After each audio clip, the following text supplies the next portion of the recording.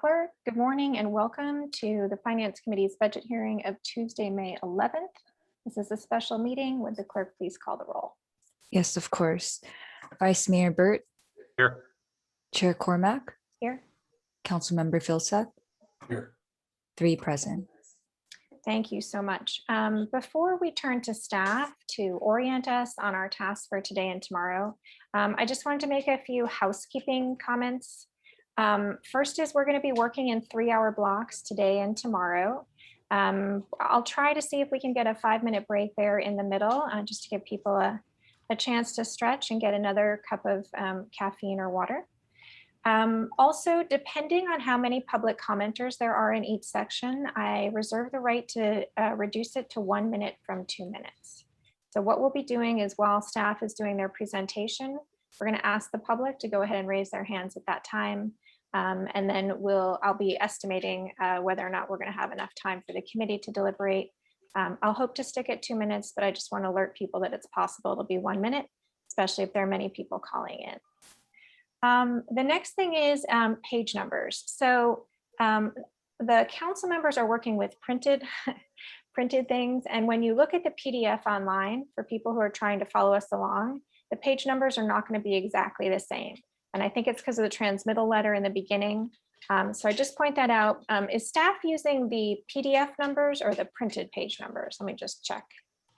Staff has been using the printed page numbers. Okay, so I'll just let the public know if you're having trouble finding something when we say page 362 and it's not there in the PDF, just look at the bottom of the page you're looking at and you'll be able to scroll to that. We've already had a few inquiries.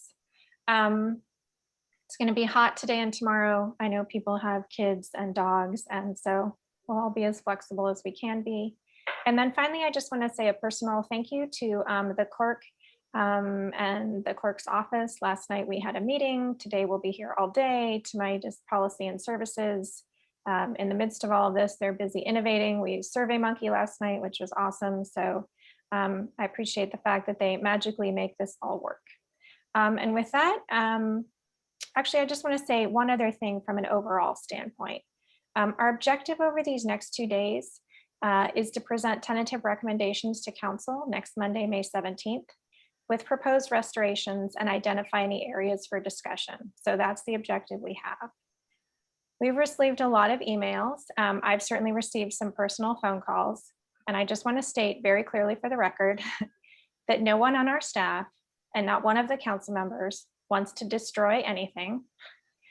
We are not making ludicrous recommendations or decisions. We're working in a very challenging environment, and I want to be sure that the public understands that. All right, and with that, we'll turn to staff to orient us on the continuation of the budget hearing.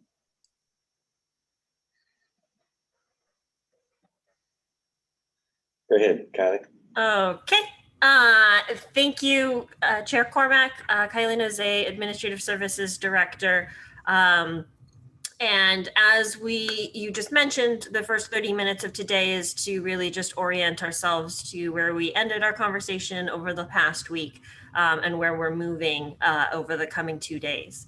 So with that, I will actually turn it to Ms. Paras, who will be basically guiding us through these conversations for the next 2 days, obviously with support from the whole team of city staff that are either watching online or part of the Zoom webinar to help. So Christine,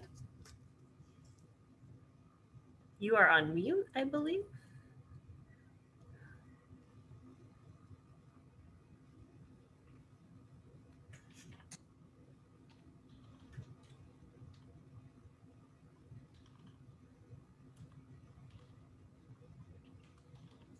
Can you hear me now?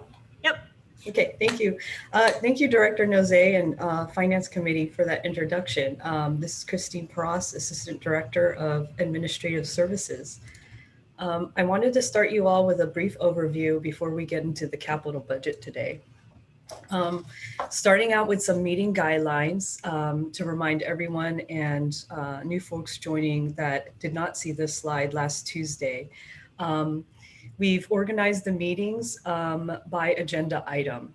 So we've combined presentations by department for each department by service area.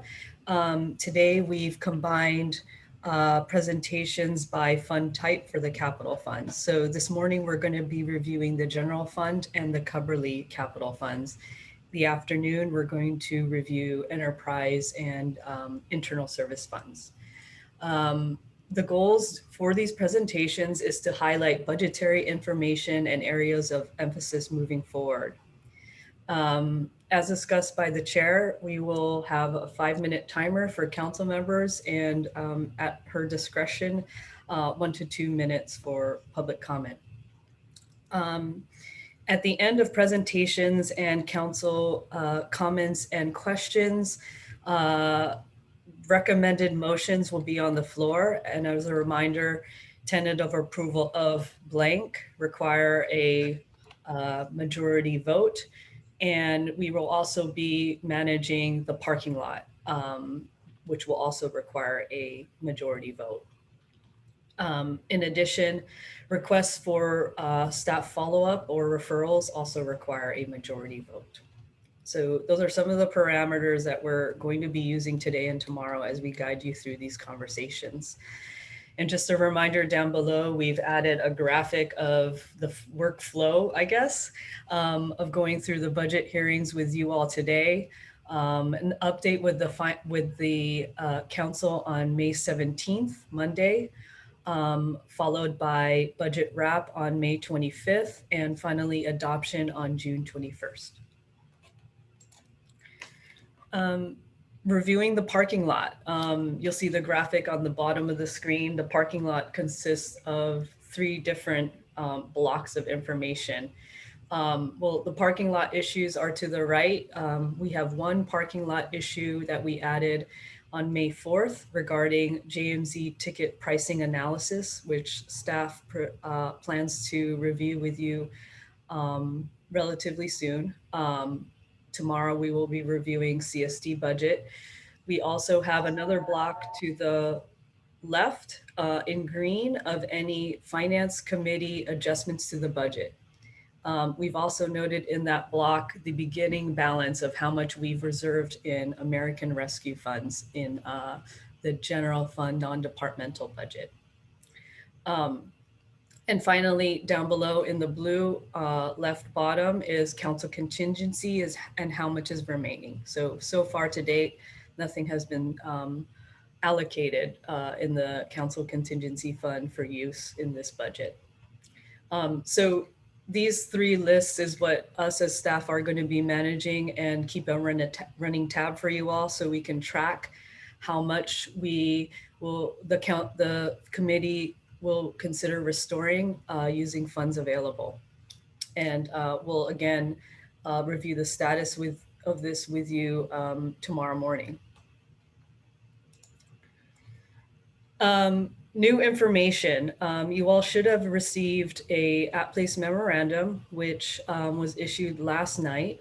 It includes general information. A couple items in that memo are a list of vacancies, which council and the finance committee have requested in the past, along with lists of city leases, service provider spend of any service provider that has spent more than $1 million. We've paid to them more than $1 million in the last 3 fiscal years. And also responses to some council questions we received through May 7th. So those are all included in there. This evening, we plan to issue an at-place memorandum for municipal fees. We have a few corrections we want you to be made aware about, along with some information regarding the fees related to Foothills Park. Staff presentations for today are linked and can be found at the website page on your screen. They're also linked to the agenda.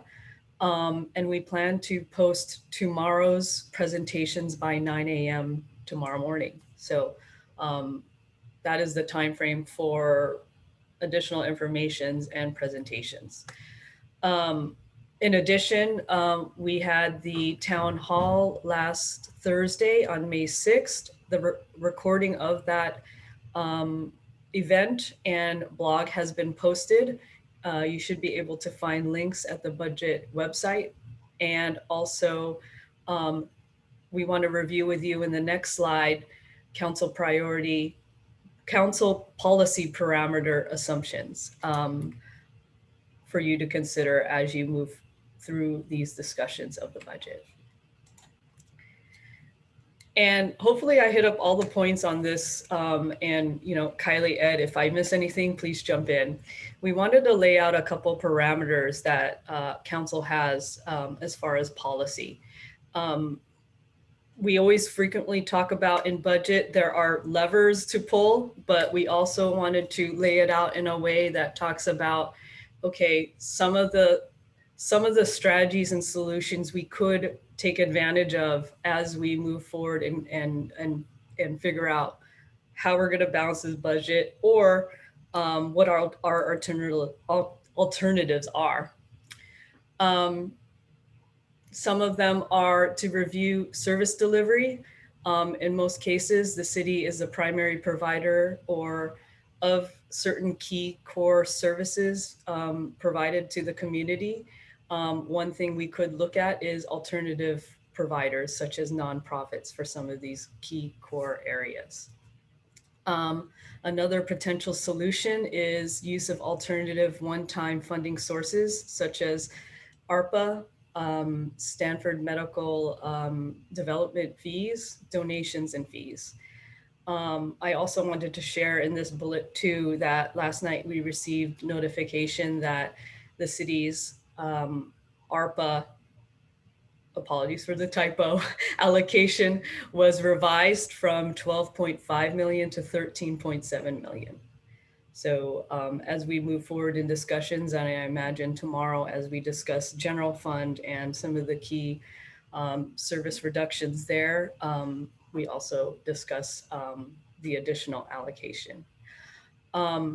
Please keep in mind also that council directed a financial balancing scenario of a 3 to 5 year economic recovery under scenario B. Over the weekend, staff has done a preliminary review of third quarter revenue estimates. And right now we're seeing to the positive revenue increase of 2 million to 3 million. We wanted to provide you a range so that we can have further discussions on how much of that range we want to take advantage of as part of these discussions. This range would be, this increase would be to the 2021 budget. If we were to designate that additional revenue to the BSR, we would roughly be at the 18.5% target of BSR. Right now we're sitting at 17.4%. The positive Q3 revenues are mostly in the areas of property tax.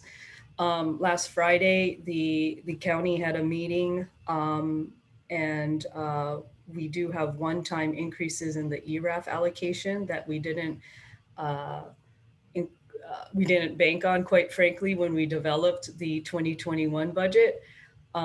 These are net of any disputed amount. As you know, there is a case between the state and the county on ERAF allocations. So this is the net amount of that. In addition, in Q3, we've also received a few large property sales for documentary transfer tax. So these are one-time in nature. So those are really the two key items. And we're planning to present a third quarter revenue update sometime in June. Moving on to the next item, level and use of reserves between a 15 to 20% range. Right now, reserves are at 17.2%. Finally, debt financing is also an option. And please keep in mind that we are also proactively funding long-term obligations for pension and medical, but however, those are also levers that council can take advantage of during this time. Finally, Actually, if we could go back to that last slide, sorry. Sure. And we can come back to this finance committee as we move through this. The next slide is really just to go over kind of the timeline and reminding the public of the different engagement opportunities.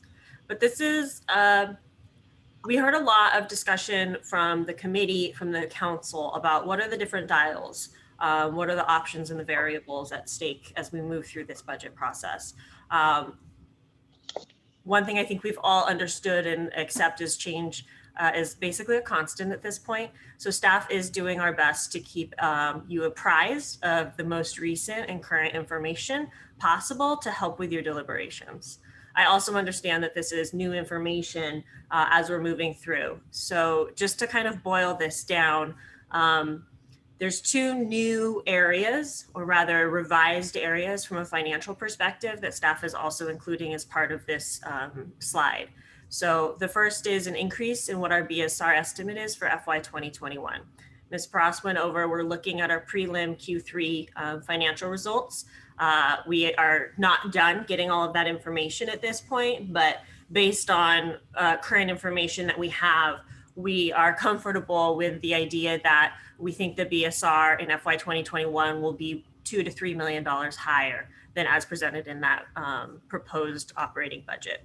And so that would bring the BSR level from 17.4% up to 18.5%, which is that council target goal. We do have some information and statistics on what other cities are at in terms of the reserves that we can get into later. The other piece of new information is that the Department of Treasury has issued their guidance essentially on the use of the American Recovery Act funds and or American Rescue Act. Plan Act. Oh, ARPA. Trying not to use acronyms. Fail. And so that guidance came out late last night on May 10th. Our allocation has moved from 12.5 up to 13.7. So that's an additional 1.2 million over a 2-year span of time. If you were to spread that out over the 2 tranches, that's an additional $600,000 in each tranche. So as a reminder, we just went over the prior slide that had 3.19 million of the recovery fund set aside. What you could effectively do is add $600,000 to that number based on the current guidance. The reason why this number has changed is the Department of Treasury never provided formal guidance on this until yesterday. All the other prior numbers were estimates that were previously provided by various organizations such as the National League of Cities.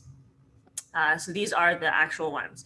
Now, ultimately, just so everyone is fully transparent, this is just their initial guidance that has their own review process at the federal level. So it is not set in stone, but it is yet another step in the process as we move through the Rescue Act funds and the requirements of them. And then lastly, I will just say, we just tried to highlight here the different assumptions. Anytime you build a financial model, anytime you're looking at building a budget, you are making assumptions, and the council has provided staff guidance on how to build and financially plan. Knowing that we're faced with super difficult decisions as we move through this process, we just wanted to outline here the parameter assumptions that have helped guide this proposed budget that's before you for your consideration, and therefore, obviously, areas that we could be adjusting if that's the will of the committee and the council ultimately. And so with that, I will turn it back to both Christine and Ed. Yeah, if I could maybe just make a couple more comments on this slide. This is actually a pretty important slide, clearly, as we are considering the new information. Taking a step back from the specifics here, we did want to use this item on your agenda item 1, so-called budget hearing continuation, that we'll have at each session in order to just do a quick readout on follow-up from the prior session. And so before we got all the data, we had already thought that it would be useful just to read back for the committee our follow-up on some of the discussion you had about the big picture, the revenues available for the budget process, and quite frankly, the discussion on zero-sum game and what the elements are, the dimensions are that reflect the constraints and the assumptions that go into the budget that's in front of you. So that was our intent in reading this back to you this morning. And then with this additional information as of yesterday on ARPA, as well as new information on revenues, this really does demonstrate how volatile the assumptions and quite frankly, the math that we're working with are. So just want to provide that context for you. And I suspect also members of the public that are either currently or will be watching this and saying, whoa, where did this come from? But nonetheless, I want to acknowledge our desire to provide the committee and the community with up-to-date information as we receive it. So thanks. With that, let me turn it back to Christine. Thank you, Ed. Finally, our last slide here is join the budget conversation. Reminder of dates. Today and tomorrow are the Finance Committee budget hearings. Monday on the 17th, we will be going to Council for an update of the committee, and budget wrap is on the 25th. I think that's it for overview. Are we accepting questions at this point from the council? Yes. So any questions, comments from council? And then after that, we'll dive into capital.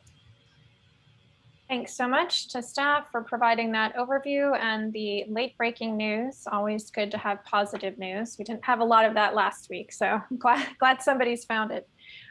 So we have time to do a round of questions from council members before we dive in.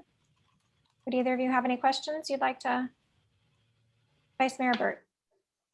Yeah, thanks. And so that's really encouraging news on those developments. Even before that information, I've spent the last week really reflecting on the situation we're in and really questioning why we as a city with not only high resources in our community, but actually high financial resources in our city government. We're a well-funded city government.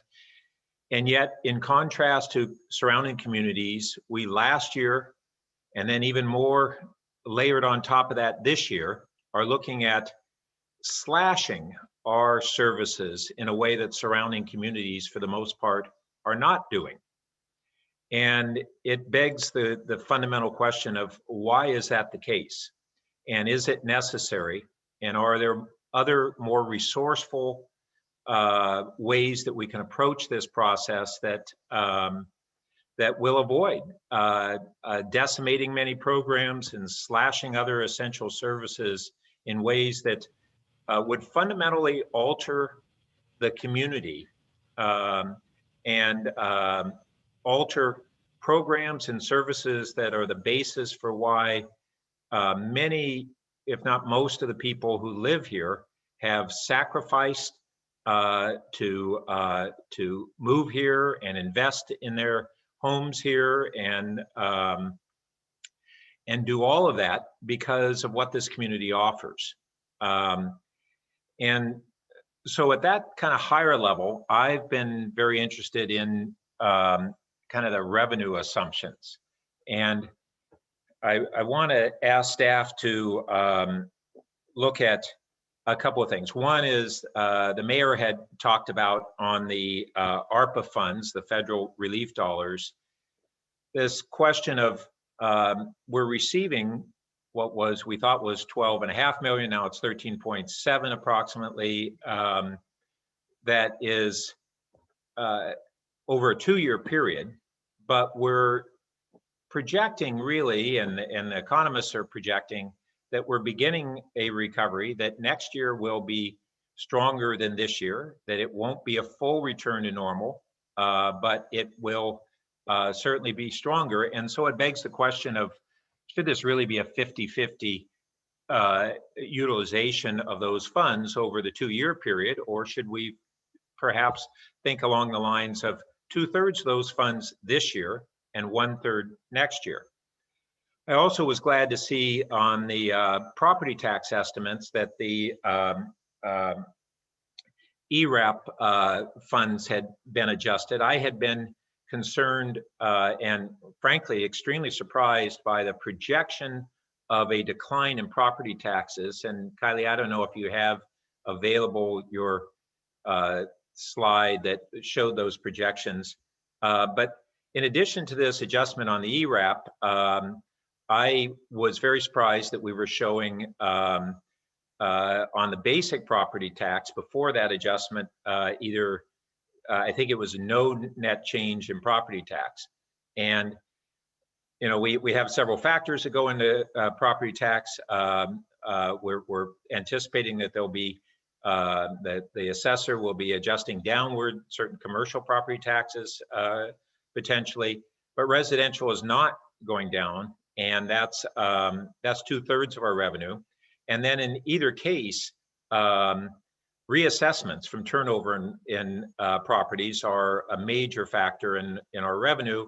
And we're seeing actually in quite a lot of reassessments, which turnover in properties hit us on the document transfer tax as well, not merely those big commercial transactions, but also the residential transactions. So I am going to want to relook at how conservative our property tax estimates are. I checked in with the school district, and their projections outside of the ERAP are, I think, 1.5% to 2.5% gain. And we're projecting, I think, Kylie, is it no net gain in that we're projecting? Yeah, I believe we did either no net gain or maybe it was a 0.5% in AV, which is obviously a nominal amount. And so it seems that we've used a projection on the basic property tax adjustment outside this ERAP separate adjustment that is below their conservative end of their range. So I'm fine with us being conservative. I think going below conservative is not something we should be doing at this point in time, and that these are big dollars. I'll just mention a couple other categories that are very significant.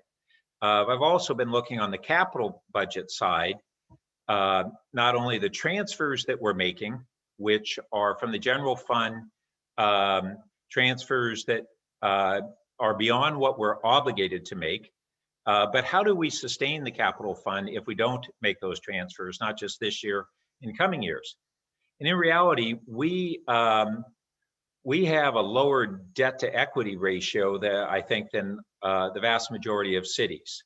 And I brought this up, and I want to subsequently in this next 2 days have a serious conversation about the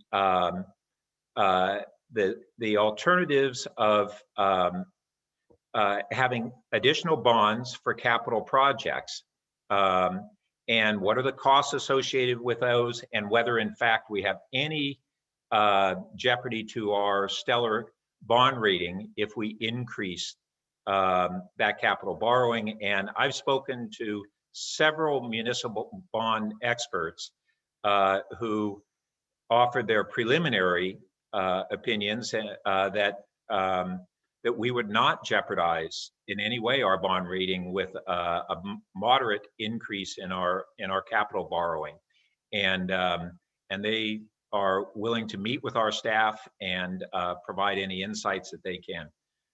So I'll leave it at that point, but I think that we are in extraordinary times, and yet we hadn't been really thinking resourcefully enough about an alternative approach to get us through what is a 2-year period of last year and this year of preserving our essential services and even responding to exceptional needs that exist in our community today. So look forward to more conversation along those lines. Councilmember Vilsack, would you like to make some overarching comments this morning? I'm ready to do that now. I guess I'll make a general comment, which is, I think that we have a confluence of two things here. There's the long-term structural stuff, and then there's some short-term disruption. And the long-term structural stuff has to do with the long-term trend of our revenues and expenses in the city. And the pandemic essentially did a long-term shift down of our revenue curve by looks to me like about $30 million last year, 30 million a year or something like that. It was big. Right? And we responded by resetting our expense line to that, to cope with that. And so, but the long-term trend has been,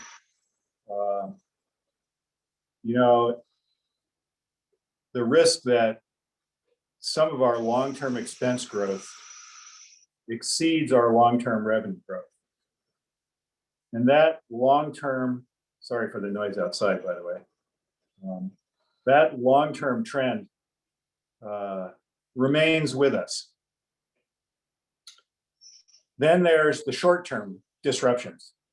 The short-term disruptions, I think, are twofold. One is the Green verdict, which is, if it stands,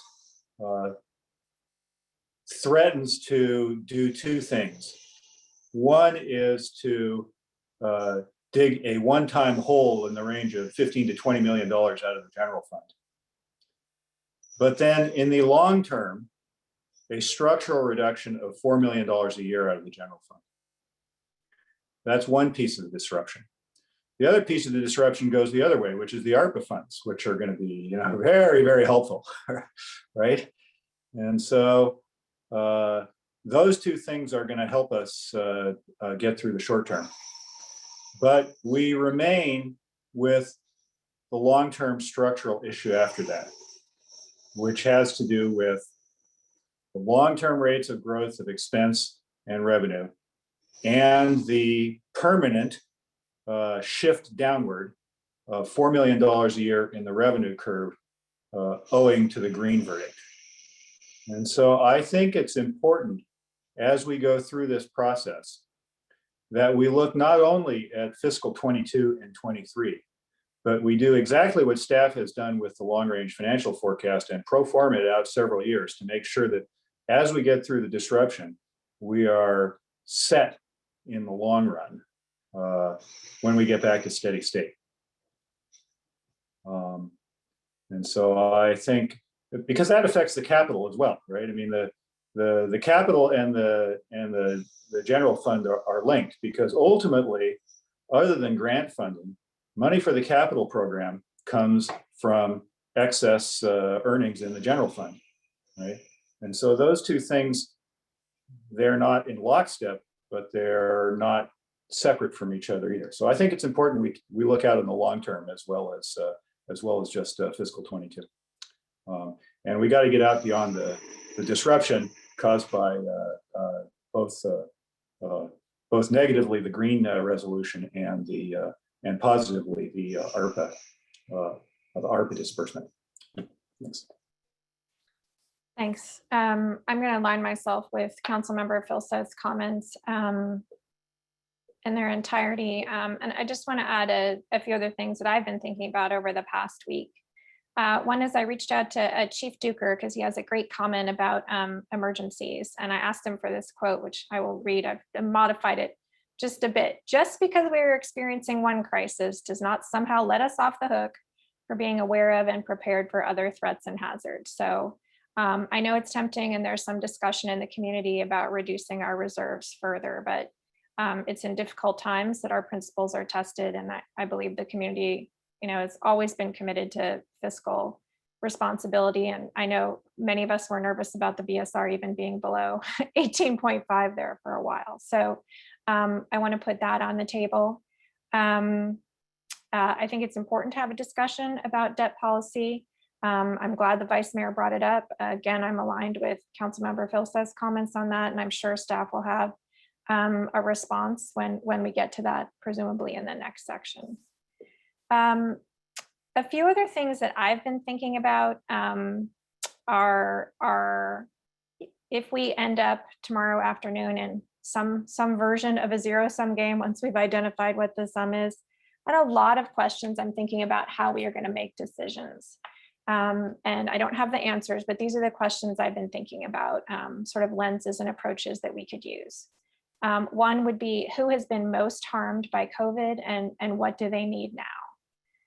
Another would be, is it better to cut everything again or end some programs to preserve others?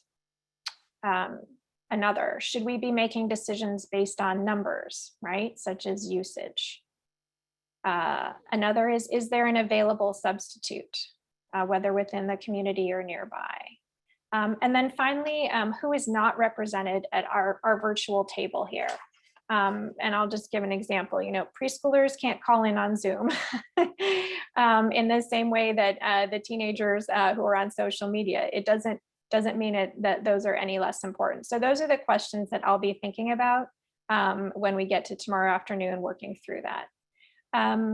Then two other things. I know we'll hear a lot about volunteers. So I think it's important as we go through this that staff be clear about where volunteers can be helpful and what staff is required to manage volunteers. I do think, as the Vice Mayor brought up, I think it was last week, I don't know, it all blurs together, that the time has come for us to think about that more consistently and figure out how to do that. So I agree with that, but I know that it's not as simple as like, well, we'll get a volunteer to do something. And then finally, sort of extending Councilmember Filsa's discussion about the revenue that we anticipate having over the long term and the services that this community is used to having. The change we're experiencing has to do with how we have traditionally funded these things. And at the margin, that's been by visitors. So I don't agree that the National Recovery Plan is one that we can use to connect to how our revenues will return. They are not one and the same. And we see that whether it's the SFO arrivals or the number of people who are going to be coming back and shopping at Stanford Shopping Center anytime soon. So I don't think we can draw a straight line from that. So I do think one of the things we'll need to talk about finance in June, not now, as we get through the budget, is how does this community want to support services? And I'll say again, here we support the school district with a parcel tax. And we do that because we believe that we want to have librarians and science teachers and extra funds available to our schools for the things that are nice to have. And it may be that we have to contemplate this here in the city going forward, because clearly there is demand by the community for these things that are so nice to have and truly important to so many people.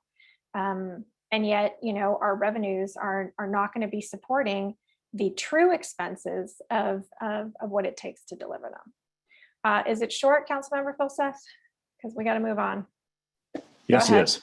I just want to make You can use my last 30 seconds. Thanks. I'll try headphones here. So my neighbor's building an ADU next door, which is what all that noise is.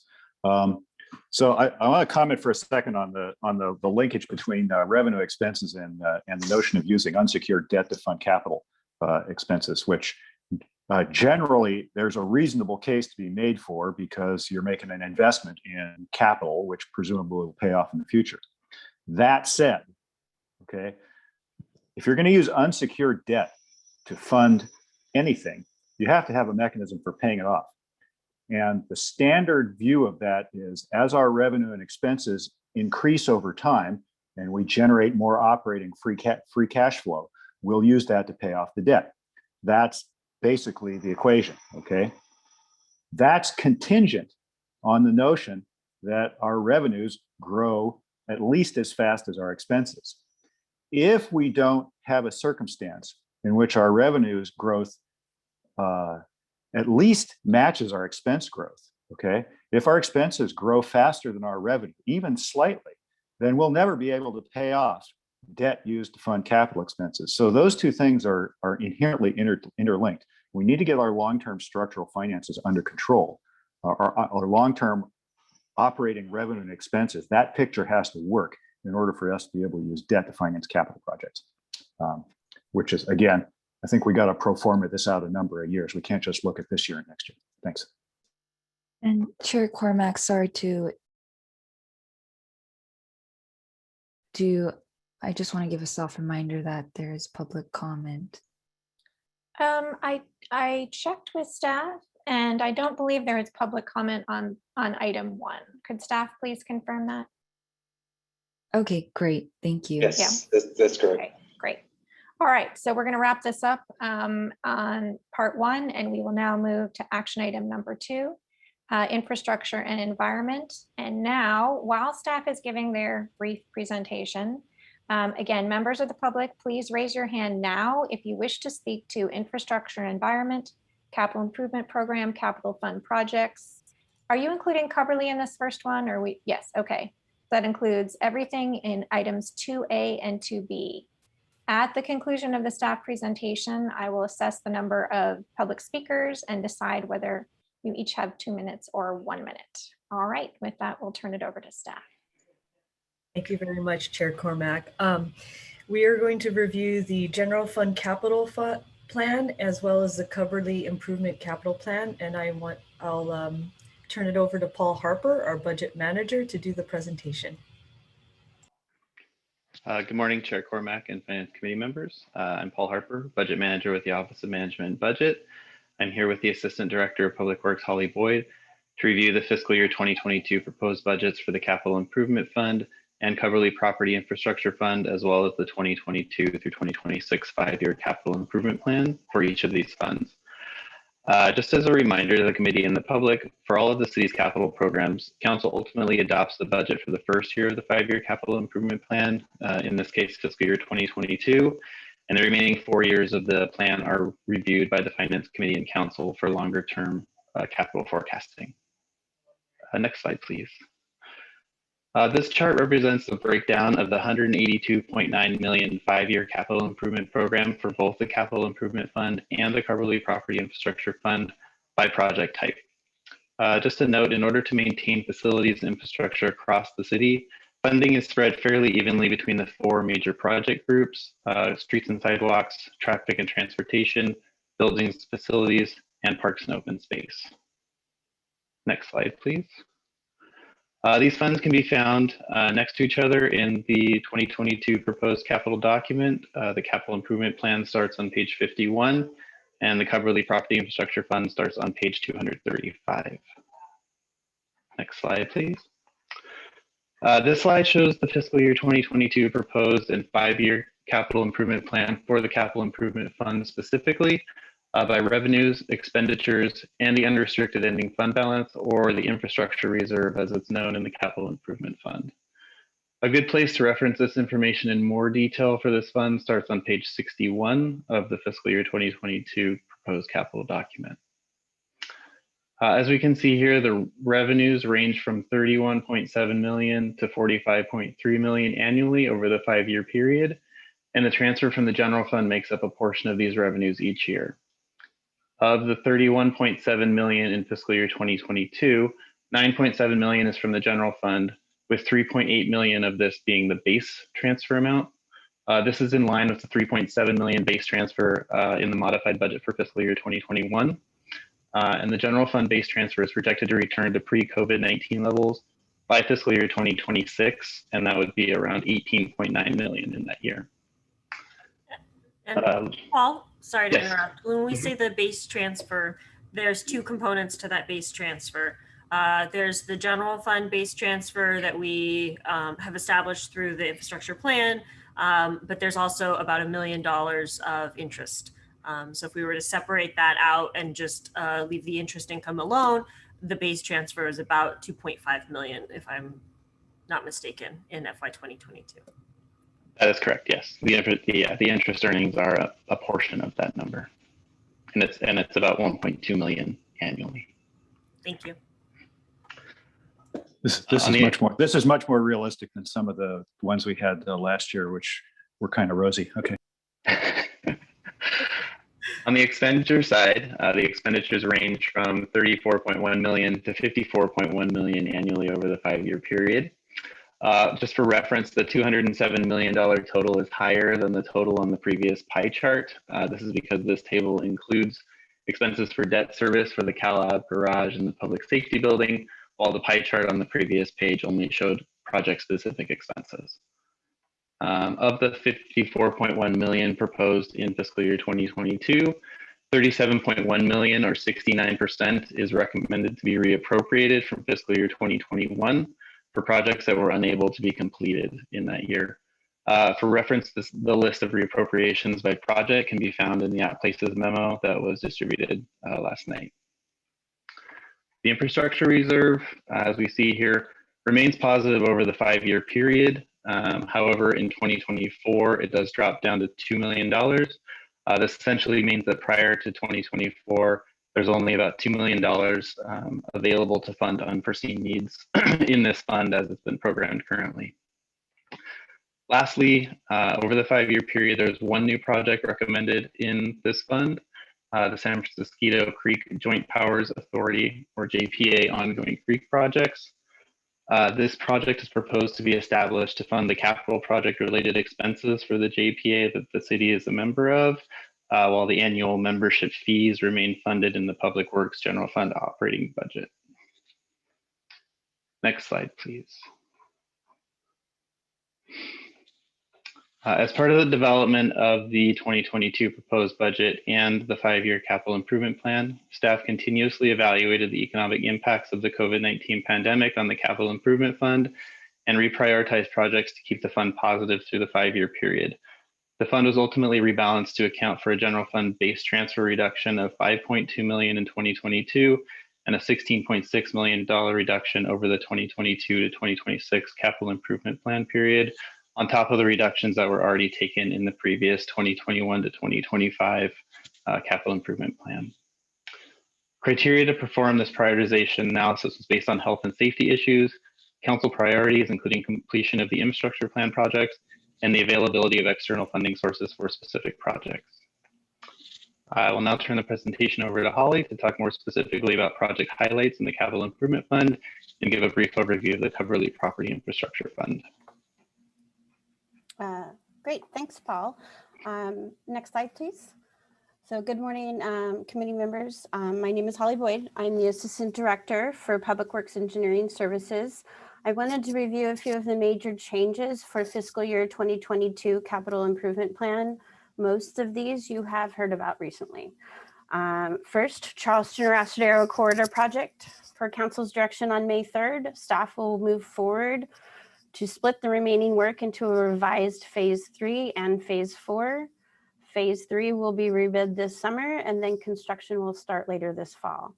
I did want to highlight that funding for Phase 4 is not currently included in the 2022-2026 CI or proposed budget. Fire Station number 4 design has been deferred to start later in fiscal year 2022 with construction funding in fiscal years 2024 and 2025.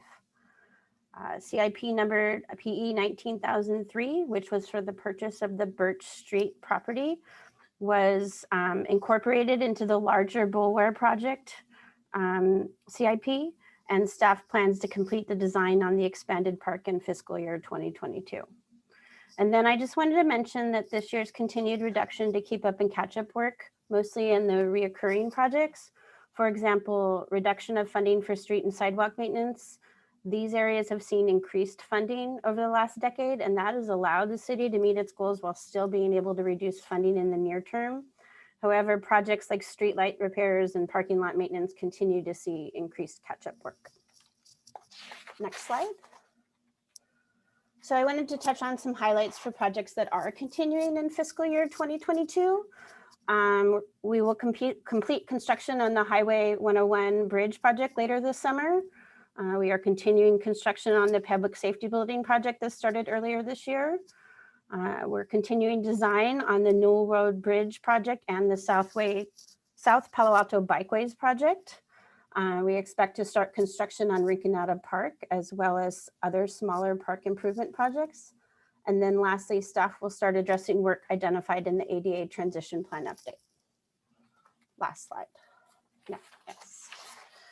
So I'm going to change gears for a second and talk about the Cubberley Fund. As you can see in the table, the revenues and expenses remain consistent through the 5-year plan. There are no new projects proposed for Cubberley, and staff will continue to focus on maintenance and upkeep of the facilities. Staff also expects to make progress on the Cubberley Field Restroom project in fiscal year 2022.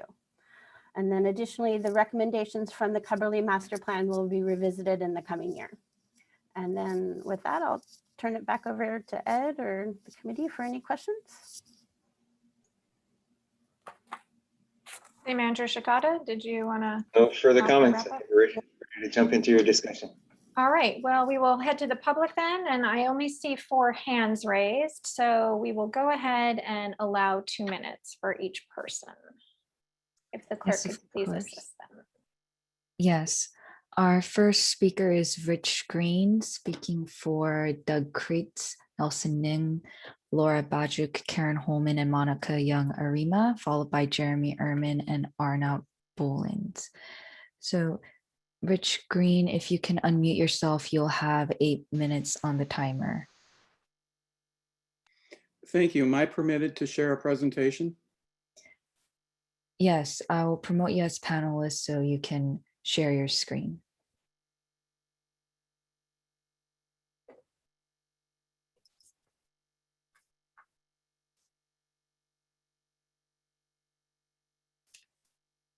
And Rich Green, if you can mute yourself and share your screen, we would be able to move forward.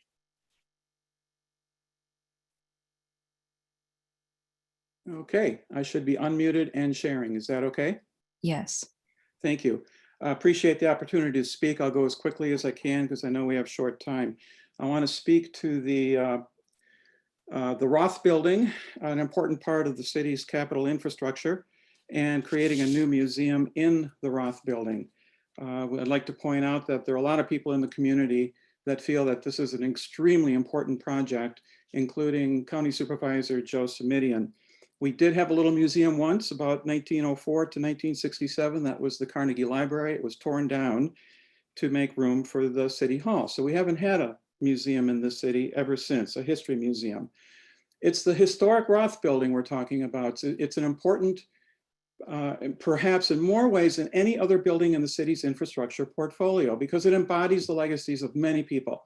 The entrepreneurs who founded the first medical practice, Dr. Esther Clark, a woman who broke into the medical profession and co-founded the clinic, Victor Arnautoff, celebrated artist who created the frescoes at the front, and Burge Clark, our famous architect who created the civic image of this city.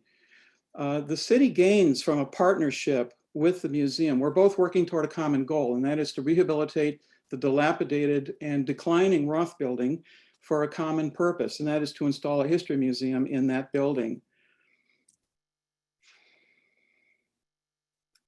The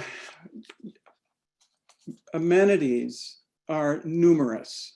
We have the building registered on the National Register. It does conform to the Secretary of Interior standards, and it qualified for over $3 million in TDRs. We're providing a restroom for the kids and the parents at the park.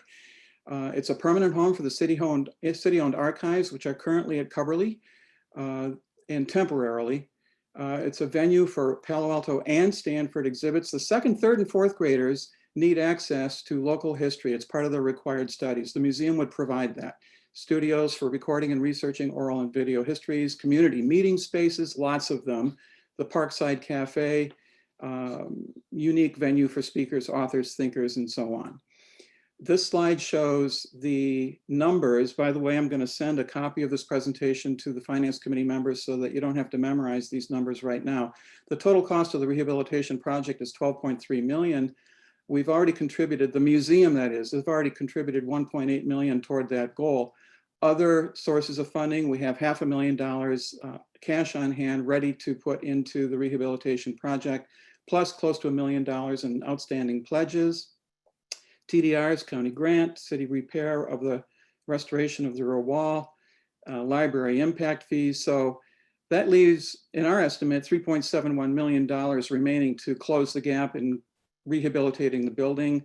Maybe $4 million is a more conservative estimate. We've studied every square inch of this building, the basement, the first floor, and the second floor, and we have allocated uses to the different areas of square footage. The yellow areas you see here on the first floor are community center use, clearly, including the community rooms in the back, the cafe facing the park, the education resource room for the kids, and the Leonard and Shirley Ely Legacy Hall. That's the big presentation space, if you will.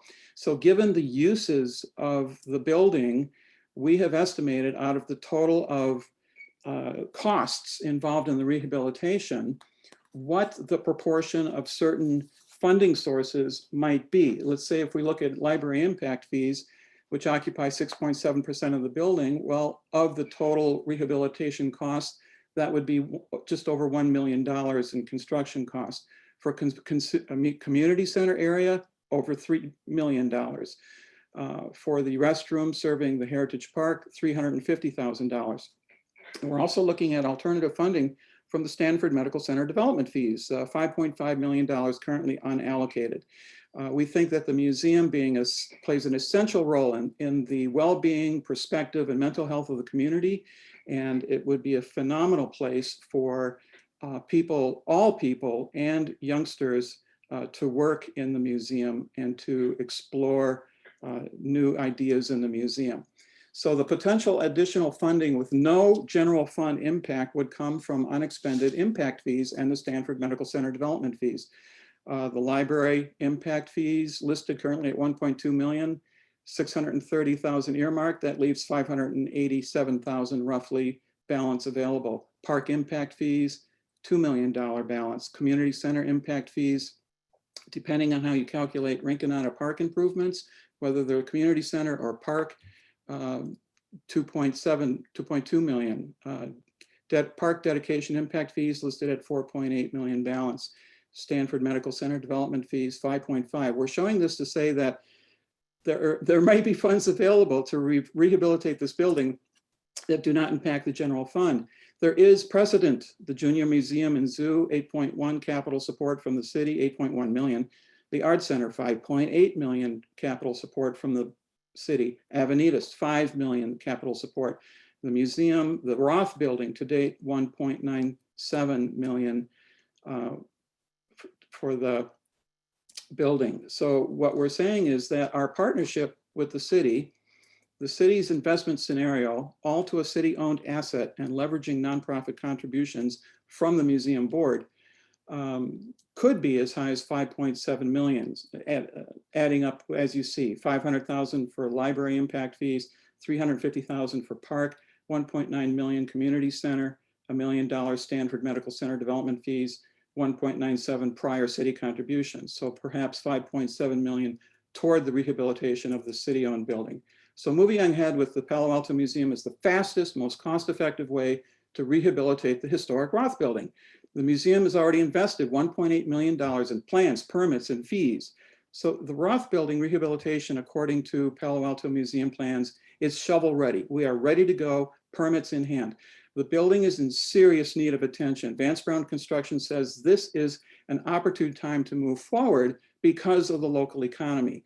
This is a one-time expense, 1 year of construction, and done.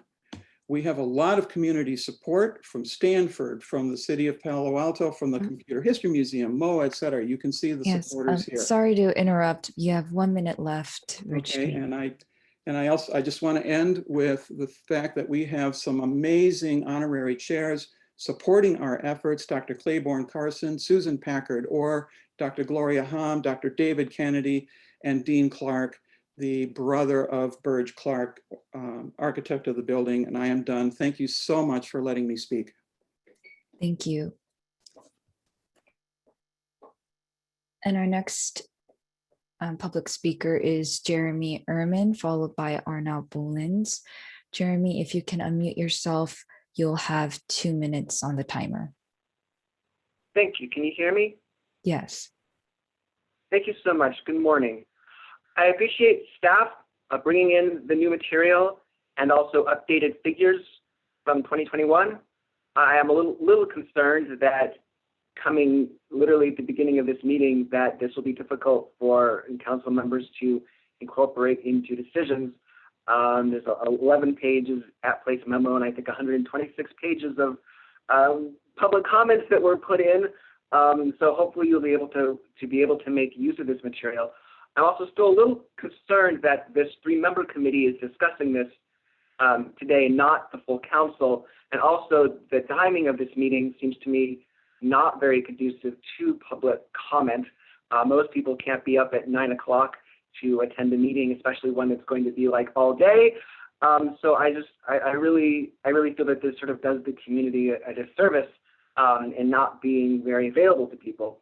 That being said, on the capital budget seems to me where the council is most able to adjust the city's budget, because the capital budget is essentially a list of projects, all with dollar amounts that you can adjust if you want. While the operating budget, though, that you've been provided is not the full budget. It doesn't have all the line items. It's simply a list of suggested cuts from last year's budget, along with the sort of high-level expenses and revenues of each sort of major department and sub-department, but the individual programs aren't actually but delineated in the operating budget.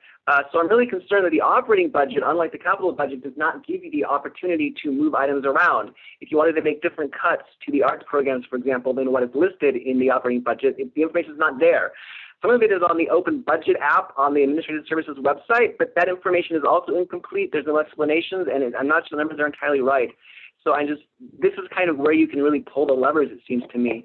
So I really urge you to sort of look at new revenues and really evaluating these capital projects, because that's really where you can make the changes. Thank you. Thank you. And our next speaker is Arnott Boulins, our final speaker. Arnott, if you can mute yourself, you'll have 2 minutes for public comment. Thank you very much. I guess I should apologize ahead of time for any background noise. My daughter is playing here. Yeah, I would like to urge the Finance Committee to include phase 4 of the Charleston and Estadero project in the budget. Obviously, it has been split in 2. This project has been going on for almost 20 years, so I think it's time it gets finished. And the bike lanes just disappear when you cross into Palo Alto from Mountain View. And it's a very unsafe situation, and I would like to see continuous bike lanes all along the corridor. And in addition, this would go it would integrate well with the South Palo Alto bikeway project when bicycle facilities will be installed. And on Fabian Way, it's also would be very bad if they just end up in the current intersection, which is again very dangerous. So yeah, hopefully this will be included in the budget. Thank you for considering my comments. Thank you. And Chair Cormack, we have no other speakers. Thank you so much to everyone who joined us to provide public comment. And now we have a good chunk of time until noon for committee deliberation, discussion, and decision. Councilmember Filseth. Yeah, thank you. Can you go back to slide 4, please?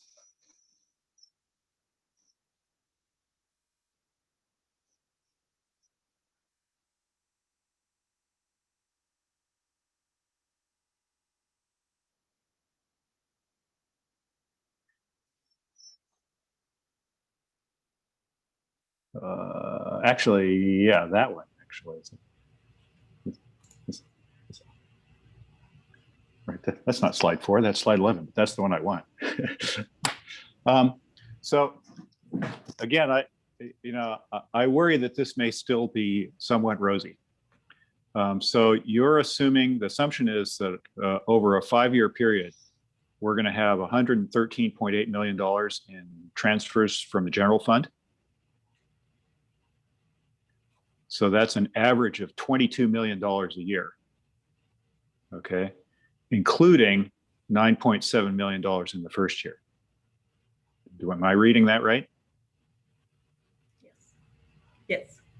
So that means that the general fund has to produce a surplus in each of those years of at least $22 million. And it's actually a little more than that because of the lower first year, right? So it's going to be $24 or $25 million in each of the next 4 years. Is it realistic to think that we're going to get a $24, $25 million per year surplus out of the general fund from which we can transfer stuff to capital? Not necessarily a surplus in the general fund, Councilmember Phil Seth. In the long range financial forecast and scenario B, we're restoring the base transfer from general fund to capital. Right. It gets 2024, right, Paul? And so levels It's 2026. 2026. And just to keep in mind, the 113 million, that includes the TOT amount. So about 52 million of that is TOT over the 5-year period. Okay. So that's so that's 10 million a year in TOT and 10 million a year from elsewhere. Actually, 12 or 13 million dollars a year from elsewhere. You guys think that's realistic? And I think, Including a $17 million hole from Green? right. So I think so first, just for the public to follow along with the numbers that we're quoting, on the capital budget, page 61, there's a breakout of the general fund contributions that we're discussing here. So it actually shows year by year the base general fund transfer that's at 2.6 in FY 2022 and is growing to 17.7 in FY 2026. Okay. The second line is the TOT funding, specifically associated with the new hotels and the 2 ballot measures that the voters approved for rate increases in TOT. So now to your question on, are the assumptions in this 5-year forecast reasonable? I think the idea that we have the general fund transfer growing over a 5-year period is consistent with the recovery period that we've outlined as part of the long range financial forecast. Obviously, that is subject to change depending on how quick or slow the recovery period occurs. And then on the TOT side, same thing goes. What I would say is, in terms of the uncertainty, what I would say is staff has built in, if you actually flip to page 68 of that same capital document, has built in a reserve for debt service. And that is a reserve associated with wanting to have, at least by the end of the 5-year period, enough funds in reserve to meet the annual debt obligation for both the Cal Avenue garage debt as well as the public safety building debt.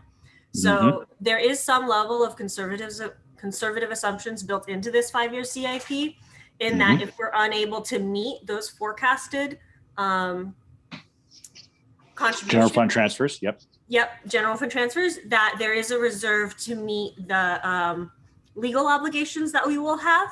And, you know, if we are unable to meet the rest, we would obviously need to look at the 5-year CIP and reprioritize projects.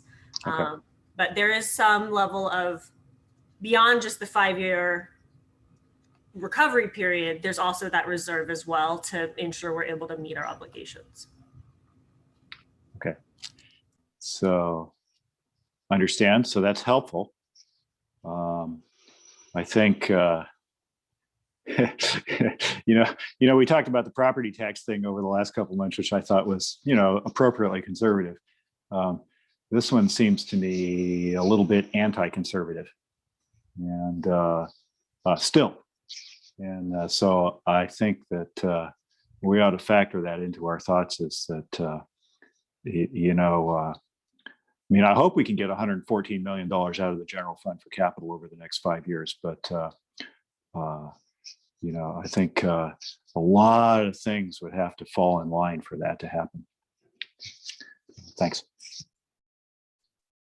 Apologies, Zoom dropped me off, or maybe there was a surge of people jumping onto things, so I missed the end of that. Vice Mayor Burt? Yeah. So when I look at kind of the longer term and the structural issues, I have a little bit different lens on this, both from my experience in Silicon Valley in the private sector over a 40-year period and the booms and busts that have gone on, and in our own city budget over more than a 25-year period that I've been involved in those booms and busts. Just a point of reference, for instance, when I first got involved with civic affairs, it was through the University South Neighborhoods Group and the SOFA plan, and the neighborhood had a strong focus on having a neighborhood park. It was one of the few neighborhoods that didn't have a neighborhood park. It was the largest in the city without one. And the city manager at that time was focused on recovery from the recession of the early 90s. By then we were in the mid 90s and the first part of the first years of the dot-com boom. But it wasn't really apparent to everyone at the time that that's the direction we were headed. And she was adamant that the city should not take on a new 2-acre park, even though in the end we didn't have to pay for that land. But the city wouldn't have the capital dollars to turn it into a park, nor the operating dollars to maintain it. And therefore we should decline that opportunity. And it was a viewpoint that was based upon the short-term circumstance that the city was in over a few years there, and not seeing the longer-term patterns that were there. Similarly, when we had the Great Recession and our Jim Keene then stepped in as city manager the month before the worst of the recession began, and he was under a belief that the severe cuts that we had to have in that period were part of a new normal that would extend through the future. Nevertheless, in that period, we went and we took a 2 to 3 year period to really look at more structural changes to our expenses through outsourcing, through additional innovations. And we bridged the period that we were in of the short-term economic crisis through some bridging actions. And we were able to retain the vast majority of our services. We had cuts, but not to the extent that we had last year and are being proposed for this year. And I think that's the model that we should be using today. We shouldn't allow this short-term emergency to define our long-term patterns, and it shouldn't be used to have as a tool for structural changes. The structural changes should be done as a longer-term approach. Eric's talked about the green decision, which is the utility transfer issue, but staff has already been talking about whether we would have a ballot measure to backfill that. We also, in the medium term, we're looking at the business tax, which potentially is very significant dollars. Plus, Councilmember Cormac's been talking about a potential property tax, or a parcel tax, I should say. All of those are structural responses on the revenue side. We have other potential structural responses on the expense side, where we actually look at efficiencies through additional outsourcing like we've done over the last number of years. So there are a lot of structural changes that we can and should do, but confusing that or conflating that with how to bridge a 2-year basically emergency, I think is not the approach we should be taking. And I think that the staff proposal for a 5-year recovery is a moderately conservative approach. When we look at what the economists are talking about nationally, they're talking about a likelihood of a more aggressive recovery. So those are kind of higher level thoughts initially. I'll have others more specifically. Thank you. Okay. Got a lot of details, but I'm sure we'll get to the details of the individual projects, you know, in slightly later rounds. So maybe I'll just respond to some of what I've heard from my colleagues.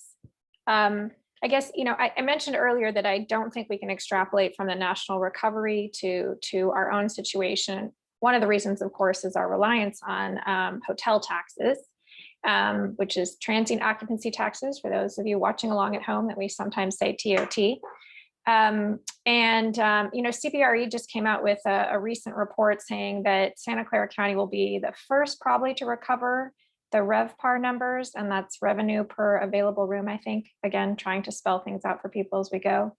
And that's projected to be 2023. And that would be the first county to come back, then the East Bay, and then San Francisco County thereafter. So I think it's not just staff's choice. I mean, we collectively, the 7 of us, had a long discussion, you know, and I believe, I don't recall exactly, but I'm pretty sure it was unanimous on B. It's possible we had one person vote against it, wanted something more conservative. So I know it's really uncomfortable to stick with that conservative, moderately conservative portfolio that we chose, but we did it for reasons that haven't changed. And so that's where I am on whether or not I'm comfortable relaxing any of the assumptions that we made. I'm still comfortable with sticking with them. Would staff like to take this opportunity to respond to, you know, to talk about debt? Because we've heard a variety of thoughts on this so far. So why don't I give you an opportunity to talk with us about debt policy? For those of you following along at home, it's page 44 in the capital budget. And again, you're going to have to scroll. It's the printed page 44. I'm not sure which one it is on the PDF. So talk to us about debt policy, please, and choices we have there. All right, who's going to lead off? Oh, I think we're all finding the right page. So we'll do that. Then let staff lead.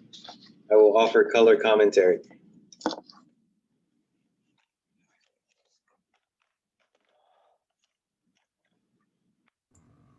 I see a lot of smiling faces, so I think that means I'm up. So I'll try and lead off, but also feel free to the entire team that's on the line to interject. So ultimately, the city has a practice of doing our best to minimize borrowing costs. Obviously, there is a cost to borrow funds for investments. So to the extent possible, we do try and structure things in a pay-go way. By no means do we pay cash for everything, though. We do borrow in strategic areas for large projects, and obviously with the cost of borrowing being so low right now, have really gained on that end of things, as we've just done the debt issuance for the public safety building. So overall, the city has, just in the general obligation, about $160 million worth of debt that we've issued in the last 3 years. That's an approximate number. The 3 projects that we've issued debt for are the public safety building, the California Avenue garage, and the golf course. And so all 3 of those issuances have been done basically since, I think, 2018. Whenever you're issuing debt, we want to look at the obviously debt to expenses or operating expenses, as well as debt to revenue ratios. And so keeping in mind how you're going to service the debt, the collateral that we put up, obviously, to service the debt or secure the debt, and then also the types of projects that we would be going to market for. Debt cannot be used to pay for operating expenses. It can be used for capital. And we can bundle projects on the capital side if we want. So it doesn't have to be just one large project. You could bundle a package of projects together to make it, to get to a level to make it worth the effort, so to speak. I will say, from a structure perspective, depending on what the council may wish to consider in terms of expanding our use of debt, we would need to evaluate that in conjunction with our policy, see if it's within compliance or if we need to make amendments to it. The other thing that I think we need to consider or just bear in mind is, since we aren't used to issuing a lot of debt, debt takes ongoing maintenance to not only issue it, but also service it. There's reporting requirements, there's tracking, there's monitoring, so I would say we aren't really staffed, to be honest, to do significant levels of complex financing. So that's something else to consider, that we would likely need to adjust our resources, as this would be a newer mechanism that we would be using. Not to say that we haven't done it. Again, we've done it absolutely in the past. We just plan in advance for it and rearrange things, since it's typically on an ad hoc basis. But there are EMA postings that impact your credit rating if we aren't on top of those kinds of things, and the like. So again, not that it's not infeasible, but it would require staff to really understand from the council what their goals are, and then likely have or provide direction to staff to come back, frankly, with how that might work for the council or committee's deliberations further.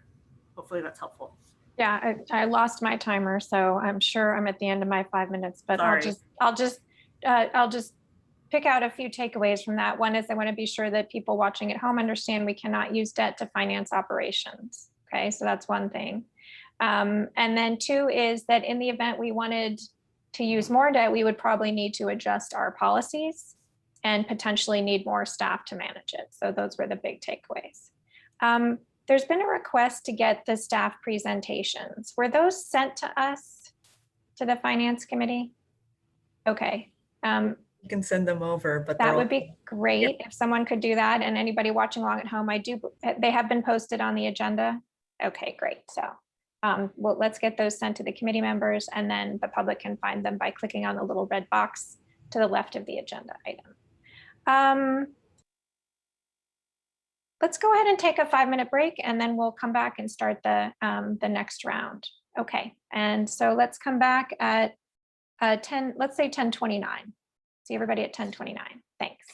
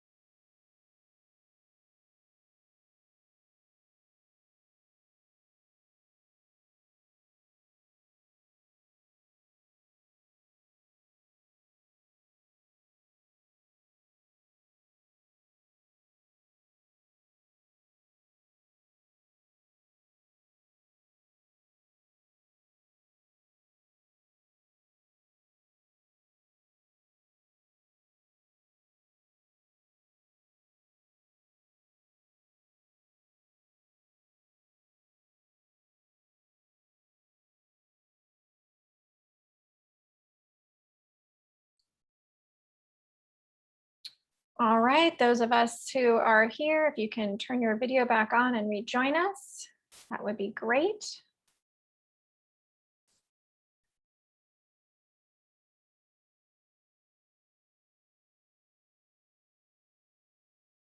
Councilmember Filsath.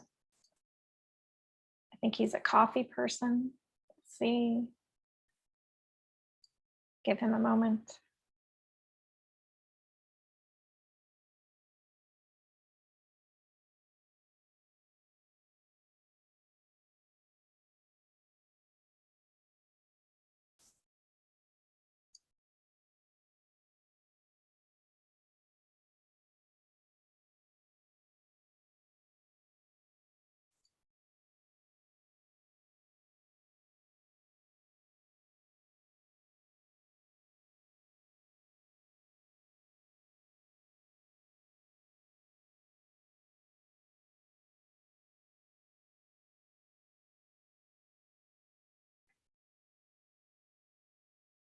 Would the clerk like to just check in with Councilmember Filsath? Sure, he's en route back to the computer, but Yes, of course. thank you.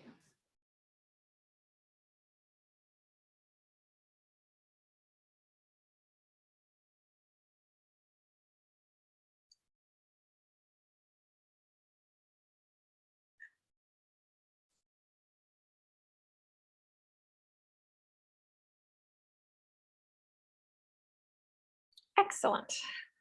Welcome back. All right. Let's go ahead and come back to council members. We have an hour and a half remaining on this topic. At some point, we'll no doubt head into the details of the pages. And then at the end, before we break for lunch at noon, we'll want to have a motion.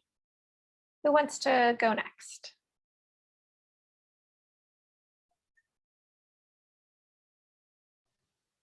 I'd be glad to go next. Great, you're up. Okay, so I wanted to follow up on where we left off on the debt discussion.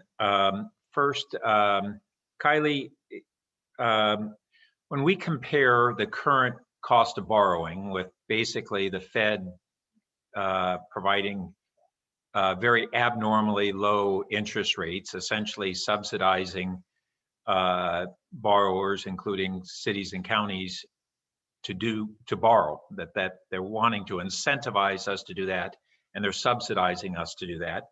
How does our current cost of borrowing compare to what it was just a few years ago? What are the interest rate comparisons? And then second, related to that is how does the current cost of borrowing compare to projected inflation rates?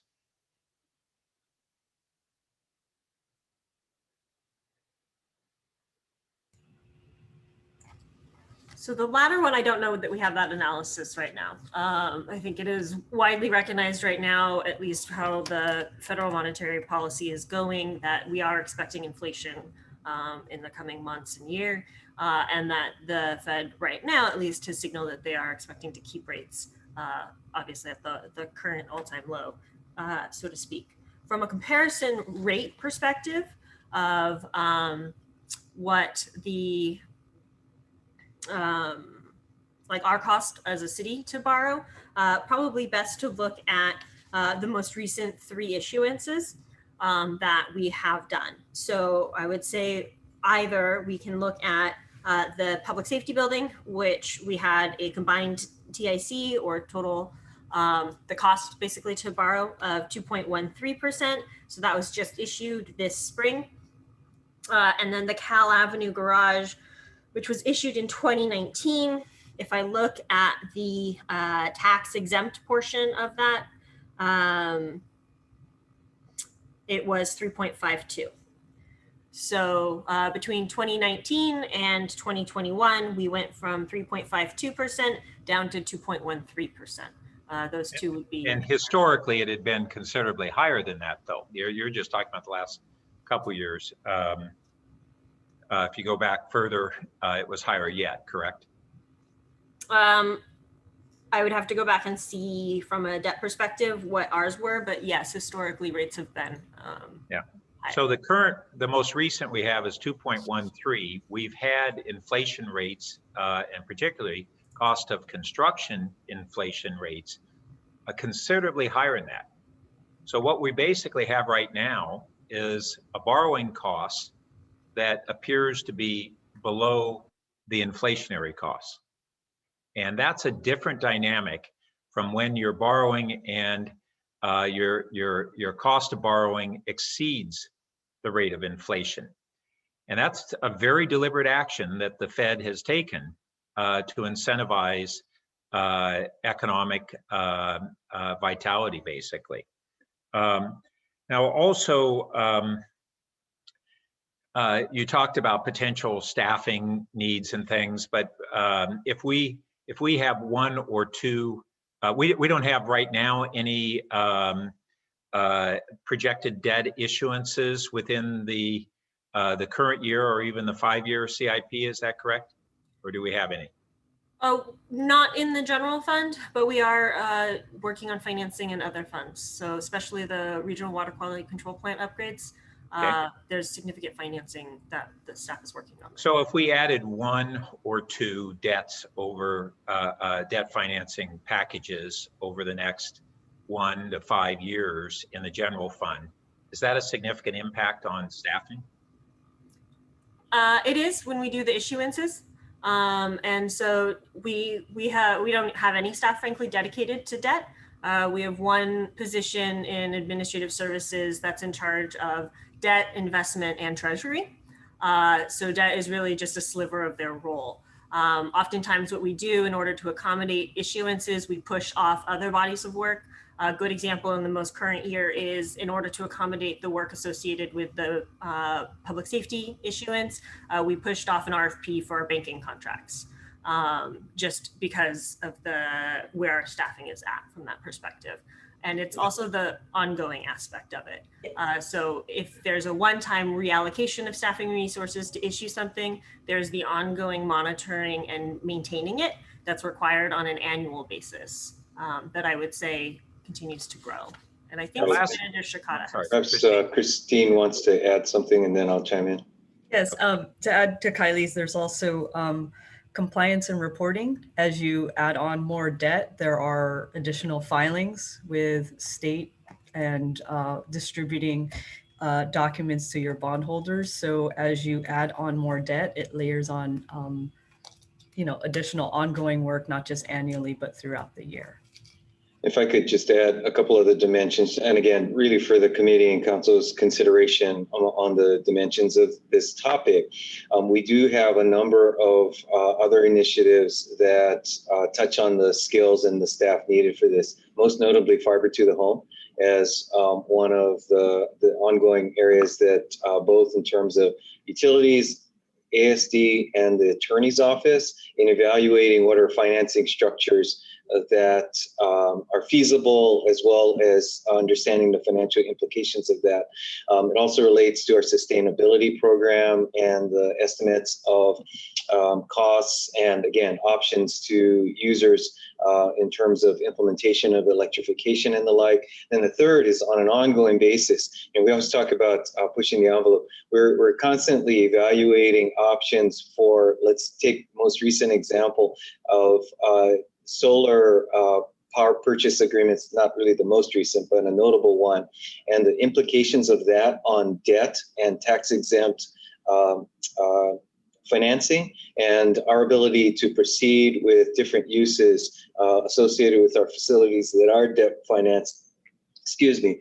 Kylie mentioned the Cal Avenue garage has both components that are taxable as well as tax exempt in order to give the council a bit of flexibility for use of some private activity, and that's a term of art, associated with the garage, because there are very important and somewhat stringent IRS rules around those as well. So their debt is a significant undertaking, and just want to ensure that the committee has that understanding.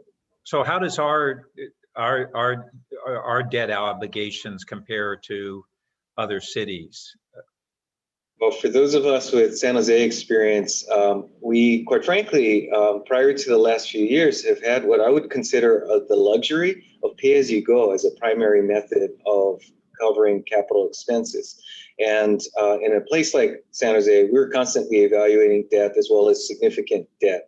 And the issue there, perhaps, is notable, is less about the rating and debt or bond rating than it is the restrictions that debt service obligations have on the ability of the council on a year-to-year basis to make decisions on where to spend operating funds, because a significant proportion of our operating budget was dedicated to debt service, which is a primary obligation before you can cover any other operating choice. So I understand that. And if we were looking at adding hundreds of millions of dollars in capital debt, that would be different from adding tens of millions. So let me leave it at that point. There certainly are boundaries to that. I don't think we're near those boundaries.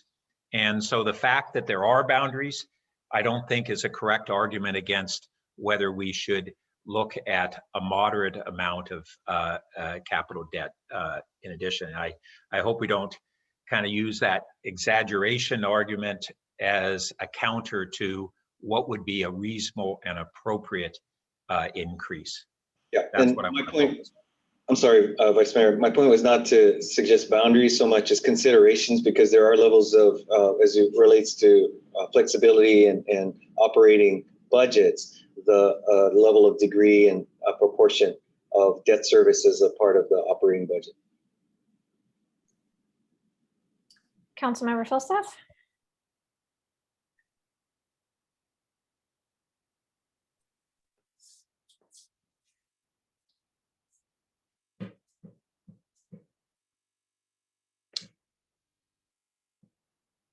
You know, I'm going to keep thinking about this. I understand the argument. And I think the Vice Mayor is correct that there's a reasonable likelihood that we'll get the proceeds of a business tax starting in fiscal 23, right? Assuming we're going to start the process again this summer and so forth. Obviously, there's no guarantee it'll pass at the ballot or what exactly it'll be and what we can use it for. But I think there's a reasonable likelihood of that. So I think that's a consideration for the bucket. Other than to wisecrack that anybody who's been around Silicon Valley very long knows at least a couple of sales guys that spent their commission check before they closed the deal, right? And so, but I think that's a reasonable thought. I wonder if the way to do this isn't to, and maybe staff has already got a plan for this, or maybe it doesn't need a plan, you can do it on the fly. I wonder if a reasonable way to think about this is, yeah, okay, this is the nominal plan, but to the city manager's point about pay as you go, you know, if the pay as you go funds don't materialize, then here's the fallback plan, right? And so some thinking about that kind of thing. Or if, you know, the business tax doesn't materialize, then here's the fallback plan and so forth. I do agree that a business tax probably makes these capital numbers, much more likely to happen. So I wonder if we don't have sort of, a couple of scenarios in this. But I want to keep thinking about this for a few more minutes. And just wanted to point out one thing on timing. If we are looking at a potential business tax, if we're looking at a general tax, like we discussed in the prior meetings, that would be November of 2022, which would mean that we wouldn't have election results until probably, December-ish, and then you'll have an implementation period. So it is unlikely that you would receive significant revenues in FY 2023 because you would have fiscal 24 then. Fiscal 24. I would say at the earliest. When Mountain View redid their tax, they took 18 months to implement it. Oh, and really? they already Okay. had a business tax. So implementation for a new tax, like a business tax, will likely take a significant level of time. It just depends on the structure, though, of the tax that the council and voters. although I'm sure the vice mayor, I'm sure the vice mayor is going to point this out, and I'm just anticipating his thinking here, which is, if such a thing were to pass at the ballot, that makes it considerably more comfortable in looking at debt mechanisms too. Sure. Although that doesn't happen overnight either, I suppose. That's correct. How long does it take to? How long does a debt mechanism take? How long does it what? Once you decide, okay, let's go borrow $40 million. So how long does it take to actually happen? And we've already identified the projects for the $40 million, or we have Sure. to figure that out? Sure, we already identified it. I would say probably at 4 to 6 months. Okay, so well within a fiscal year as opposed to, right? Okay. Okay, thanks. Assuming council has figured out that 40 million, because often that will be the trick in terms of time. Staff has the resources. We can always figure out what to spend on.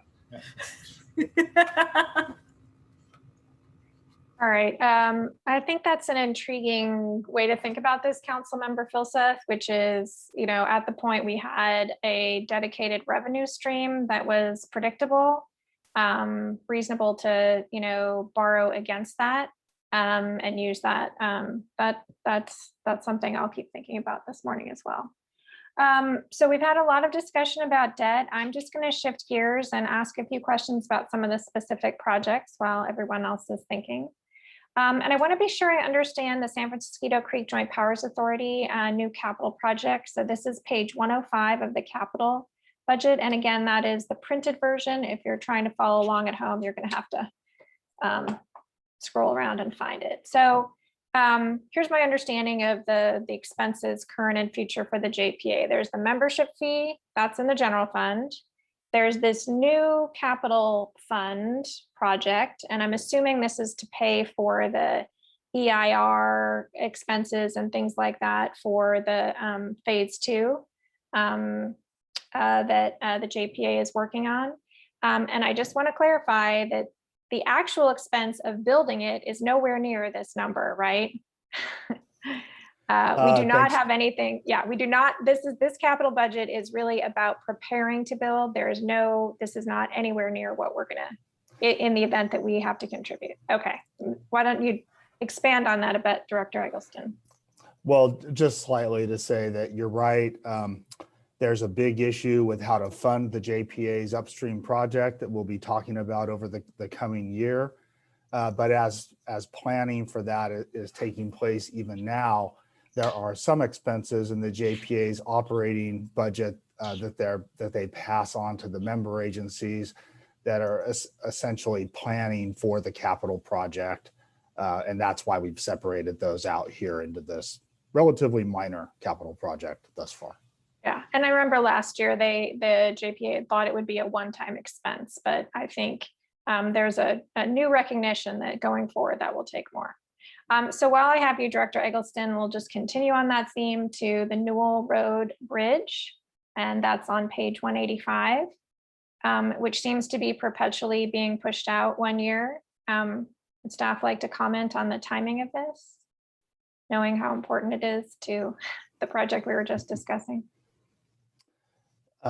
We have been, as you stated, perpetually pushing that out, but we are now in a place to make significant progress. Council approved the project last June, and just late last calendar year, we received the approval from Caltrans for additional funding that was needed for the planning and engineering work. And we've been negotiating with MB5, our designer, and are now scheduled to bring a contract amendment to council before the end of the fiscal year in June. That's going to allow us to proceed with that design work with a goal now of trying to proceed with construction work in 2023. Okay, progress being made. Glad to hear that.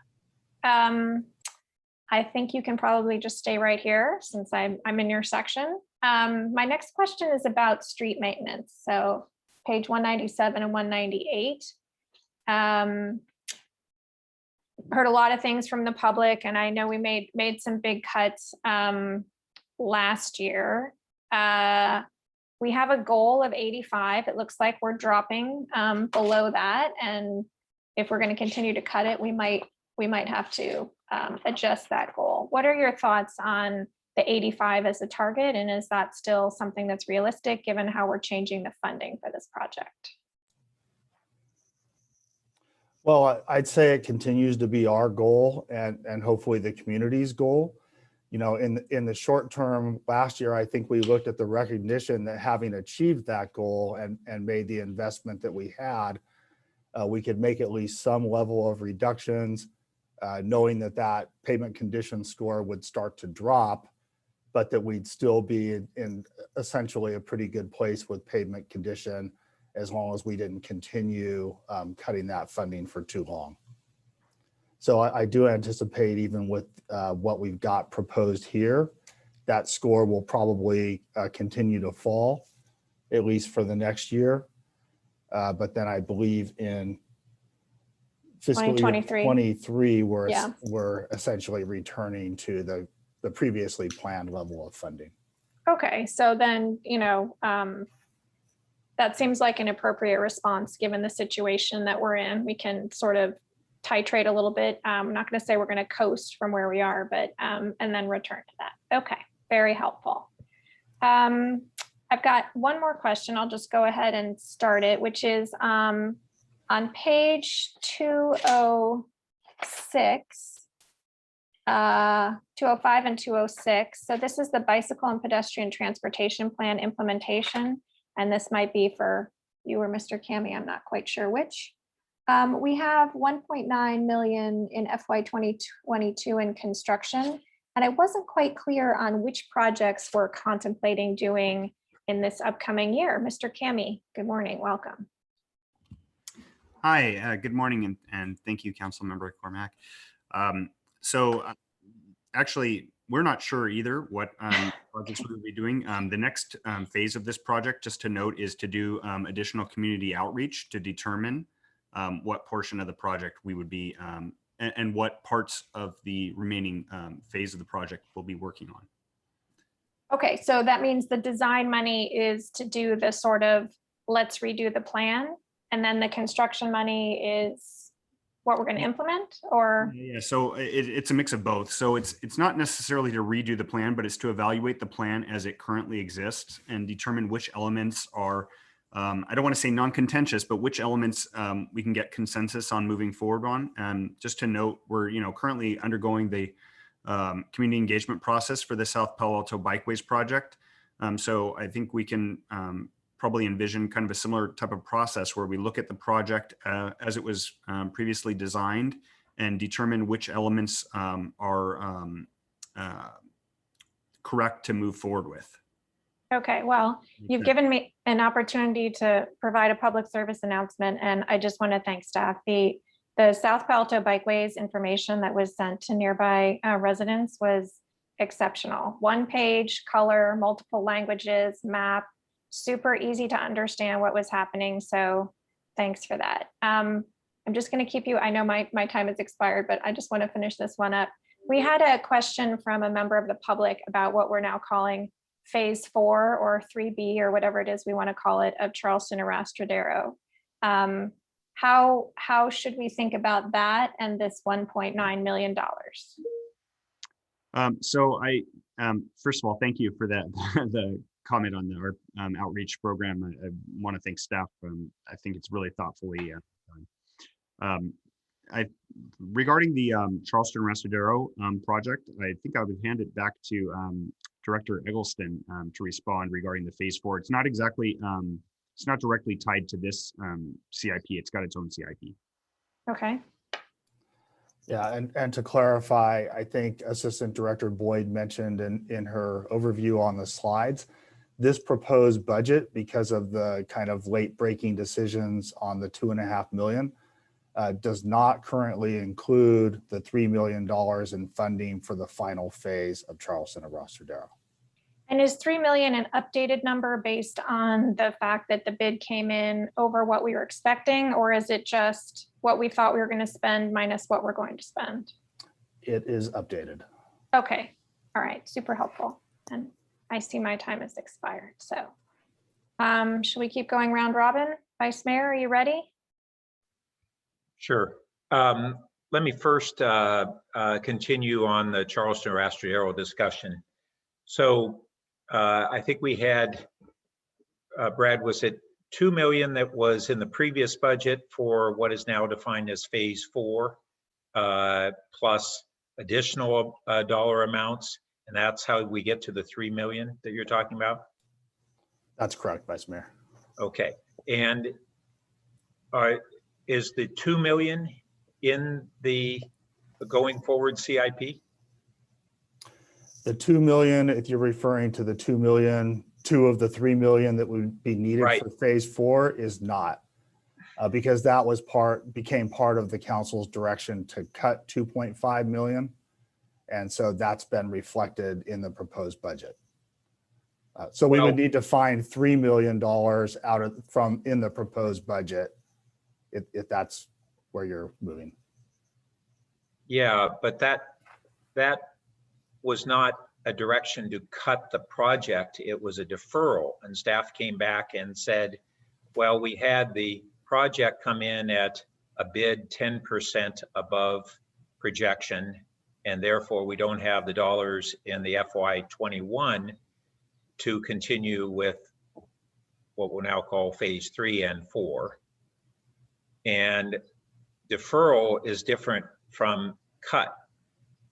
And so now, instead of that phase of the project going to the, I'll call it the top of the pile of the 5-year plan, is now at the bottom of the pile and not even included in the plan. Is that correct? It's correct in the sense that it's not in the plan, but that's as much about the fact that the plan had already been created and published by the time we were making those decisions. And if I could just make a further point, we've been discussing a lot, cuts versus deferrals. If we were to have only deferred that funding and showed it in fiscal year 22, then we would be showing a 0 balance in the infrastructure reserve in fiscal year 24.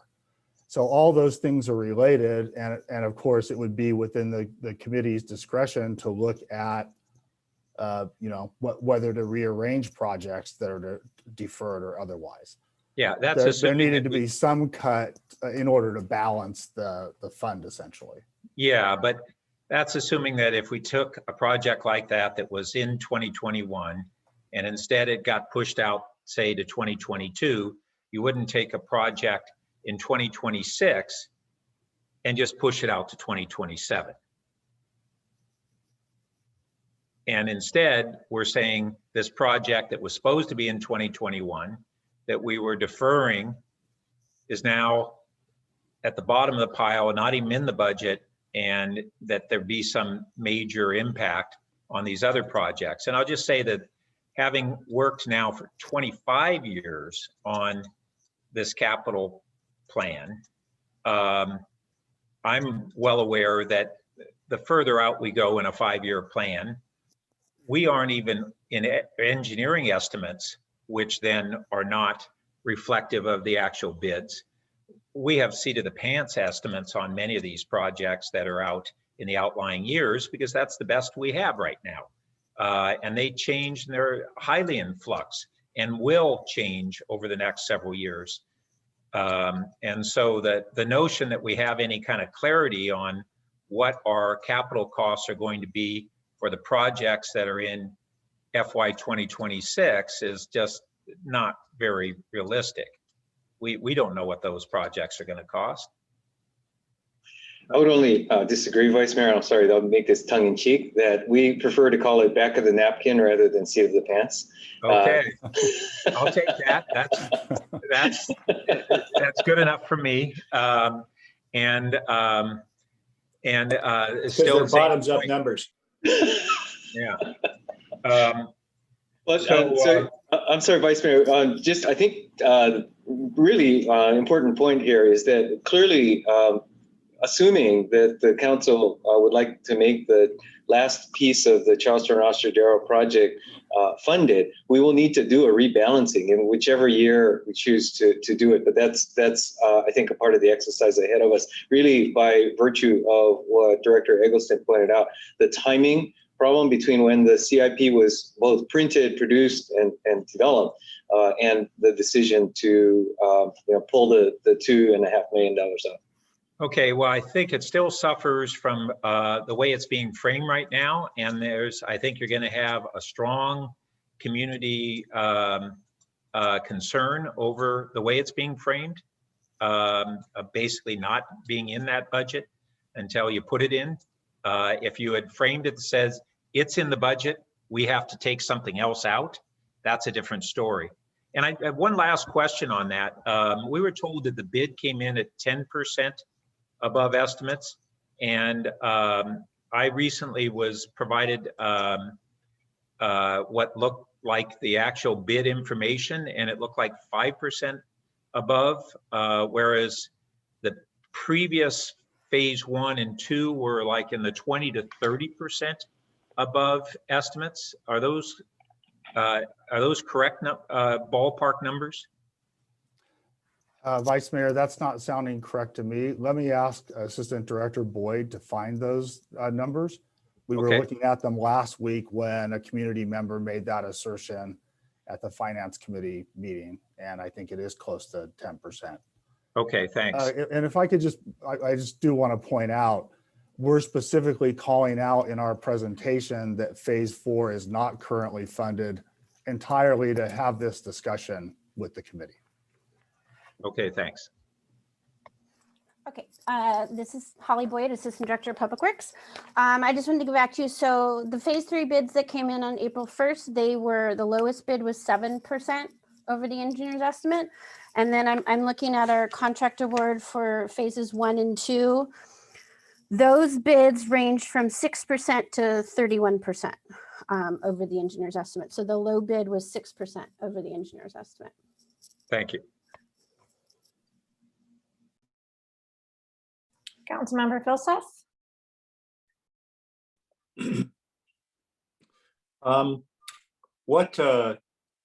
What action are we? I mean, is staff looking for us to take on this item this morning? I believe the action is tentative approval of the projects in the Capital Improvement Fund and the Cubberley Property Infrastructure Fund. Okay, so if we tentatively approve the projects in this, and given that the Charleston Phase 4 is not in this, then essentially we're approving a budget that doesn't include the, I mean, I'm zeroing in on one kind of as an example to think about all of it, right? But then we're essentially approving a budget that doesn't include Charleston Phase 4. So if we want to do Charleston Phase 4 next year, the year later, after, and so forth, what we'll have to do is revisit it in next year's budget and put it back in and take something else out. Is that an accurate summary? And Vice Mayor Byrd, was that sort of your understanding of as well? I think I heard you actually say that in slightly different words. Yeah, although Brad clarified that there was an intention today for us to have this discussion, and if we have that direction to include it, then they'd make other adjustments accordingly. Okay, so then is staff looking for us today to say, okay, let's put in Charleston Phase 4, but let's pull out bathrooms at some park or something like that? Is that on the agenda this morning? That could be one of your options. Okay. I will say, I don't know that we necessarily, what the committee could consider is providing direction for staff to come back with a recommendation for what projects to adjust with a set goal of adding, blank project in, an approximate year. As you saw in the 5-year CIP, in the 5th year, FY 2026, there is a $9 million projected fund balance in this fund. So there is some flexibility in terms of timing amongst the 5 years.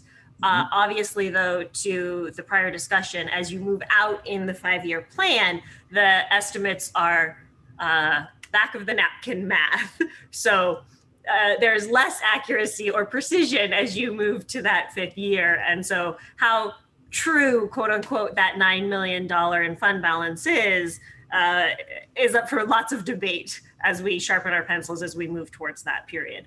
But I would say that if that is a priority of this council, that they would like to see a 5-year plan that is different, that now would be the appropriate time to provide that direction to staff. Got it.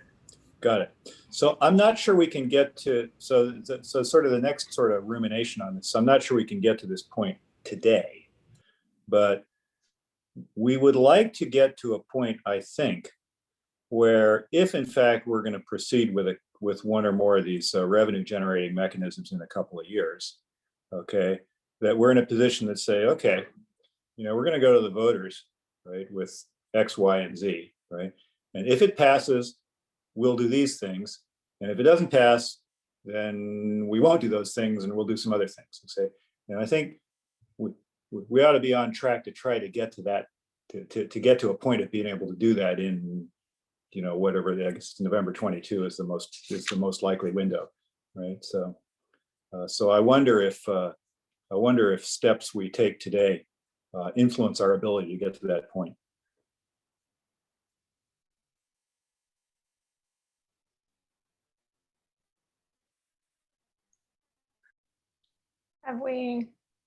Have we lost Councilmember Filsa? No, he's still there.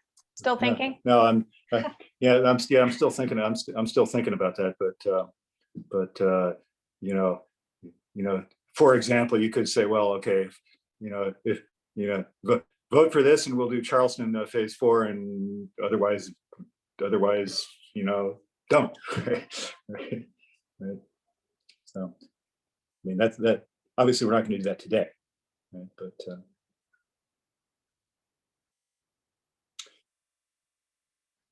But it might be that we ought to have sort of, you know, back in the issues of contingencies and so forth, we ought to have some idea of how things are going to adjust based on a handful of circumstances, that being one of them.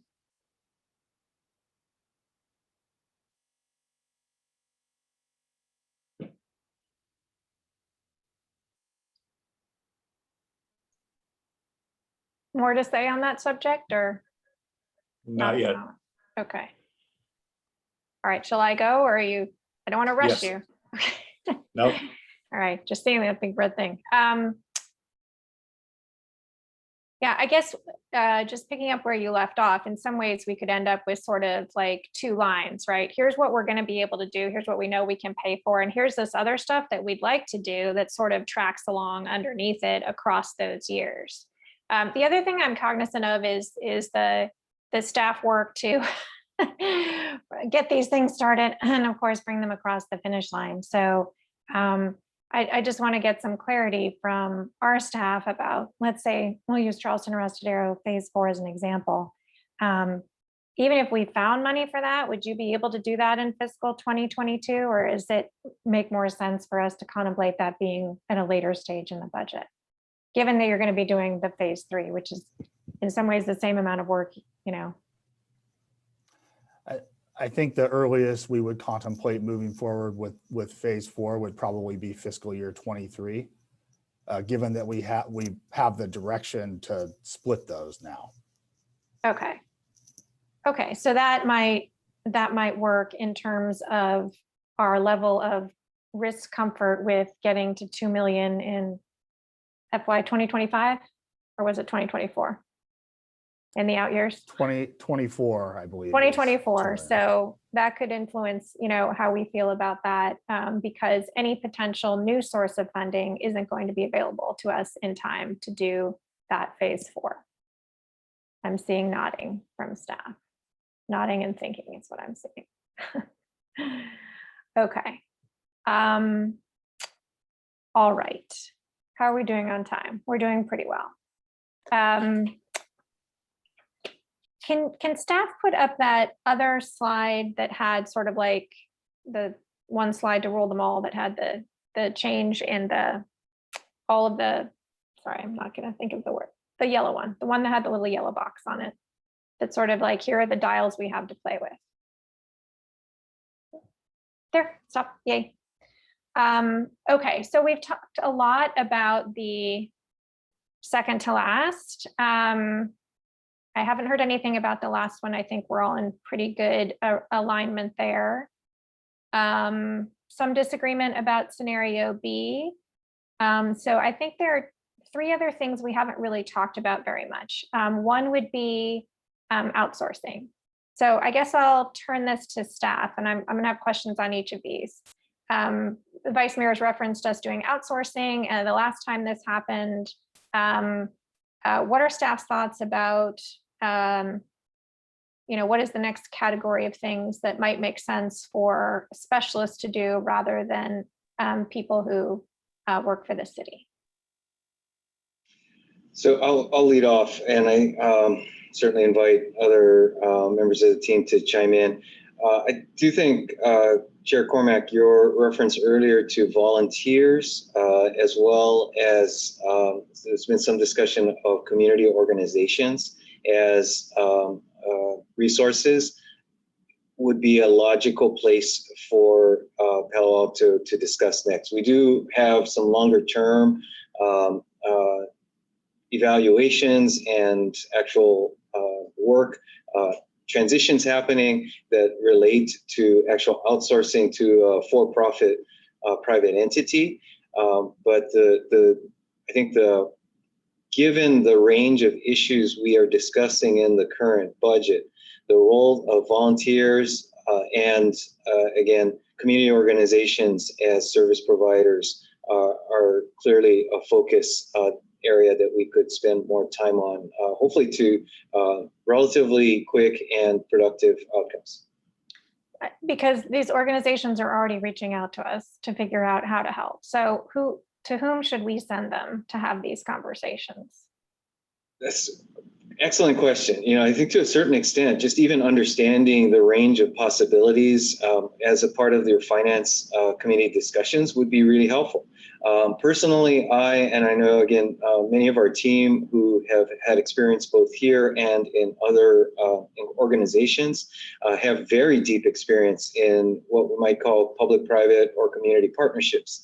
The issue that that experience tells me is aligning missions is the huge step, and understanding compatibility rather than assuming compatibility is really where polite conversation turns into either arguments or a partnership.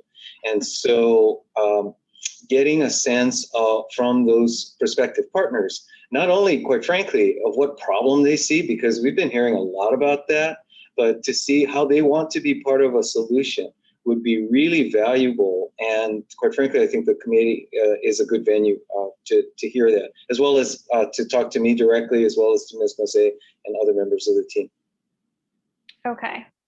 My time has expired, but I will come back to this slide on the next go round. I'll just leave by saying, I do think we should talk about the Stanford University funds.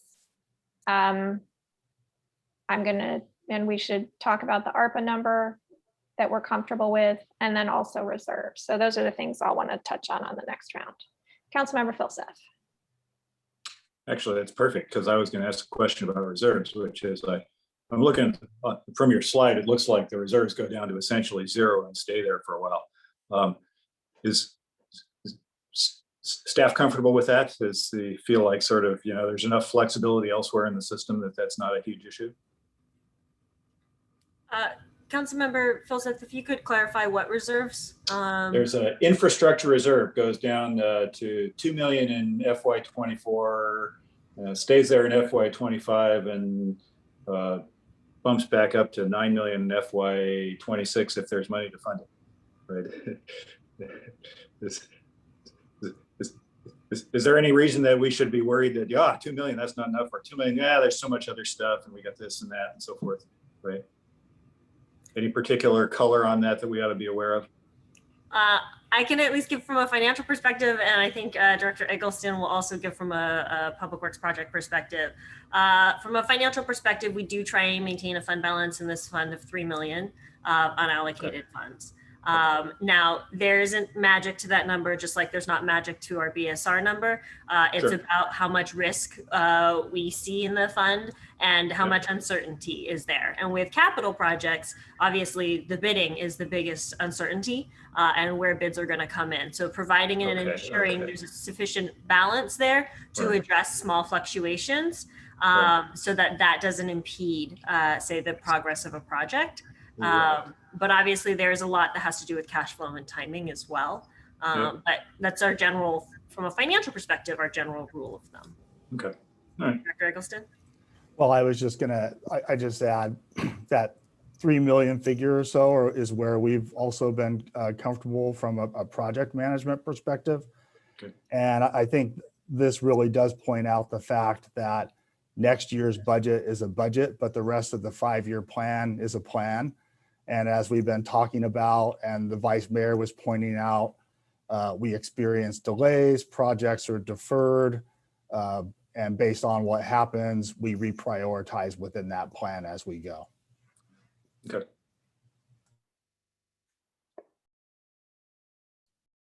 Vice Mayor? Yeah, so first, following up on Eric's comments and merging that with the prior discussion about whether we should consider any additional debt at interest rates that are below inflation. I think that that's something that allows us to do two things, potentially front load some of these projects to the extent they're ready to take advantage of what are currently still comparatively low cost of constructions.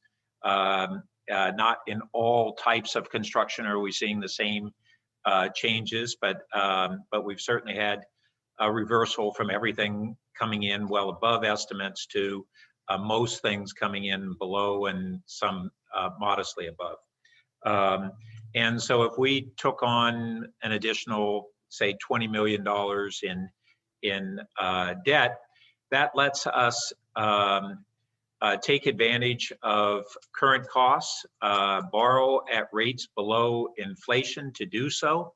And it allows us to have a reserve that's healthy enough that we're not cutting it too close. So there's a number of advantages to that. And I really think we should be considering that as a tactic on the capital projects. I also wanted to talk about on the community partners, which I agree is, in this community, it is a great potential. It is a great legacy that we have of the contributions of community partners. And, but we, right now, with the drastic cuts that we're having proposed in the general fund, we're in jeopardy of undermining those partnerships. That's a partnership. It's not a one-way street. And I've already heard, and I imagine others have heard, that we have community partners who are very concerned with the proposed cuts, and that they're going to potentially undermine the ability to continue those partnerships. So we're talking about expanding partnerships, and essentially these, what I think are unnecessary drastic cuts in some of the programs will potentially undermine the long-term viability of those partnerships. So instead of expanding them, we could see a contraction of some of those major contributions, whether it be in the Arts Center, the Children's Theater, the Junior Museum, various other areas. It's not a one-way street. We as a city have to live up to our commitments as best we can if we're looking at getting even more resources on a volunteer basis. And then, as the city manager talked about, there's really, when I was talking about some of the outsourcing, there's two parts of it. There's those partners, the volunteers, and then there's the private outsourcing, which is, in the Great Recession, And the several years following that is what we did on a strategic basis. So I think that that's something that we want to continue to do. As Councilmember Philseth has talked about, how do we really look at our structural costs? That's something that between the pension reforms and that private outsourcing, those were two major structural changes that we did over a several-year period. And I think that we want to continue to think and act along those lines. Lastly, I have a question. We had the presentation on the History Museum. Would the funding, I think their presentation asserted that the funding that they're proposing from the city would come from neither the general fund nor the CIP. Is that staff's understanding of their proposal? So there are a number of pieces to that as we look at the specific funding sources that they had references. Probably the most flexible that fits the both categories of what was described, maybe the SUMC, recognizing the level of discretion that the council has in comparison to some of the impact fees and the like, as well as recognizing existing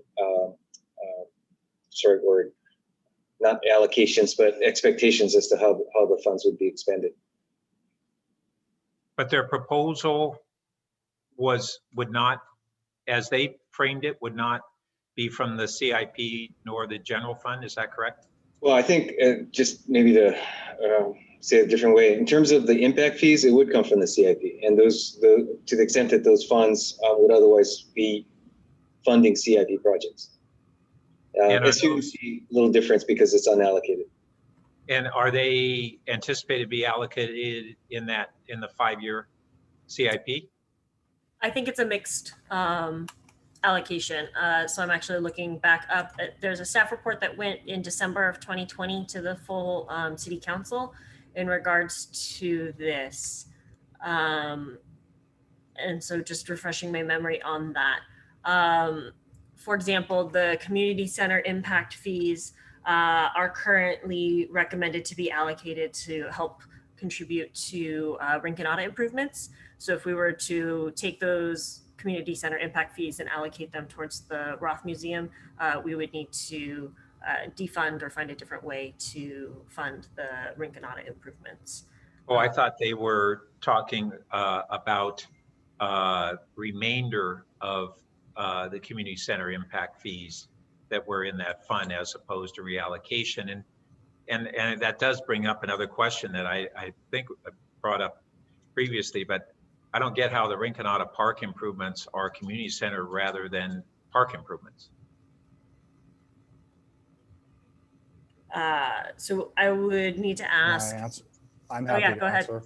Thank you, Mr. Jones. That Rinconada Park Improvements project was actually used to kind of funnel through the city's contributions to the JMZ project.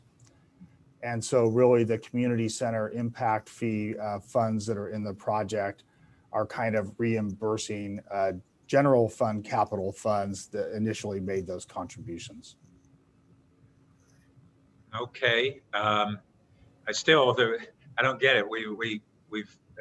It sounds like an accounting function, but in reality, the Rinconada Park improvements are park improvements and they're not community center improvements. Right. So in reality, it's the capital fund that is paying for those Rinconada Park improvements, and it's the community center funds that are paying for this part of the city's contribution to the JMZ project. Okay. And as you said, it's kind of an accounting thing about the timing of that. Okay. All right, thanks. And so I think just for the public and to the Vice Mayor's question on the funding for a potential Roth building and alternative funding options, the staff report from December 14th does outline available funds versus remaining funds. So I would encourage the committee to reference that. for kind of what impacts would be if we needed to reallocate how current impact fees are programmed. Yeah, and my recollection is that with the library ones, those were allocated to automated materials handling at our smaller libraries, which is part of how we were hoping to be able to keep them open and functioning. So yes, it is complicated, and I just echo Director Nosse's suggestion to review that from December. Okay. Could I ask staff to put that helpful slide back up with the yellow box and the other two things I wanted to talk about? When would be the appropriate time to talk about how much of the ARPA money we want to use? Is that, it's probably not now during capital, but what would you say, Director Nosse? That's a good question. Perhaps this afternoon when we start the general fund? Sure. In reality, this is discussed in detail in the non-departmental section of the budget document, which is agendized for tomorrow afternoon.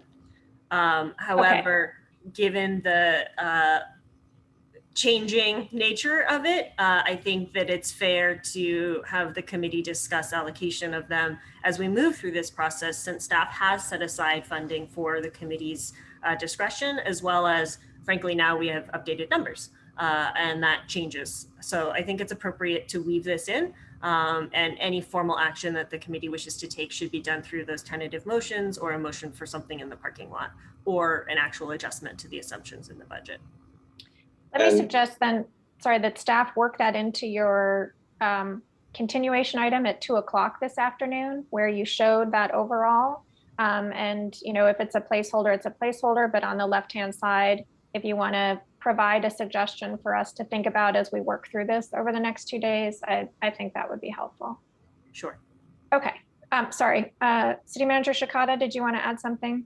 Nope, I think you covered it. Thank you. All righty.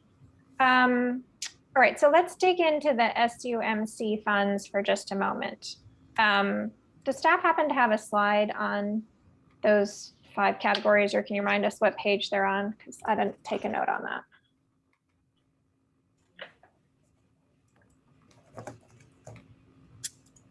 I know there's a page somewhere. Yes. I didn't write it down, the number, so. I'll just say that I know that the top one is, I'm going to say community wellness, health and safety. It's kind of a general topic, and it has about 2.4 in it, as I recall. Then there's a mitigation one, and then there's one that's on climate. If we were to use, let's say, half of that first fund, the community health, wellness, safety, again, that's an approximate description of the top name, this year, and, you know, think about using the other half next year, what things could we use those SUMC funds for this year? Let's just say if we had 1.2 million, we decide to spend that, what are options? What are things that would be appropriate for us to spend that on?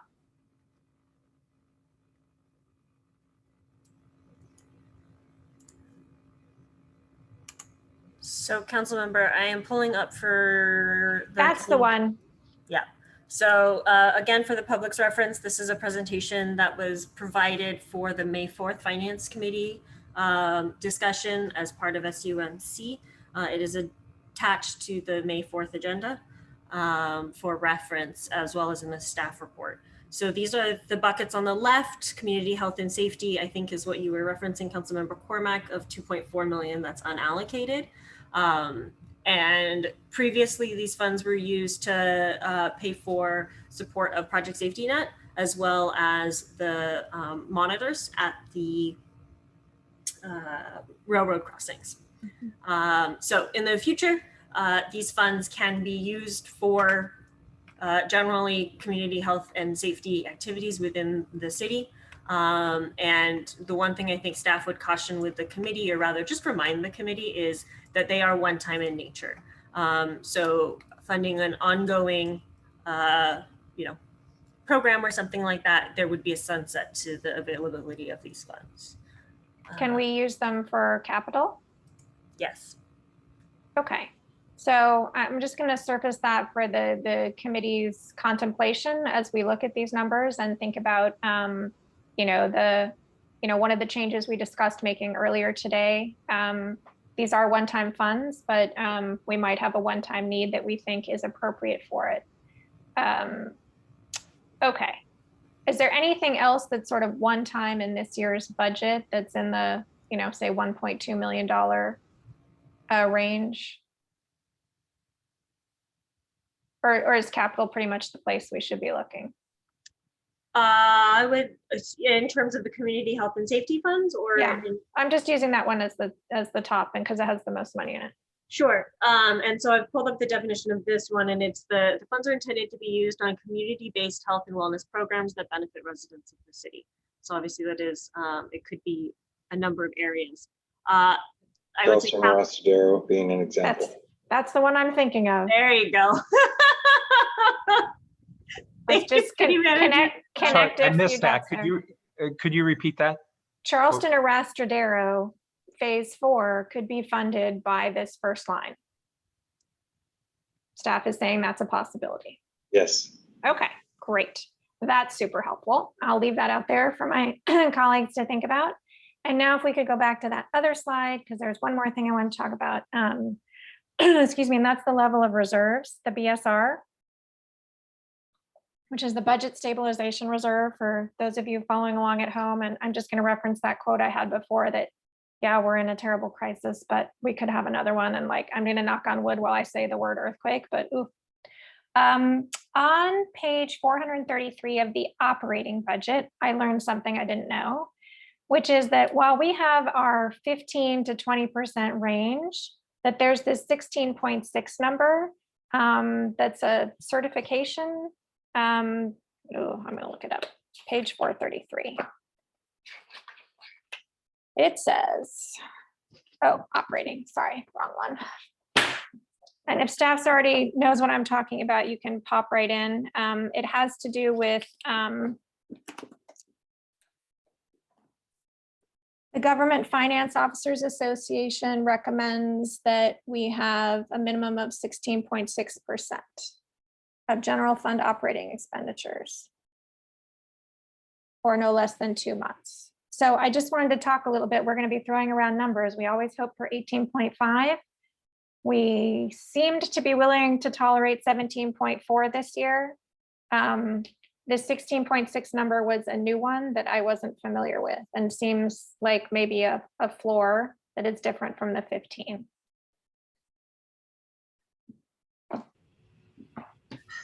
Is everyone stunned? Am I the only one who got to the end of this? Chair Cormack, is that on page 433 of the operating document? It is. It is. And the supplemental information about the reserve policies. I assume some of you have belonged to the Government Finance Officers Association. Excellent, good, glad to know that. Yes. Anyway, it's just, if you don't have an answer now, that's fine. We can talk about it at 2 o'clock, but this was a new number to me. We'd always had the 15 to 20 with the focus on the 18.5, but this feels like additional floor, and maybe we're using the 2-month number and that's how we get to the 15. I'm not sure. And I'll let you guys just think about that and come back at 2 because my time is up. And I will call on Councilmember Filsath. Yeah, thanks for bringing up the SUMC fund. I think that's important. I want to ask a question about that. So if I read the last 2 columns on that, it looks like we've got $12.9 million committed to stuff over the next 5 years or 4 years, and so there's basically $5.5 million that's not committed. And just briefly, I'm not suggesting that we do this, but I'm curious about the latitude. The 12.9 that's committed over the next 4 years, is that irrevocably committed, or could that be moved around if we wanted? Okay, I'll take it. So it is not irrevocably committed.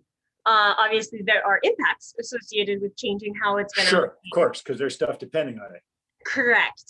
So I will say the 1.5 in intermodal transit is associated with the bike ped program, if I'm correct, or grade separation. I can't remember which one. Actually, no, it is intermodal. Intermodal is with the bike and ped plan. The expansion cost mitigation, a large portion of that, about $1 million of the allocation. The between 21 and 26 is associated with grade separation. Infrastructure and affordable housing is primarily Fire Station 4 in full in terms of funding for that. So anyway, the staff report for this does detail each and every project that it's allocated to. So yes, it is the council's discretion to reallocate those. I would say it is staff's job, though, based on what the council would like to explore, to go ensure that we remain in compliance with the development agreement and the proposed uses of the funds. And so that piece, I would say, we would need the latitude to check. Yeah, I think I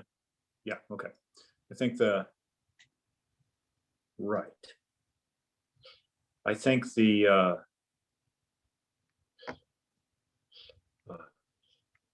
ARPA fund makes sense to think about. The ARPA money makes sense to think about as a one-time expense, for sure. Okay. We do have a quote one-time expense in the general fund, right, which is not the normal case, but that's the $17 million from the green, the presumptive $17 million from the green outcome, right? Usually you think of capital as one-time expenses and general fund as ongoing expenses. This one's a little bit blurs that boundaries. I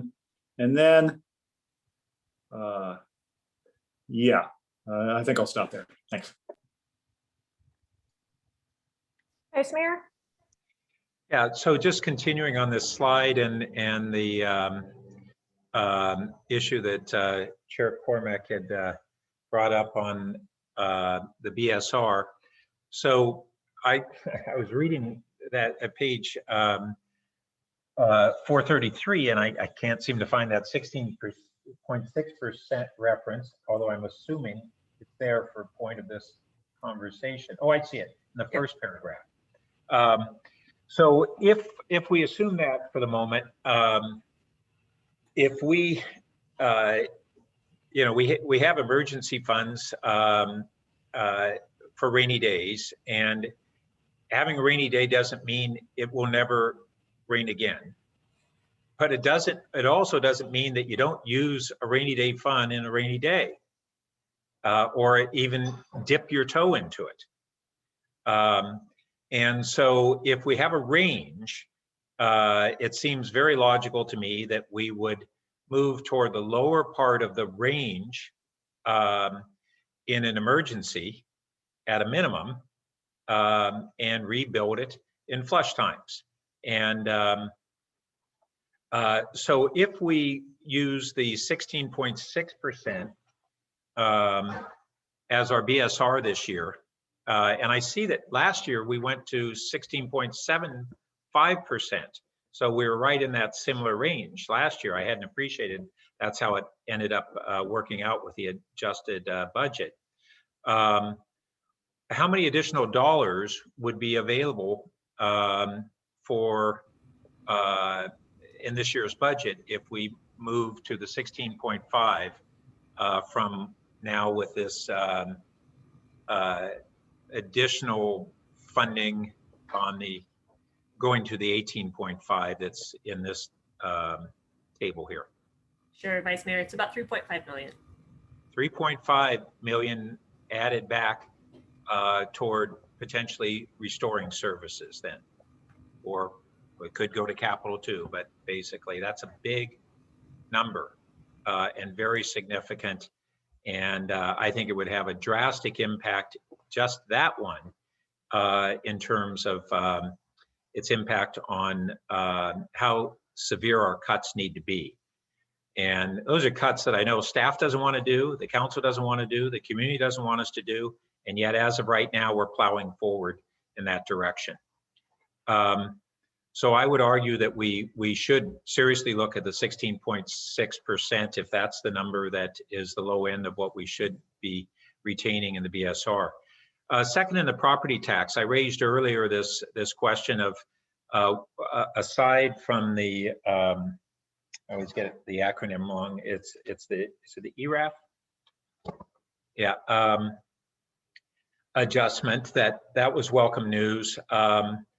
the baseline assumption for property tax adjustments that I mentioned that I received word from the school district, they're using 1.5% to 2.5% is my understanding, outside of an ERAF adjustment. And we're using what again, Kylie? Ms. Frost, do you know the exact number? I want to say it's nominal. It's, Okay. I believe it's 0.5%. 0.5% increase? And our projections right now are in line with the county projections that were distributed on Friday by Santa Clara County. The 0.5% is what the county's projecting. Okay. And then also on the document transfer tax, when we get, we've over the years had these big fluctuations in major commercial property sales, and then we also have the underlying sales of residential properties.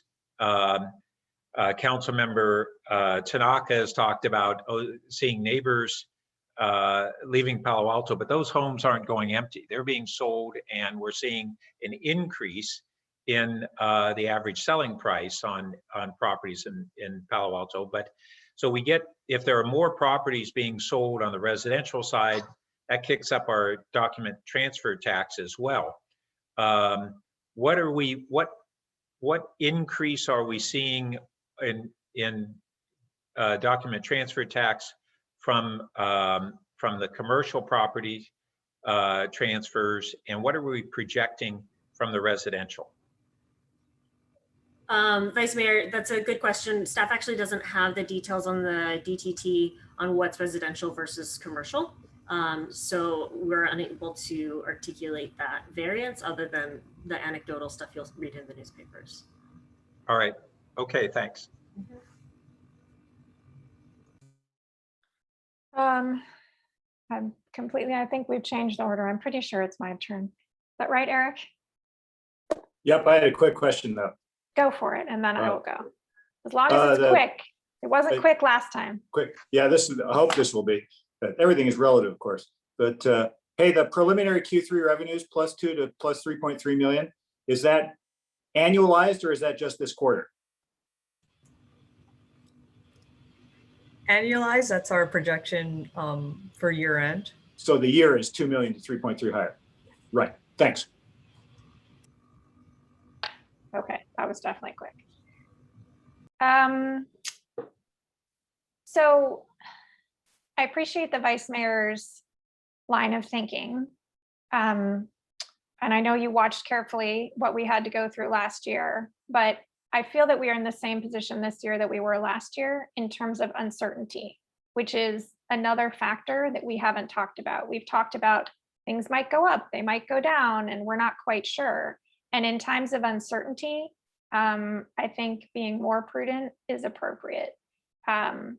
We were able to, frankly, continue to provide employment and healthcare to our employees last year because we had the BSR where it was, and that was something that made council feel comfortable, well, as comfortable as we could have been at the time. So that's another dimension to the level of our reserves, is how much uncertainty is there around the various projections, in addition to any risks of other horrible things. I'm just gonna have to knock on wood again, that might happen. So that's another thing that I'm thinking about. So it's 11:42, and I think we should probably move to motions at this point. And would either of you like to make the motion to begin? I'll move the staff recommendation. I'll second that. And do you have any adjustments to the staff recommendation, Councilmember Filsath? I do not at this time. Yeah, I do not at this time. All right, I might contemplate adjustments, and let's hear from the Vice Mayor on this motion. Yeah, I would. I'd like to see this amended to include the Phase 4 Charleston Arastradero project within the FY23 capital budget? I think that one is one we ought to vote on. All right, so you will not accept that? I won't, yeah, I'm sorry, you will not. I will not. Okay, so I will, Vice Mayor, if you would care to make that an unfriendly, I will be your second. Well, it's just an amendment. It's not unfriendly, but Well, it is because he's not accepting it. it doesn't make it unfriendly. It's just an amendment. It's I'm just how we making an use, amendment. just our language. Okay, that's a misnomer, but anyway. So yeah, I think that's important. Staff has explained that they can come to the council with a recommendation to use the Stanford Medical Center funding or other adjustments in the outlying years of the capital budget to accommodate this. And I'd like to let them have the latitude on what recommendation they would do to accommodate it. All right, I'll just ask the Vice Mayor, would you like to include some language around funding? I think if you were to have a strict reading of this without your additional comments, it might result in what we described before, something getting removed. So do you want to say phase 4 to add as opposed to include? Okay. All right. I thought it meant the same thing, but fine. Just trying to be clear. Any questions from staff about that or concerns before we vote on this? Let's see. I don't see a reference to the SUMC funding. If that was the intent, then it would be helpful to explicitly state. So actually, what I had just stated was that I wanted to, by wording it this way, it gives staff the latitude to come back in terms of what mechanisms they would use or mechanism they would use to include it. So it could be either from pushing out a project that's already in the CIP, or it could be by adding revenue by the SUMC. And it deliberately didn't attempt to resolve that at this time and allowed staff to make that recommendation to the council. Okay. Make sure I understand this though. So are we saying we're going to increase the capital, the CIP budget or not? No, we're going to add the item. And but not increase the budget. It's a maybe. Well, it's a maybe. So there are two different ways that the item can be added, and that is to be determined after we hear a staff recommendation on that. One way is to increase the budget by adding dollars from the SUMC. The other way is to push out some other capital item that's in the outlying years of the capital budget. That's my understanding.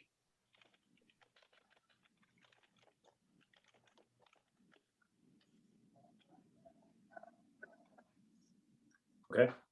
Okay. Sorry, there was one other thing I just wanted to ask with respect to the 2023 budget. When we had this conversation at council, whenever it was 2 weeks ago, I had asked a question about whether or not it made sense to time this project with the South Palo Alto Bikeways project. Does staff have any update on that would influence what the timing that we suggest for this? Perhaps either Public Works or Transportation staff can speak to how those two relate and whether there is a possibility to coordinate.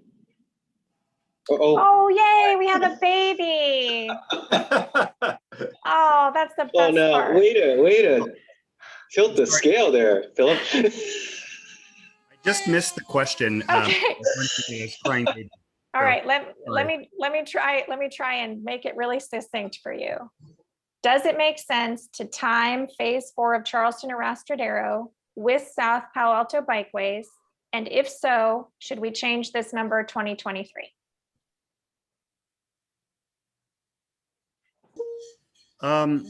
So I would say that Apologies for all No the apologies necessary. commentary. But the Verbs project's really on a strict timeline due to the grant funding. So I would be a little bit hesitant to tie it to Charleston Restradero specifically, because we don't want to have the grant funds lapse on the South Palo Alto Bikeways project. Okay, and is it heading towards 2023 as well, the Verbs? I'm sorry? Is Verbs heading towards 2023? Is that where it's heading? Yes. Okay, so then it is potentially aligned. Ms. Boyd, did you have anything else you wanted to add? Yeah, I just wanted to let you know. So Public Works will be managing construction of both the Bikeways project and the Charleston Restradero corridor phases.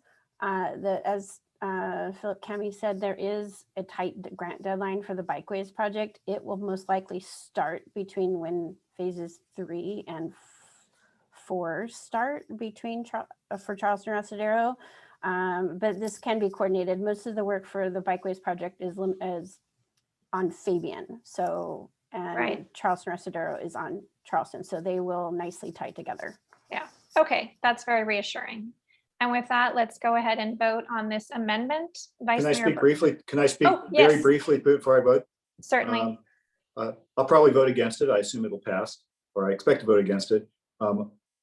I would be supportive of it if we identified what we were going to displace and keep the budget the same, but I would not be supportive of increasing the budget in order to accommodate it at this time.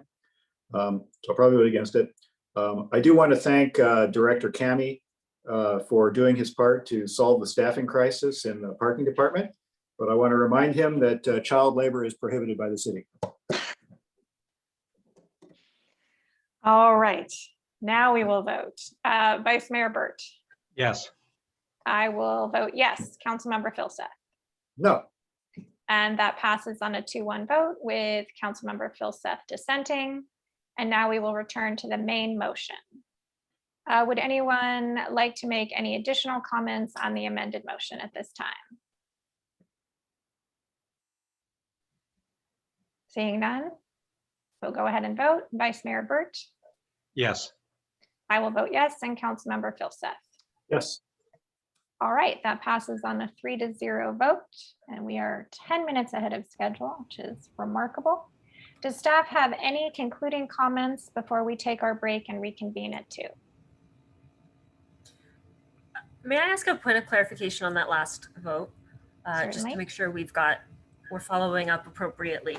The additional, or rather the adding back of the phase 4 of the Charleston Restradero, is that something that the committee intended to put in the parking lot, meaning staff come back with recommendations and the committee evaluate, or is that something that the committee intended to be a formal adjustment to the budget? Oh, sorry, Vice Mayor? Formal adjustment. A formal adjustment. Yeah, with the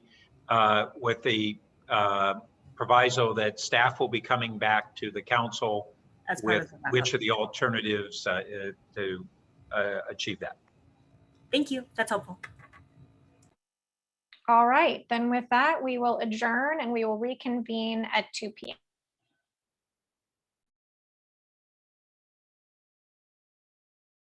2 o'clock, welcome back, and we'll just take a moment to have Councilmember Philseth join us before staff takes up item 3.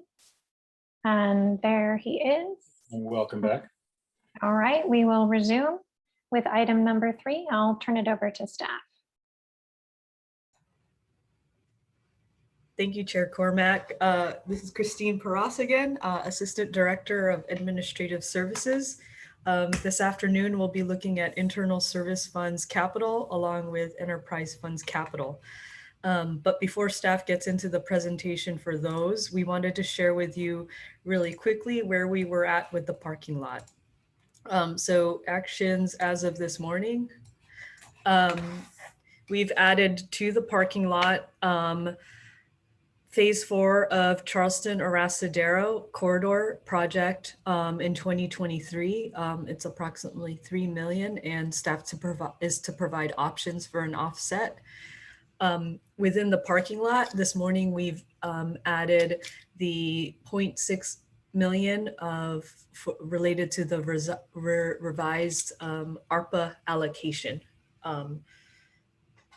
We have also added to the bottom of the screen the reserve levels and noted that council's range is 15% to 20% of adopted expenditures, which is currently in the proposed budget at 205.6 million. So just wanted to ground everyone in that before we begin the afternoon.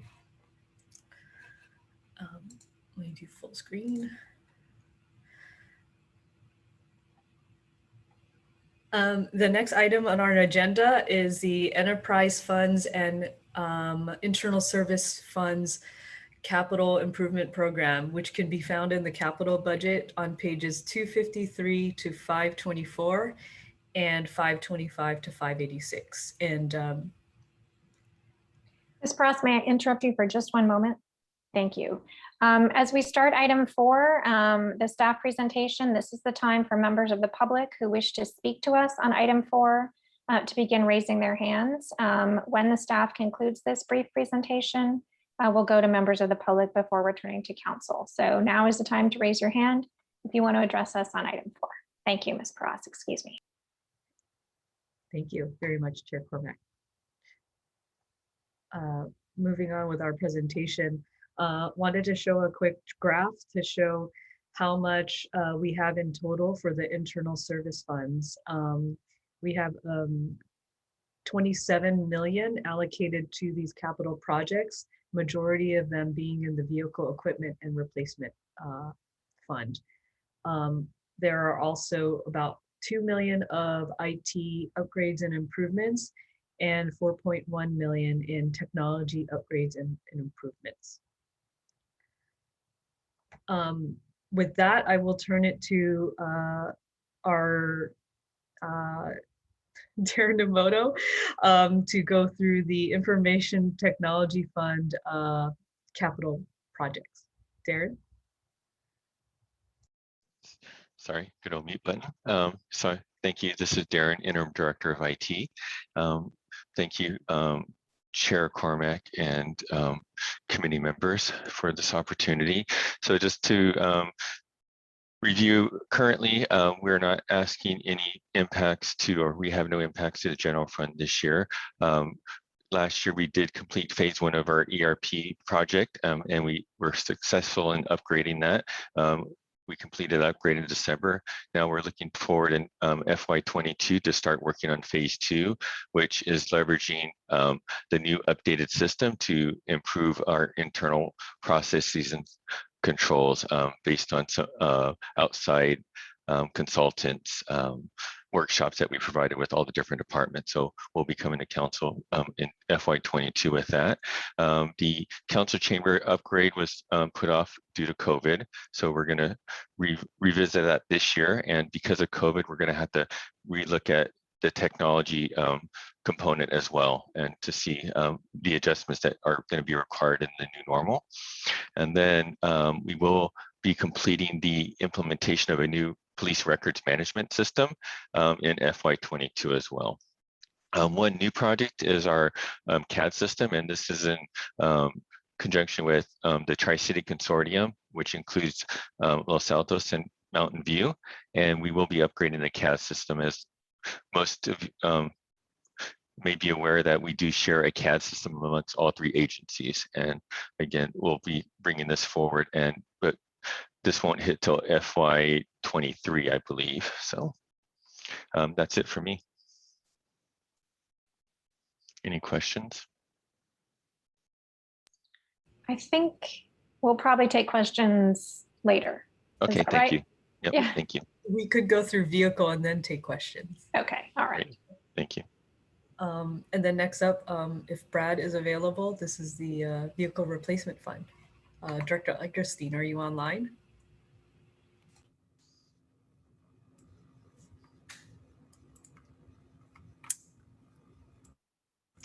Mr. Eggleston is having technical difficulties. I just got an IM from him. But I think we can pinch it here, going over vehicle a little bit, and hope that he will join in shortly. And I will also ask Assistant Director Boyd to correct me if I'm wrong on some of this work. So before you right now on this slide is the vehicle replacement fund. So this is for the city's fleet. This is for the replacement and repairs associated with the city's fleet. This is across all lines of business, utilities, to our first responders, to our inspectors that are going out to the sites. So we've had significant reductions in this fund over during the prior 2 years. So I guess 2021 and 2022, as we have been trying to manage through the pandemic. And so we've reduced about 60% out of those 2 replacement budgets, which are increasing cycle times, obviously, of our vehicles.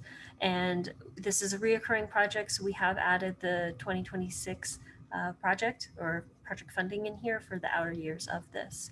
And there is some reappropriation that's moving funds from FY 2021 to FY 2022, which is why it looks like there's a spike in FY 2022 at that 4.4 million in expenses, but it's not, it's just a timing difference. It still does reflect the lower investment level.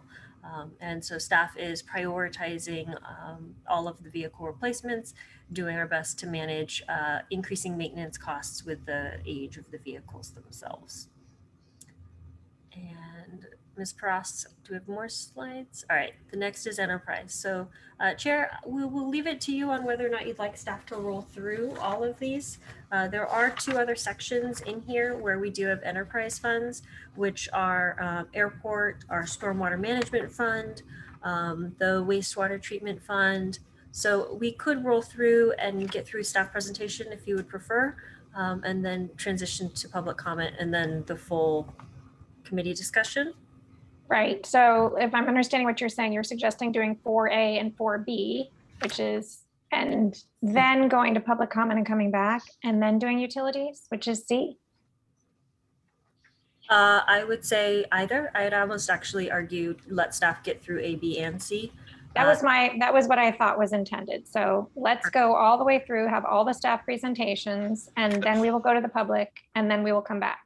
Perfect. Okay. So we will move on to enterprise fund projects then. And these are organized in order of public works moving to the utilities. So overall, the enterprise fund CIP is about almost 500 million. So 489 million across the 5-year plan. Obviously, as we discussed last time, a 5-year plan is a plan. And as you get towards the outer years of that, they are more extended and TBDs. And you can see, and when we look at that 5-year plan, how much investment is planned for the wastewater treatment fund. And that is the wastewater treatment plant upgrade and frankly, a significant undertaking by the team to rehabilitate the plant while it's running. So the committee discussed this at length as part of their April deliberations. And I think if we have additional details or questions on that, we're happy to go through that. Other large areas for investment over the 5-year plan is the electric fund and the water fund. So again, these are the infrastructure programs and projects for maintaining our systems in these utility services. Next slide. As I continue to stall in hopes that Mr. Eggleston comes online soon. So council considerations and public works enterprise project summary. So the 5-year plan does temporarily reduce, like I had mentioned, the vehicle funding for vehicle replacement, and also is preparing us and positioning us to plan for electrification of our fleet. As the council and the committee may recall, we are working to electrify our fleet, both the actual fleet itself as well as the infrastructure necessary to manage an electric fleet. We're completing and working through the apron project at the airport. We're nearly done with those. And then we continue that 13 stormwater ballot measure priority projects. So this has to do with that CPI increase that the committee reviewed back in April in accordance with the voter approved ballot measure. And then as we discussed, the ramp up of the rehabilitation of the plan. So those are some of the major changes in the non-general fund side from a public works standpoint. And I'm going to bring Mr. Eggleston. Oh, and I am not. Kylie, he is under attendees, but I can't promote him to panelist because I'm not a co-host yet. But yeah, hopefully somebody can allow him to speak because I don't even have that permission yet. Neither do I. Oh, wait, Right. here we go. Minor technical difficulties. Brad, go ahead. Can you hear me? Yes. Yes, I'm actually going to promote you to panelist. Hold on a minute. You should be okay. How interesting. All right. This is a good place to pass it off, Mr. Eggleston. Wow, everyone, I am so sorry. I tried to log back on after lunch and my link didn't work, and I restarted my computer and it still didn't work. So thank you, Kylie, for filling in on part of my piece here. So we're at the airport fund. Okay. We are. Okay. Thank So you. let's continue. As you'll note here on this slide, the airport CIP is much smaller now looking forward with the completion of the apron project that's wrapping up this year. So projects included in the upcoming 5-year plan include the airfield electrical improvements, the airport layout plan, our automated weather observation system, and design work for runway and taxiway improvements, which will actually occur even outside of this 5-year plan. So the only new project in this CIP is a project to install temporary office buildings over the next 2 years. And the work that's proposed there in fiscal year 22 will relocate staff to office space that's near the existing terminal building, which will relieve current overcrowded conditions for staff and will provide some more space for airport users who visit the terminal building compared to the current situation. Next slide. So on the Stormwater Management Fund, of the 13 high priority stormwater projects that were identified in the 2017 stormwater ballot measure, 1 has now been completed this past fiscal year, and 5 of them are included in the 5-year CIP that we're reviewing. The Corporation Way upgrades and pump station project and the West Bayshore pump station and trunk line improvement projects are nearly finished with design, and construction will begin this coming year. And then of note for new projects, green stormwater infrastructure. This is using funding that's allocated from the stormwater ballot measure for green stormwater infrastructure features. And typically, as this is set up, this would allow for other projects to utilize funding from this CIP and construct GSI features along with their projects. Next slide. So with the majority of the regional water quality control plant now over 50 years old, we have an extensive planned CIP to rebuild much of the plant and to meet new regulatory requirements. The projects listed here are the ones that were reviewed with Finance Committee in April. There's actually a contract for the primary sedimentation tank project on the agenda for council action next Monday. And then the outfall line, secondary treatment upgrades, and advanced water purification facility projects are all currently under design. And even since the last time that we discussed these projects with the committee, we recently received the good news that the secondary treatment upgrades project, which is the largest project, has been placed on the draft list for the low interest Clean Water State Revolving Fund loan program. The State Water Board will take action to finalize that list in June. And then you'll see on the bottom, the one new project that's listed is the horizontal levee pilot project. This is a project that will look at a green infrastructure alternative to the typical use of concrete riprap for wave attenuation levees. And really our hope there is that this could provide a good example as a pilot of options that we might use for the larger levee project that's still to come. And that project is primarily grant funded thus far. And we are also seeking grant funding as we get to the construction phase. So thanks again to Kylie, and with my more abbreviated presentation than I expected, I will turn it over to Utilities Director Batchelor. Thank you, Brett. Good afternoon, Chair Cormack, council members. As you know, Utilities operates a full suite of 5 utilities. The 250 men and women continue to strive every day to provide the highest standards for safety, reliability, and cost-effective services to our community. Staff has prioritized our CIP based on the 80-year replacement factor, but it also includes the condition of the infrastructure and the reviewing of the future capacity needs for the community. For this year in 22, Utilities will most partly be able to stay on track. There are 2 projects for replacement that are in gas and water that we are going to minimize to make sure that we stay within our rate base and that we don't drain 100% of our reserves. So there will be, and I'll talk a little bit more about that in the gas and the water, wastewater side. Next slide, please. So our smart grid advanced metering infrastructure is continuing. We will be coming to council probably in September, around that time frame.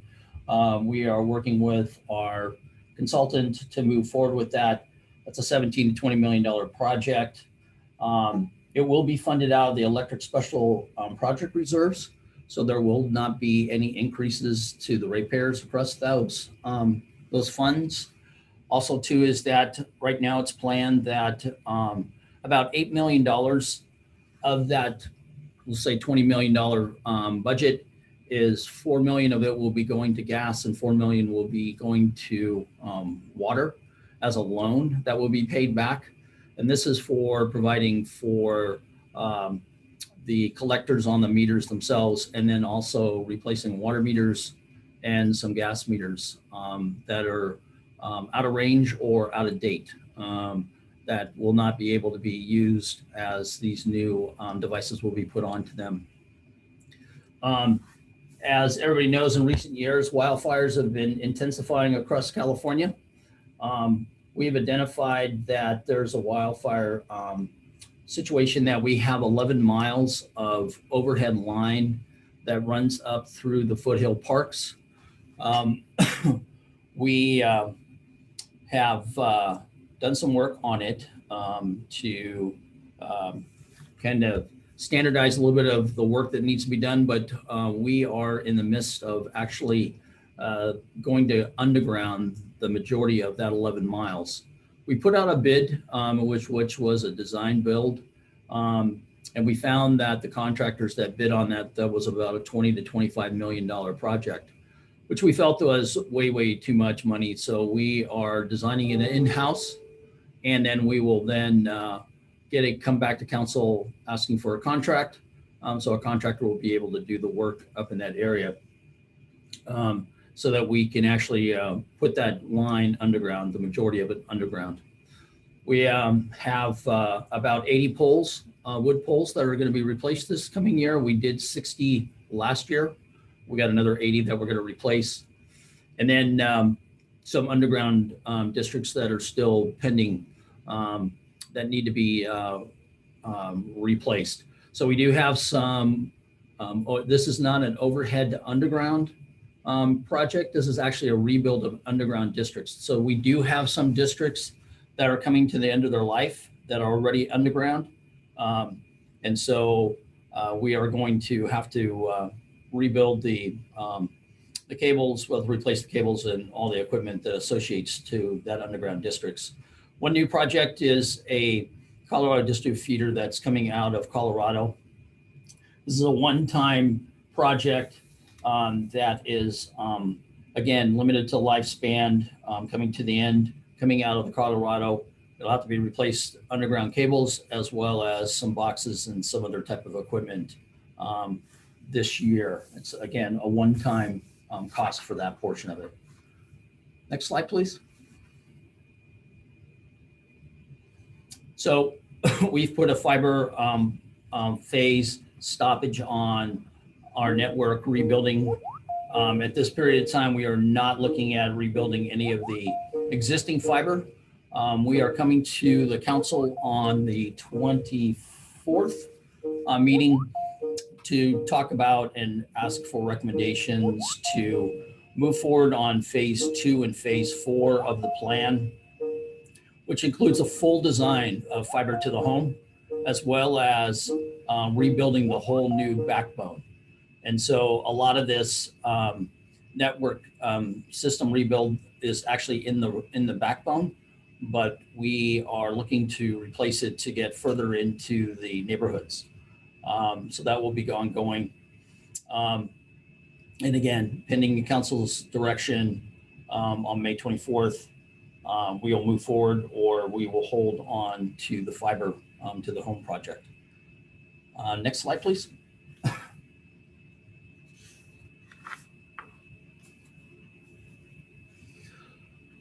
So this is our gas fund. We're going to do the completion of our project 23, which was still a carryover from last year's this year.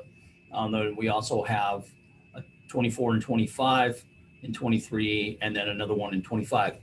So I came to finance some years ago asking for wastewater, water, and gas to fund the CIPs on an every year budget cycle. The reason for that is that we thought that we would get some more economy of scales of actually doing larger projects. Right now, on the average, we were spending about $6 million on any typical year. We are spending right now around 9.5 to 10 million every other year. And we thought that we could get some scales economy, which is, we've seen a little bit, not as much as we were hoping. So that's the reason why you see the 23-25 timeline in there and nothing being done in 24. Again, as I mentioned, advanced metering on the AMI project, we'll be doing about 2,000 gas meter changeouts this year, as well as we were going to make a correction in the budget. We actually show about a $1.5 million capital improvement on meters line, but we're actually going to reduce that by $500,000. We have done a lot of testing on families of gas meters and water meters by year, and then we have found that they are still within 1 to 2% of the timeline that they've been out there. So we are going to take a look as we move forward with the replacement. Put that on hold right now with the exception of these 2,000 meters, and then we'll continue to test as needed, so that we're not spending all the budget dollars on CIP for just replacing meters.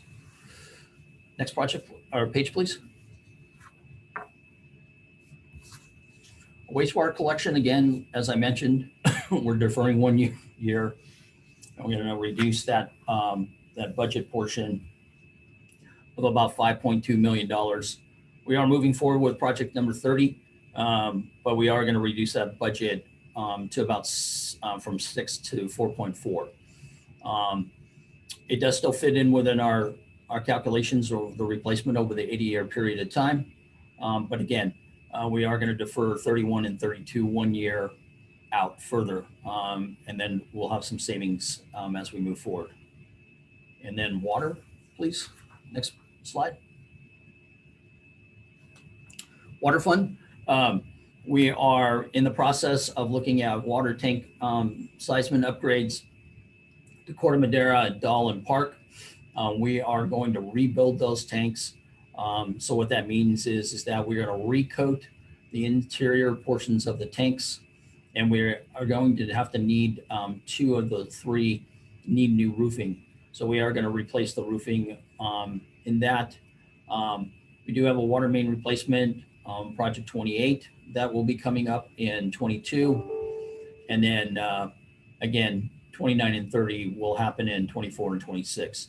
And as you can see the footnote again, water meters, we're going to replace 9,000 meters as part of the AMI project. These are meters that are not, when we did our testing, are not registering that plus or minus that we're looking for. And then there are also some older meters out there that are not compatible with the AMI project. So we are in the process of, we've identified those 9,000 meters that we're going to have to change out. And with that, I think that concludes my presentation. Thank you, Christine.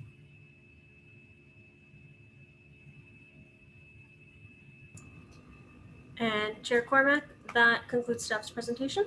So thank you so much. We will now move over to members of the public. If anyone would like to address the Finance Committee on the infrastructure and environment, now is the time, and the clerk will assist you. Any members of the public that wish to speak on this item, please raise your hand at this time.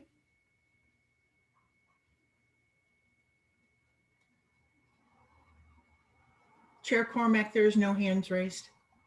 This is proving Councilmember Philstett's contention that people don't want to deal with this. They want us to deal with this. All right, so now I will turn to my colleagues to begin the discussion of this topic. Just a time check. We have, I'm going to say until about, let's say, oh, sorry, wrong one, looking at the wrong day. Until about 3:20, 3:25 or so, in the hopes we'll get our break before we move on to item 5, public safety at 3:30. Councilmember Philstett. Thank you. Quick question. Hey, the airport fund. Historically, most of that kind of stuff has been paid for by the FAA, and then some by airport fees, so that it was intended to anyway be relatively neutral on the city. Is that still the case? That is the case, and actually was a point I had wanted to make, that our 3-phase apron project that's just wrapping up, $42 million in total, and actually the FAA funded 38 million of that. So just as a general rule, we're getting 90% or so funding from the FAA. We're actually building on the fund balance there and paying back the loan from the general fund. Okay. To help. Okay. So we're past the point of break even then on the, we are. I think airport, this and that continues. Coming year is, I believe, the 3rd year of the payback schedule on the general fund loan. Super. Question on undergrounding wires up in the hills. I assume the $2 million is sort of design and planning costs. How much would it cost? How much do we think it's going to cost to actually do it? So we're estimating right now anywhere between $10 and $15 million. It was about a savings of anywhere from a $10 to $12 million savings that we would have if we didn't go with the contractor. Right. Okay. And yeah. Okay. And then finally, the gas. It's not the only one, but the gas work. That's a big expense. So how much do we already have in the gas fund for it? Is that all covered? Yes. Or is yes. Okay. So yes, all the funding for all the projects moving for 22 and moving out to 26 have been covered. Yep. All right. Thank you very much. Vice Mayor Burt. Yeah, thanks. First, a few questions for Brad and Public Works. Comment. One, I'm just really glad that the real strong investments occurring in the wastewater treatment plan and moving forward there, and that pilot on the horizontal or green levee program is something that I think is really great too. Did have a question on the vehicle replacement program, and we did deferrals last year. That seems like not only something that you can often buy a little bit of time on, but it's also occurring in a period when we're having really a transformation in vehicle technologies, not only to electric vehicles, but one of the areas that I didn't see any discussion with is whether we're looking at hydrogen vehicles. As you know, a number of years ago, we transformed much of our fleet to natural gas, and natural gas was something that works well on a fleet system and not so well for individual vehicle owners because of the shorter distance. It saved us a lot of money and it made cleaner vehicles. Hydrogen transformation in vehicles is lagging behind electric, but it's starting to look more promising again. So my question is, going forward, are we still purchasing petroleum-powered vehicles of any sort? And what's our strategic plan on that transformation to clean vehicles, whether they be EVs or hybrid, hydrogen or some combination? Well, we are purchasing petroleum burning vehicles because of the fact that most vehicle classes don't yet have electric vehicles available. In the last couple of years, we've adopted a new policy or updated our vehicle replacement policy to say that any vehicle where it's feasible to provide a full plug-in electric vehicle should be that. And that then the next choice would be a plug-in hybrid electric vehicle and a gasoline or diesel burning vehicle only as a last resort. You know, you referenced the reduction.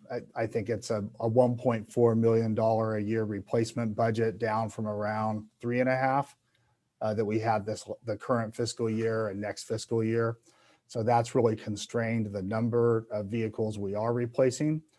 But we're getting underway with a consultant planning study kind of right now that's looking at all the opportunities for electrifying the fleet over the coming years and what the charger infrastructure needs are.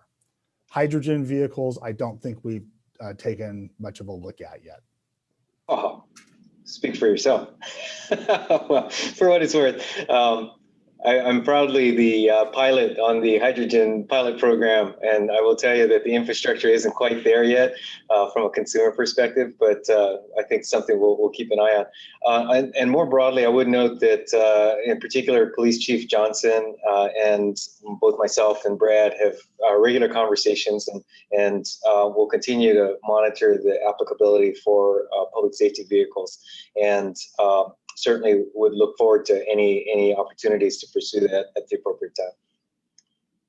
Okay, and I just on the hydrogen, as I mentioned on the natural gas, we actually became a service station location for natural gas vehicles because it's, you know, there weren't many filling stations, and there's really a different approach for a fleet system, and it may be something that's a lot more doable. So I guess what I'm hoping, and maybe this doesn't need to be so much part of the budget discussion as a policy one, but how do we stretch out the life of any petroleum powered vehicles until we can move into clean vehicles? And I appreciate we're not talking about stretching it by many years, but perhaps several years.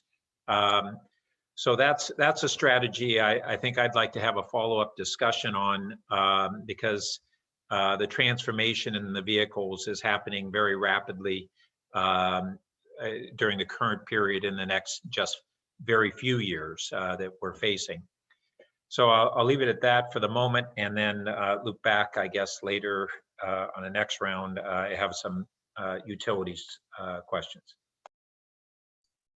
Great, thanks. For lack of a better organizational model, I'm just going to go in order. And I'll just start with information technology. And I just want to confirm with Mr. Nomoto that the council chambers work that we're talking about is not actually necessarily a renovation, which I know was much in the news a few years ago. Really what we're talking about here is making sure that the audio-visual system works and is able to accommodate some form of what we have now. Am I interpreting what's in that budget correctly, Mr. Nomoto?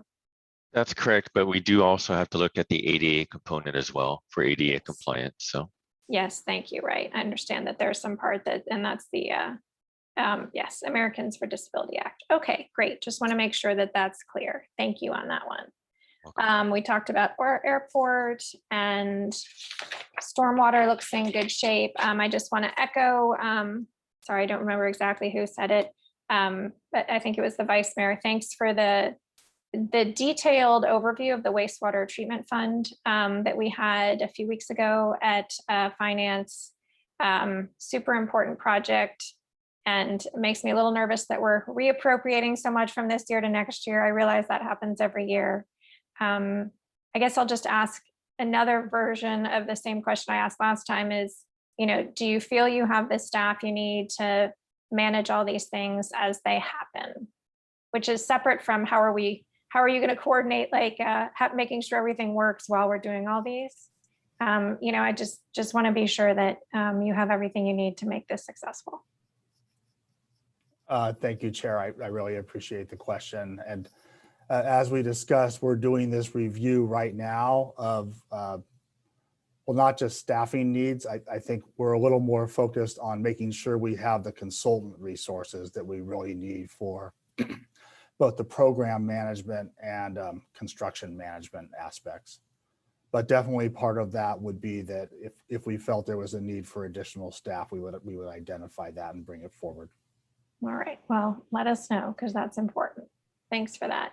And you can stay right here because my next one is vehicle replacement fund, and it's a different version of what the Vice Mayor was talking about. In reducing it and seeing the lower numbers in the future than we've had in the past, there's sort of two ways we can do that. One is extending the life cycles of the current vehicles, which is the prior discussion, and another is just straight out reducing the fleet, right? Which of those methods are you using to get the lower number over the next 5 years, or is it both, or something I don't know? It's primarily a process of just prioritizing which vehicles are the most important and doing those replacements and deferring others. Okay, so it's all right. So it's not like there's a whole map of what happens when. It's more like, okay, this is what we have to work with this year. What's at the top of the triage list? That's right. And to some extent, it's also a balance of general fund and various enterprise funds, because the funding comes in as allocated charges from these different sources. So we can't say we're gonna spend all the funding available for a particular year on just say electric fund vehicles. That said, I would point out that we have a whole process for looking for and identifying underutilized vehicles to try to reduce the fleet wherever possible. So, but that's been in the works for some time. So it's not typically identifying and removing a lot of vehicles these days. Great, thank you.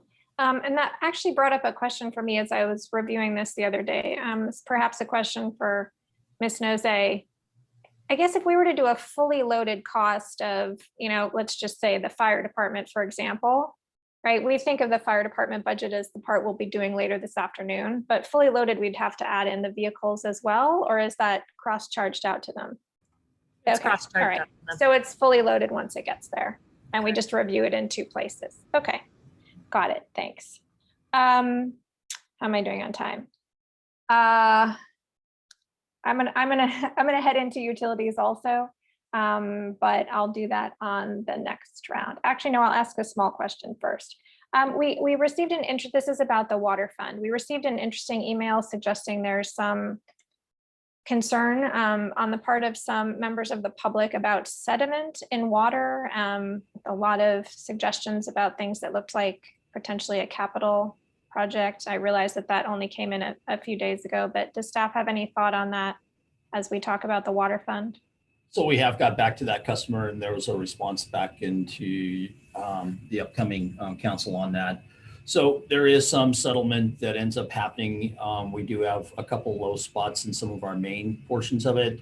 One of the ways of doing that is, you can do more flushing of your system, but then you're wasting all the water that's coming out of the fire hydrant portions of it. So we're working with San Francisco PUC on the 2 areas of where we actually get water from them, where there are some low section portions of it, and trying to review that so we can do some investigation of what it would take for us to actually increase the angle portion of that, because right now there's what they call a belly in the water lines. And so there's a very low spot right now, and that's where the catch piece is. So we're looking at that and working with them on from an engineering perspective, what we can do. Okay, but no need to make any changes to the funding at this point. Not at this point. Great, thanks. That concludes my time. Councilmember Filseth, you want to come back? I'm good. All right, back to the Vice Mayor. Yeah, so before going into the electric, I had a question on the golf course. Brad, remind me, so, you know, we had a bond on the course, but I had in the back of my head that was a separate enterprise fund that was paying for itself, but I didn't see it that way in the book. Can you remind me how that's structured? It's not a separate enterprise fund. It's part of the Community Services Department budget. But I believe they've tried to structure the debt service expense to match the revenues from the golf course in the budget. Okay, I remember it was set up that way. And in one sense that that enables a broader conversation on whether the golf course has the potential to move into being a net positive revenue generator for community services. And in particular, the real gravy train there is the driving range.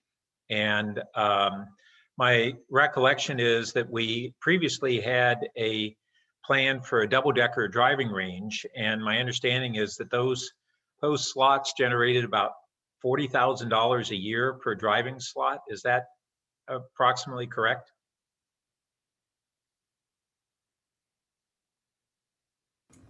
We have Director O'Kane to help us out on this. Hello, thank you for that. I'm Kristen O'Kane with Community Services. So are you asking, do the current driving range produce that much in revenue, or? Either way. I would have to get back to you on that. So it's related to the question of, Yeah. should we be going forward with the double-decker range, which my recollection is it wasn't a fully elevated, that you had the lower deck partially submerged, so it's not a fully elevated structure and less obtrusive. But is that a real potential revenue generator that could throw off a lot of money a year as we're looking for additional revenue streams in particular that might be able to be devoted toward community services? Can I just interrupt for a moment and see if staff is comfortable with having this discussion, because it's not on the agenda? Well, it's a capital project that's not listed to my knowledge. I'm trying to understand. Well, let's just whether check and see if we should be covering this today or tomorrow. Actually, if I could ask the Vice Mayor, what are you referring to, an existing CIP, or are you trying to identify a CIP that's not in the 5-year? Well, I didn't see it in the CIP list. It was a previously discussed CIP. So as we're talking about the 5-year plan, I'm interested in the prospect of that project because it's potentially a very positive one for revenue. Okay, I think that would have been technically under the prior agenda item number 2. And in all honesty, I'm also wondering if we even have the staff here to help support this. I hear your question. I think it's a fair one for us to explore. I just don't know that. Okay, so maybe you can follow up on that. Yeah. Okay. Perhaps, Kristen, we can go over this as part of CSD tomorrow morning. Does that give you enough time to coordinate with the team? Yes, that's what I was going to recommend, as we include that with CSD's discussion. Okay, great. Perfect. And then moving quickly on the tech fund, I just wanted to make sure that what we're able to move pretty rapidly in the council chambers to accommodate hybrid meetings, which would be intended to give the public greater access, depending on what becomes the new normal on being able to conduct public meetings. So how quickly could we respond to that, Darren? Yeah, so I'm looking at a phased approach. So really the end goal would be the bigger CIP project, and then interim in August, we'd have a version of that that would fold into the larger upgrade project in the future because of construction, potential construction. Okay. It seems like at a minimum, we need a third big screen to be able to see remote participation. Understood, yes. That, we have a few options on the table that we're exploring at this point in time. Okay, so I've got 2 electric questions. I'll wait until the chair has her next turn and then maybe ask those.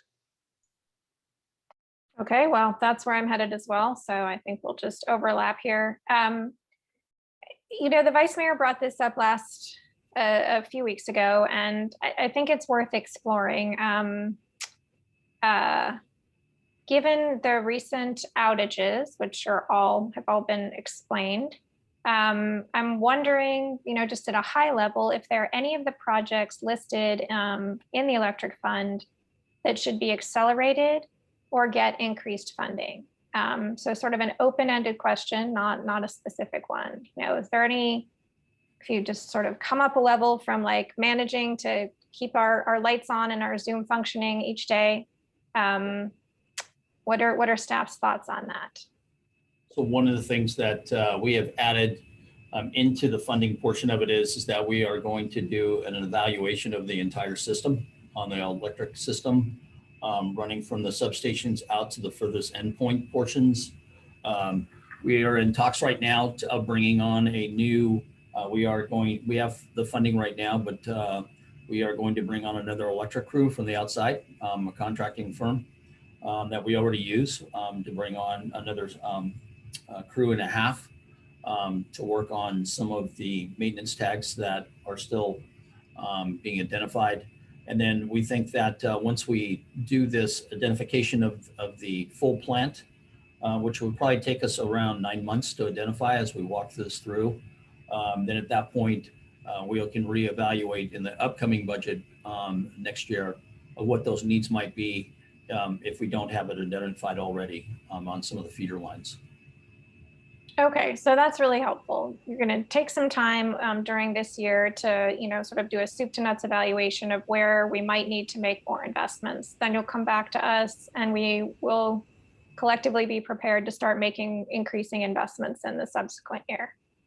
I guess the follow-up is like, is there one in particular that you feel already is going to be needing additional investment? I don't know right this moment. We haven't really identified, you know, as we talked about what the cause of this largest outage was about, you know, it should have never happened in the first place. So we feel that our substations are in good shape. We have monies aside for this year to continue our replacement of the relays and the breakers in the other additional substations. One that I did talk about at the very beginning is that looking at some feeders that are coming out of the Colorado that we just are putting in this year's budget with additional funds that we were asked for. That's one of the biggest takes right now, since Colorado is our main substation, and that's where we actually receive our power from PG&E, and then it's distributed throughout the other 8 substations throughout the system. Okay, that's helpful. And that's all I had on these. So back to the Vice Mayor until and unless Councilmember Filsa waves his hand.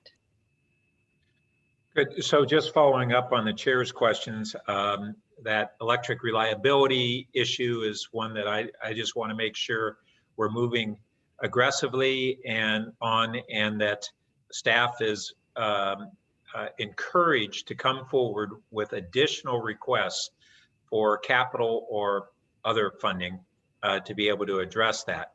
And one aspect, in addition to some of the replacement that you described, you talked earlier about smart meters, but my understanding is there are advancements in smart grid elements that provide additional reliability, and that those may be investments that we need to be accelerating ourselves. Can you speak to that briefly?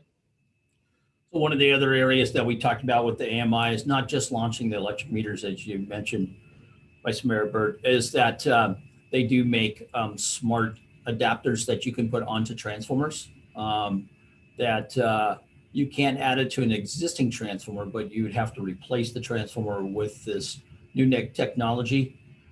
So we are looking at transformers as well as switches. We are strategically looking where we could place some of these devices and then do a pilot on them. Since we're not familiar with them, they're fairly new into the industry as a whole. We would like to put some out there and do some pilots on it to see what we can do with it. Again, if it's non-manned and you can do actual switching from the system operator, then could have control of a transformer or a switch. We could, shorten the length of an outage if we had much quicker without having to wait for crews to roll in out to the field. Great. Well, I just want to add my support to moving aggressively on those pilots and then hopefully into broader adoption. Lastly, on the foothills wildfire risk, the undergrounding, I'm glad to hear that you're being able to do a cost savings by bringing in house some of the design. On the other hand, that I had understood that we were being able to move forward a little bit sooner on that. So given that circumstance, what are we doing in I know that in 2016, we had on the wildfire protection plan, there was an update related to utilities. Have we done now, but since then, we had all of the state fires with PG&E and putting that utility bankrupt largely as a result of the liabilities from those fires. And so in reflection, since 2016, what else might we do to have maximum protection on reducing fire risk in our foothills fire utility lines? So I think that one of the first identification portions of it for one of these smart transformers, once we can get this launched out there, there's actually a manual switch at the bottom of 280 right now that we can actually go out there and kill that whole 11 miles worth of line by just pulling the switch. However, right now it has to be manned. But if we put one of these switches, one of these transformers, or one of these switches actually, and if we are able to pilot this and then we're able to shut that down, then the system operator would be able to shut that down instantly at that period of time. So that's why it's important for us to try some of these and get them actually out there and pilot at this period of time. Okay, and I suppose that given that we're going to potentially have staffing and fire up there, there's no way to have a cross training in that kind of emergency to be able to utilize those personnel more quickly if something like that happened? Not at this period of time. That even though that fire does have a bucket, a fire truck, but yeah, we would not want them to be up in that. That's a 12,000 volt line up there. It's an aerial line that runs all the way up through the hills at this period of time. Yeah, it unfortunately would not be something that we want to cross train in that aspect. Okay, I wasn't assuming so, but just thought I'd check. And then lastly, what about vegetation clearance? We've done a lot. Do we need to do more? So we work with Brad's team on that. We do walk that line on a quarterly basis to make sure, and we actually trim back further than what the recommendations are from the CPUC. Even though we're not driven by or guided by the CPUC, we actually have got much more clearance on that overhead line for those type of reasons. Okay, thank you. All right.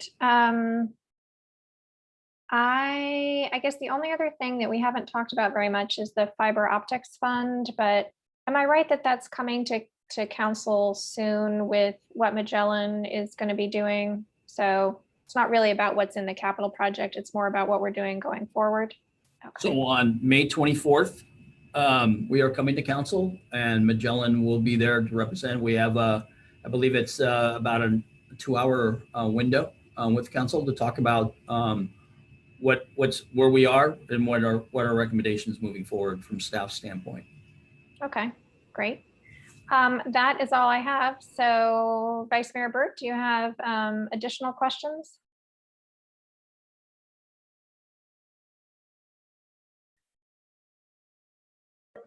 No, I don't. Thank you. Okay. Councilmember Filseth, last call for you. No, all good. Well, since we have a moment before we make the motion, does staff have, is there anything that we haven't touched on that you'd like us to spend a little bit of time on? I'm guessing the answer is no, but if there's something you'd like to discuss with us, now is your opportunity. I think staff is good. All righty then I will open the floor for motions on the Infrastructure and Environment Capital Improvement Program, including the Enterprise Fund projects and Internal Service Fund projects. I'll move to move the staff recommendation. All right. Second. Excellent. We have a motion and a second. Vice Mayor, would you like to speak to your motion? Nope. Councilmember Filseth? Nope. All right. I will just briefly say that we probably neglected to say that this isn't a great deal of work. We appreciate all the time that the staff has put into thinking about what's in these and what isn't, and how to fund them effectively and efficiently. And we look forward to not deferring all this stuff in wastewater next year. All right, so with that, we'll go ahead and vote on this motion. And first will be Vice Mayor Burt. Yes. Second is me. I vote yes. And Councilmember Filseth. Yes. All right, that passes on a 3-0 vote. They're flying along here. I think given that public safety is noticed for 3:30, if staff agrees, we should probably recess until then. Other thoughts? Let's see.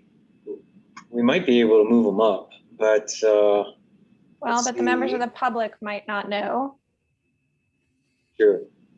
If we were to move it up, what I would suggest, Chair Cormack, is that at 3:30, we take a moment for public comment so that for those joining the conversation at the posted time, it would allow for their participation. All right, well, let's do this then. Let's take a 10-minute break now. Let's resume at 3:10.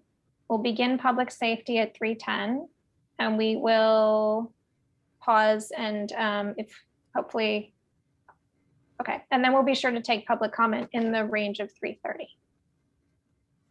I see nodding heads. All right, so we will, yes, sorry, go ahead.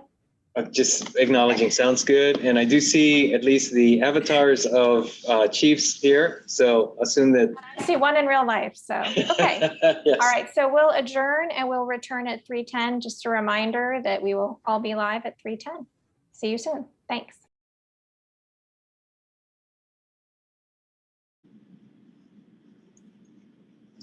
So I'll continue the conversation on hydrogen.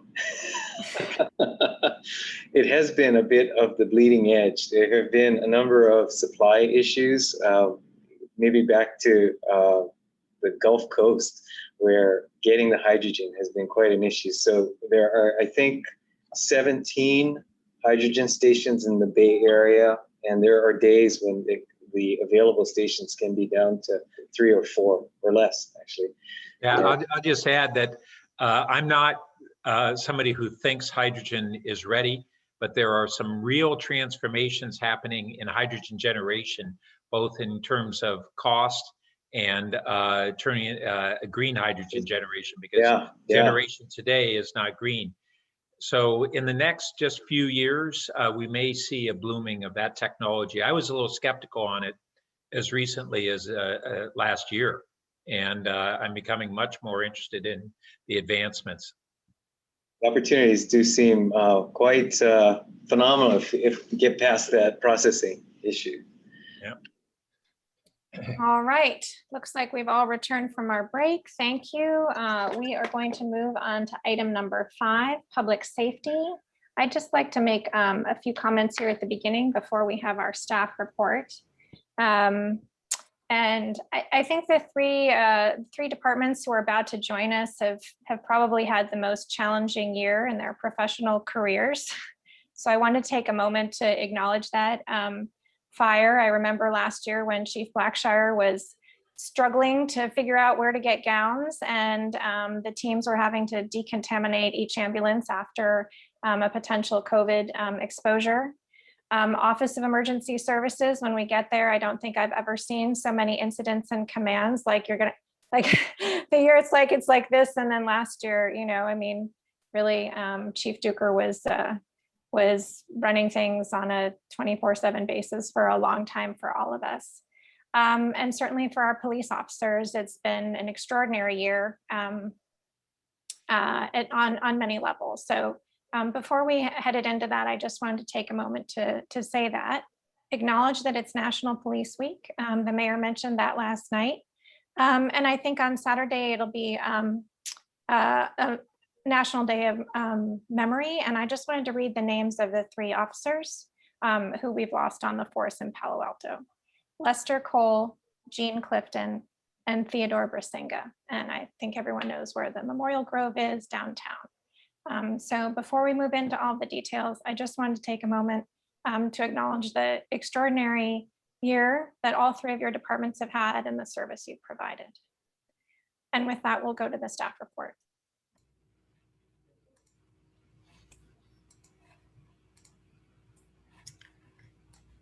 Thank you, Chair Cormack, for that intro. We'll go through fire, OES, and police all at once, and then go to public comment. So first up, we have a summary of general fund revenue and expenditures for all 3 departments. These represent a large amount of our general fund expenditures in the city, with totals of 34 million in the fire department, 1.2 million in the emergency services office, and 41.4 million in police department. We'll start with the fire department, and I will turn it over to Chief Blackshire. Thank you, Christine, for that introduction. Good afternoon, Committee Chair Cormack and Finance Committee members. Before I get started, Chair Cormack, I really want to thank you for taking the time to acknowledge the challenges that public safety in general, all 3 divisions, have been faced with over the last year or fiscal year, however you want to look at it, but it has been very challenging. I'd like to take this a brief moment to give you a picture of what the Palo Alto Fire Department has been able to accomplish over the last fiscal year. Through the worst pandemic in current history, our firefighters responded to 45 COVID positive patients and over 180 patients that presented COVID symptoms, where they must take extreme precautions, not only in treatment, but with PPE. Since the vaccine has been available, we have 98% of our fire personnel have received the vaccine. And that's an extraordinary number for a fire agency. And I can confirm that with a lot of my colleagues that I talk to in the fire industry and the struggles that they have in getting that level of percentage of inclusion with vaccines. We've sent 5 personnel over a total of 32 days to staff emergency rooms due to the ICU surge of COVID patients in Bakersfield and Vacaville and Merced. And PAFD vaccinated 35 residents that are homebound, meaning they're unable to go to a clinic to get the vaccine. So we've actually sent fire personnel out to their homes to make sure that they are able to take the same level of responsibility and precautions against this pandemic. During fire season, we generally deploy about 4 to 6 strike teams per year.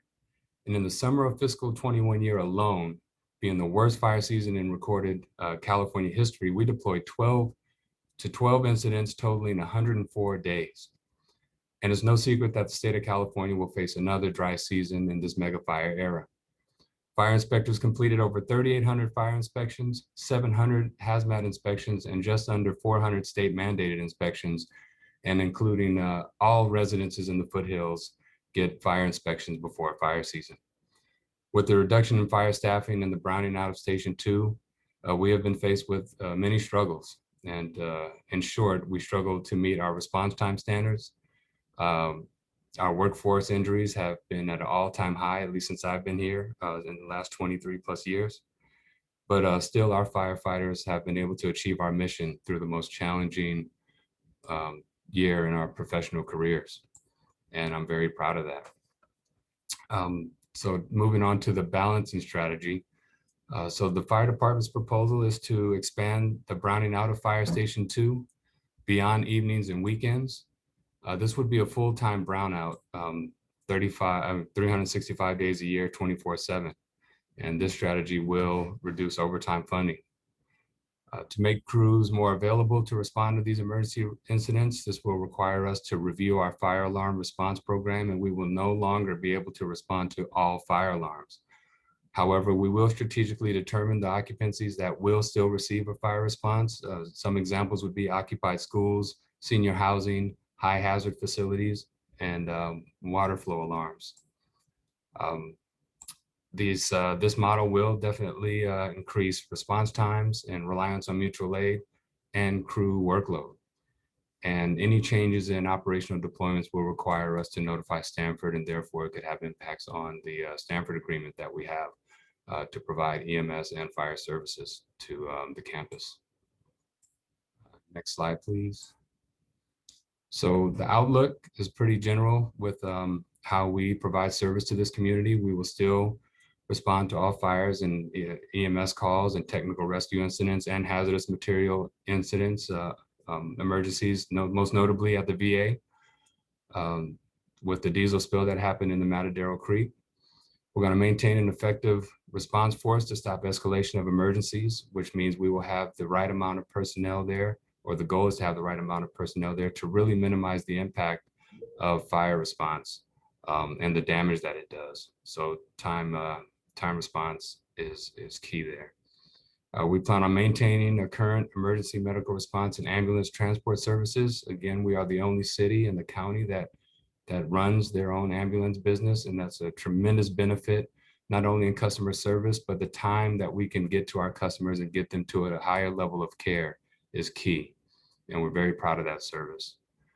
And we will continue to perform fire inspections on state mandated occupancies, foothill residences, businesses, and hazardous material occupancies, and also new constructions.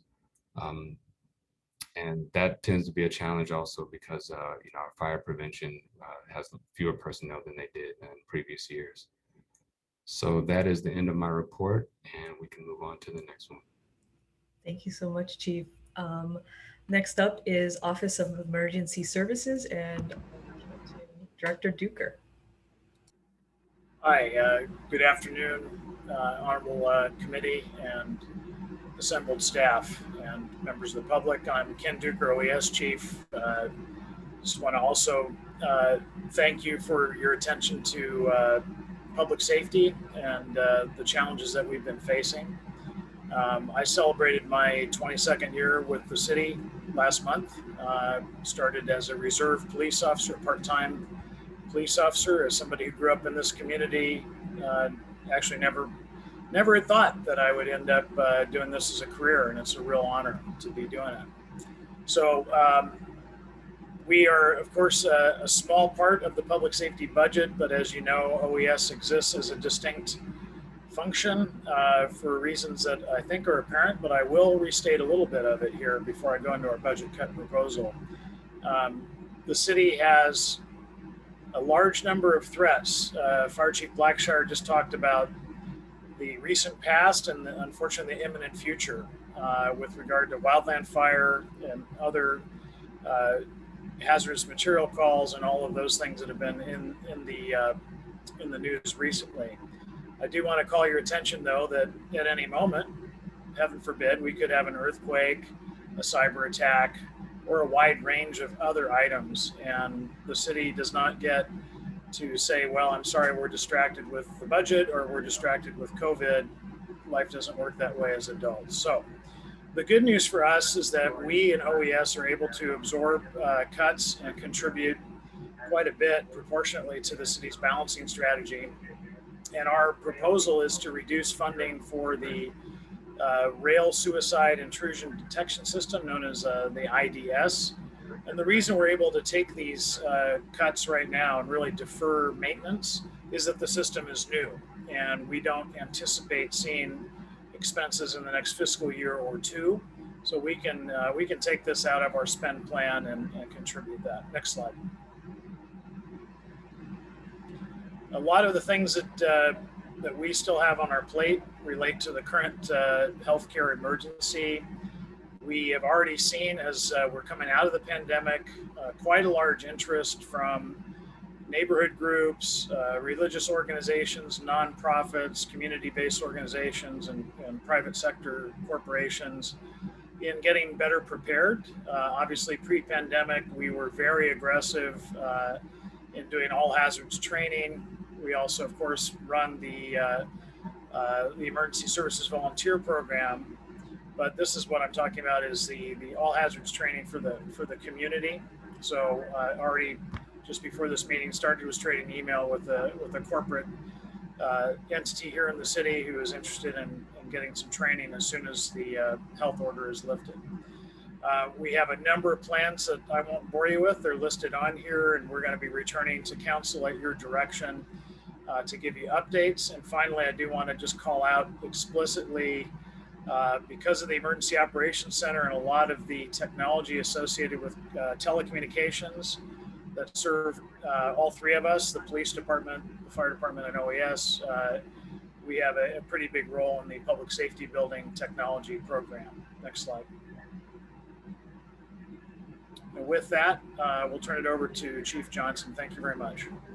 Thank you, Chief Duker, and a thumbs up if you can hear me okay by somebody. Great. I get thumbs up and recognition. And I would also like to say thank you to Chair Cormack for your words of appreciation and your recognition of the challenges we've faced over the past year. And I will be the first to acknowledge that for the 3 decades I've been in this profession, it was in fact the most challenging of my career and for, I think, many public safety and public service employees. But the reality is we adapt, and we have adapted. And one of the things that I will speak to today is, the complexity of some of those adaptations.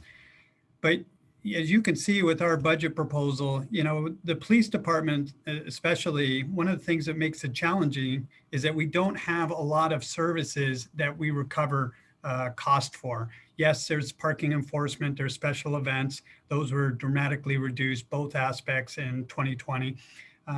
So we have very little on when we come to police department reductions and budget allocation, to where now we're getting into really cutting into the bone of what we do. And yes, we can seek new ways of recovering streams down the road. But for today, we're kind of at a point where we're dealing with what we have moving forward. And one of the advantages, as we've spoken to, is we've been able to start tapping into technology to utilize some of the services that we do. As we saw at the end of 2020 and the beginning of this year was the advancement in our online reporting. And I reported to you last month, or maybe it was 2 months ago now, at the study session, how that is starting to pick up momentum. And we're going to really have to rely on online reporting in the future. So we'll continue with that. Some of the services, related to our staffing is where it starts to get challenging. So you can go to the next slide. One of the things when you look at this, and I know all of you have, is when I said cutting to the bones, is we don't have any really programs left to do to reduce or eliminate it. So we're really, the proposed budget is about people and services. So the reduction obviously comes in the form of police officers. We are utilizing donations that were made several years ago, tapping into that donation fund to continue our support with the animal control operations. Where the services are now starting to get reduced or impacted is the crossing guards. That contract, as you can see, we've reallocated one of our managers upstairs to the CMO for the second year. And we're also getting to a point where we're reducing some of the parking enforcement. And this year it would be in the management level, and I can speak to that later if necessary. And then we're getting in with further reductions into some of our administrative programming. And our budget analyst is also with me today to speak to some of that. Next slide, please. You know, one of the things I want to reassure the public is as we adapted last year, we continued to respond to calls for service and then some, to be honest with you, because last year, one of the most marked increases that we saw for our patrol services was directed patrol. We had over, on a normal year, we have maybe under 1,000 directed calls for services, to where last year we had over 55 or close to 5,500 directed patrol by our patrol officers. And what that is checking on businesses, restaurants, whatever it may be that may have been closed, and we're concerned about the infrastructure. So we will continue to do all those things that we've always done. It's just going to start tightening up a little bit. We will always respond to urgent calls and any call where violence is involved. It's some of the lower level crimes, if you even want to refer to it or utilize that, and I don't know if it's the appropriate term, but some of the calls that where a person's physical health is not in jeopardy, those may start getting deferred. We'll continue to investigate, but our investigative capability is going to be modified or altered without question. We're also going to retain some animal control teams. It's just going to be minimized a little more in how frequent they're going to be available depending on staffing. We'll continue to offer services at the lobby when we reopen. We'll continue to offer services online and remain accessible online. But with that, you know, with looking at all these things that we're proposing for this upcoming year, I'd like to really remind you and take the opportunity to remind you of this is all on top of the reductions we took last year. And I know those were significant. I know you're aware of those. And we're still trying to actually adjust to those reductions. And I can speak to that if you need to later. But we're at a point where all the discretionary programs have been eliminated, such as I spoke to. The community outreach opportunities are becoming minimal.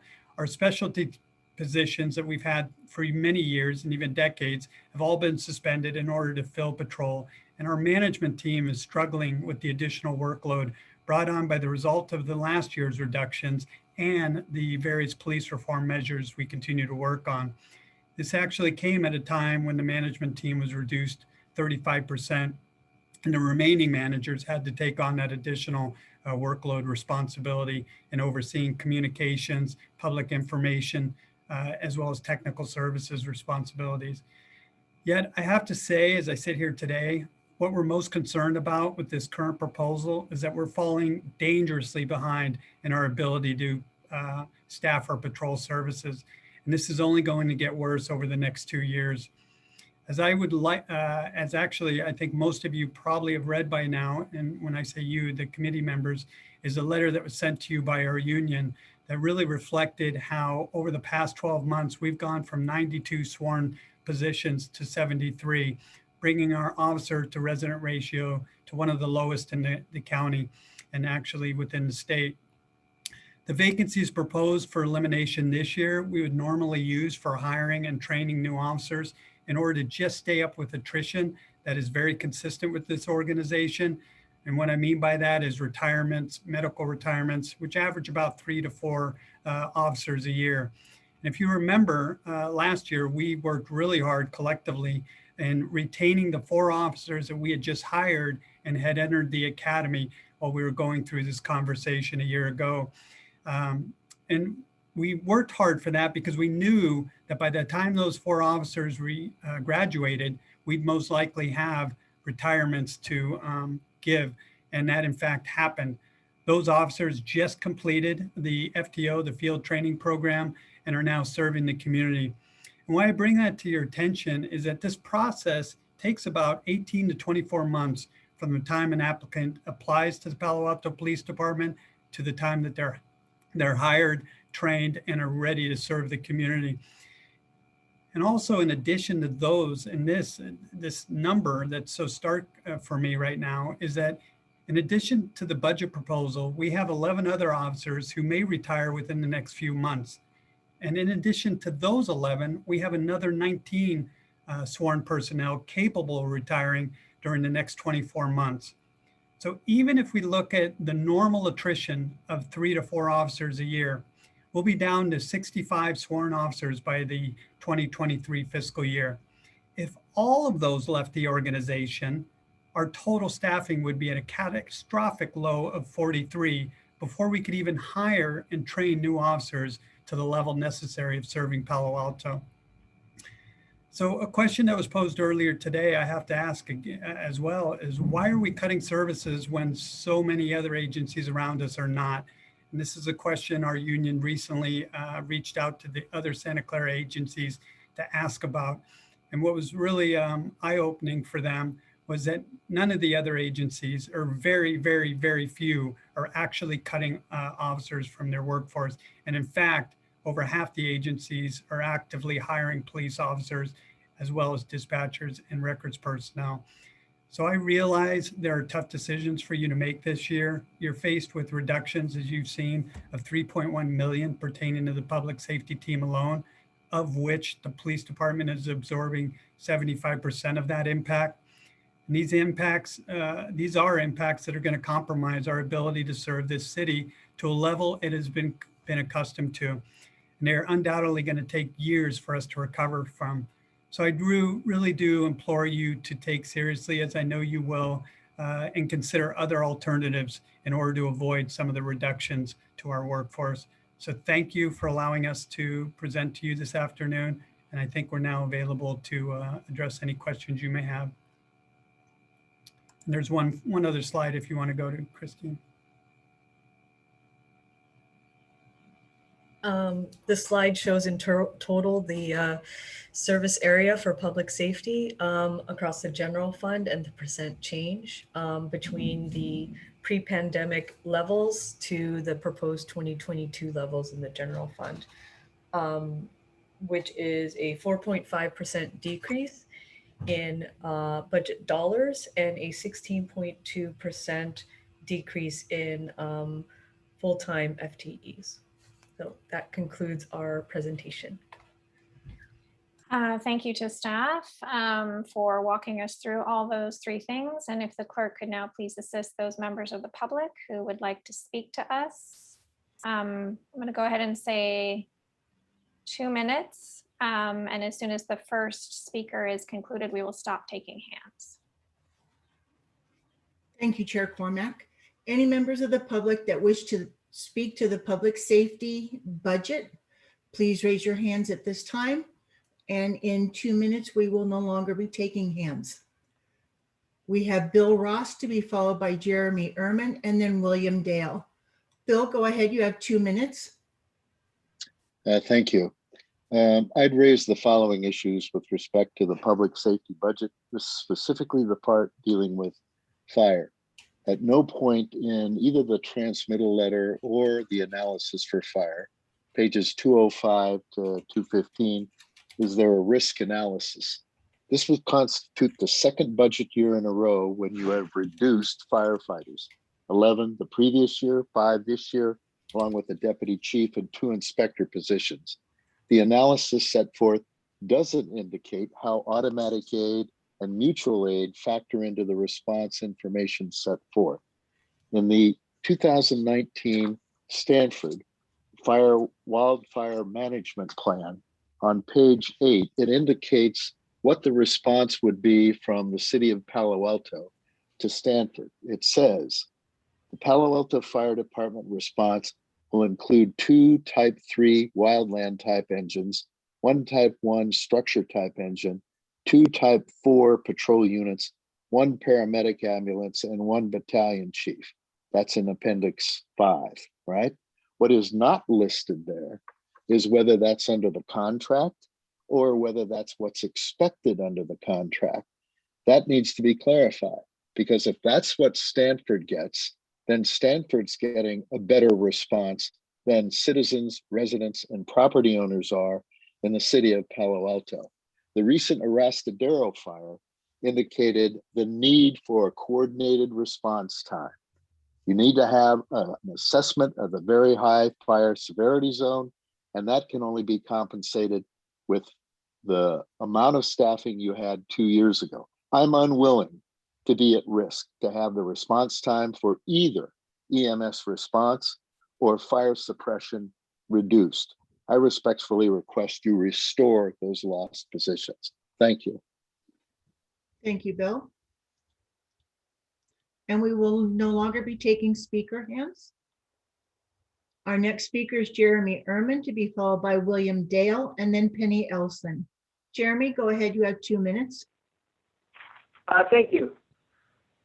Following Chief Johnston's rather depressing description of the state of the police department and generally all of the public safety departments, I really find myself amazed that the council and the staff have not devoted more time to trying to close the revenue gap, whether in these meetings or literally throughout the past year. Obviously, hindsight is 2020, but constantly keep hearing from council and staff that the current fiscal situation is simply the situation we're in. This is our bed and we have to sleep in it no matter what. And I really just, listening to the chief and talking about the number of officers they have and it can become even less, the crossing guards that have been eliminated. I really don't understand why council and staff are not devoting more resources to finding revenue streams, whether it's dipping into some of the reserves. And I understand the idea that yes, things could become even worse and we need the reserves, but we're having a lot of issues right now. So it really seems to me the city needs more revenue. And those discussions, I'm sorry they didn't happen before these budget meetings, but I really think those discussions need to be had. The only other sort of elephant in the room that hasn't been discussed is salaries. And in fact, last year, as I recall, the public safety unions did negotiate delaying salary increases, which for I think it was 6 months that reduced some of the expenses. But this year, there's been almost no talk of salary negotiations across the city, whether it's with the management, the city manager. A lot of those negotiations failed last year, and it seems like this year the city has basically given up on any kind of labor concessions. So I just really think that all these options really need to be looked at. I mean, really seriously looking at revenue and also labor negotiations and just trying to do something about these problems and stop just telling us that there's nothing you can do, because I really think there is things that can be done if you're willing to put in the work and effort. Thank you. Thank you, Jeremy.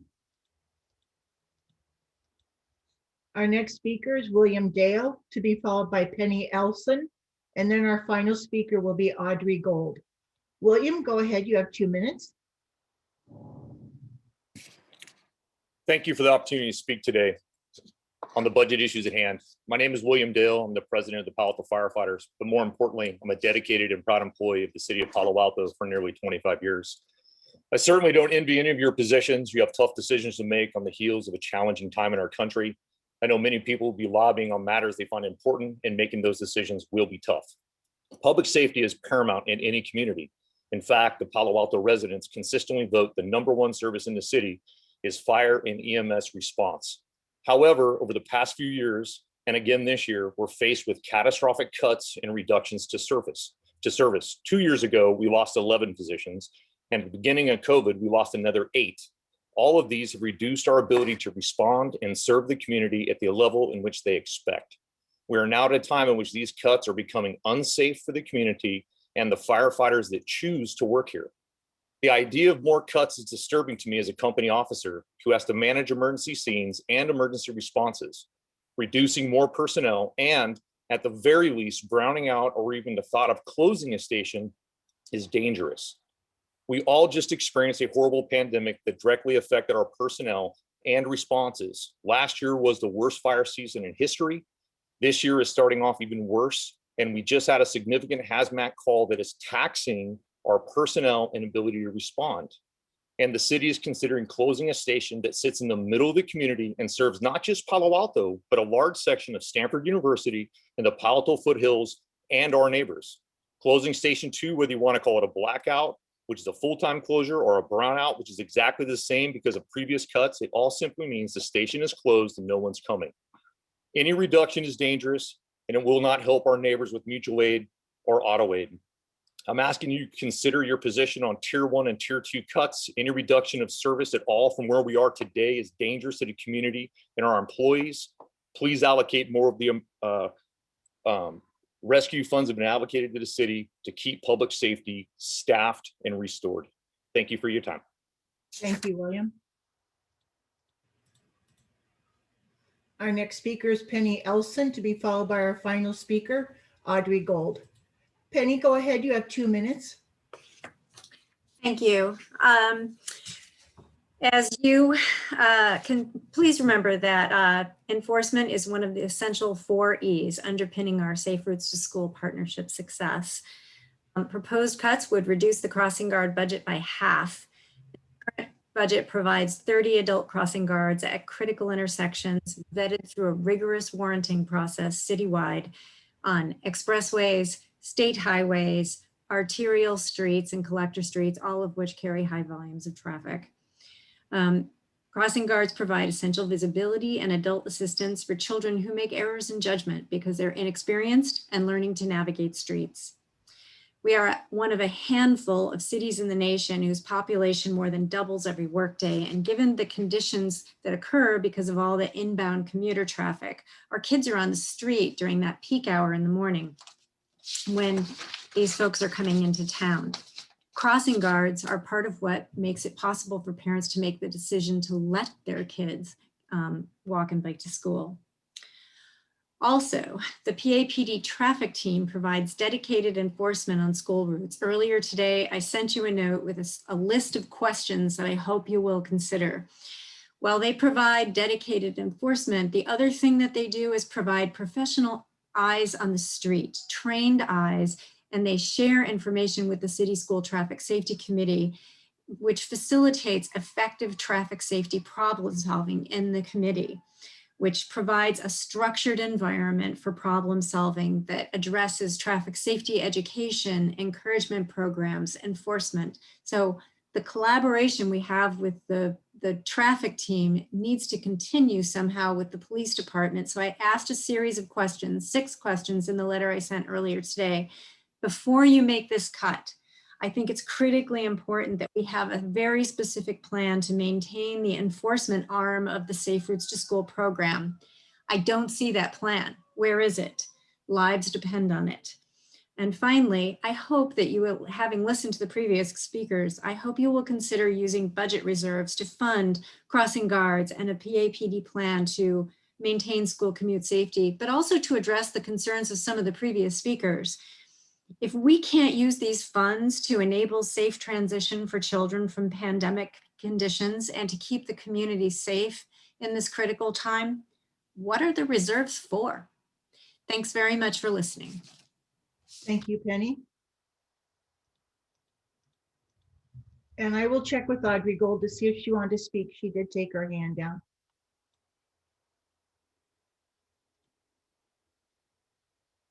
Audrey, go ahead. You have 2 minutes. Hi, this is Audrey Gold. I am also a longtime volunteer of the Safe Routes to School program.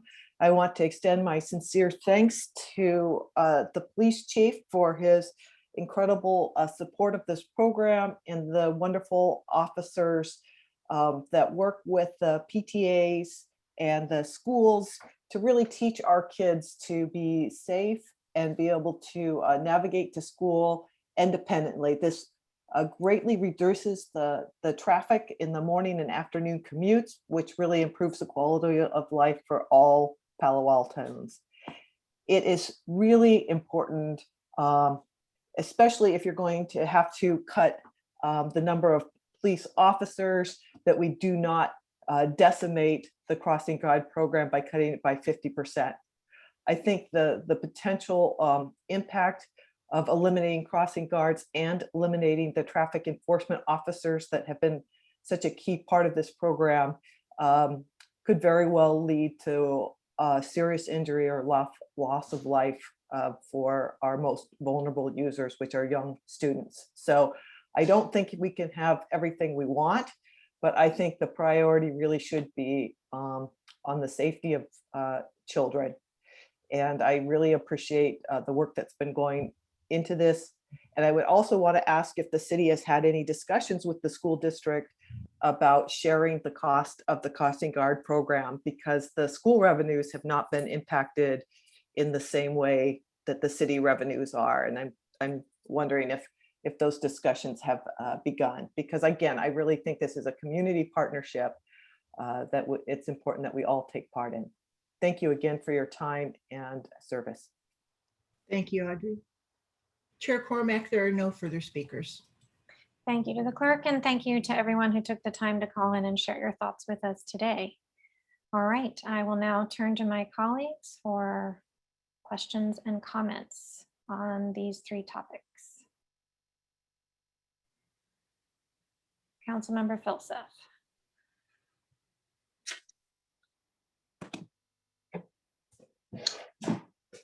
Yeah, just a couple of quick ones. I want to go home. I want to do this. Councilmember Filseth, can I point question for out? Chief Blacksher? Can you what does fire alarm changes, fire alarm response changes mean? I mean, you said we're still going to respond to everything, but there's going to be some changes. So what would that entail?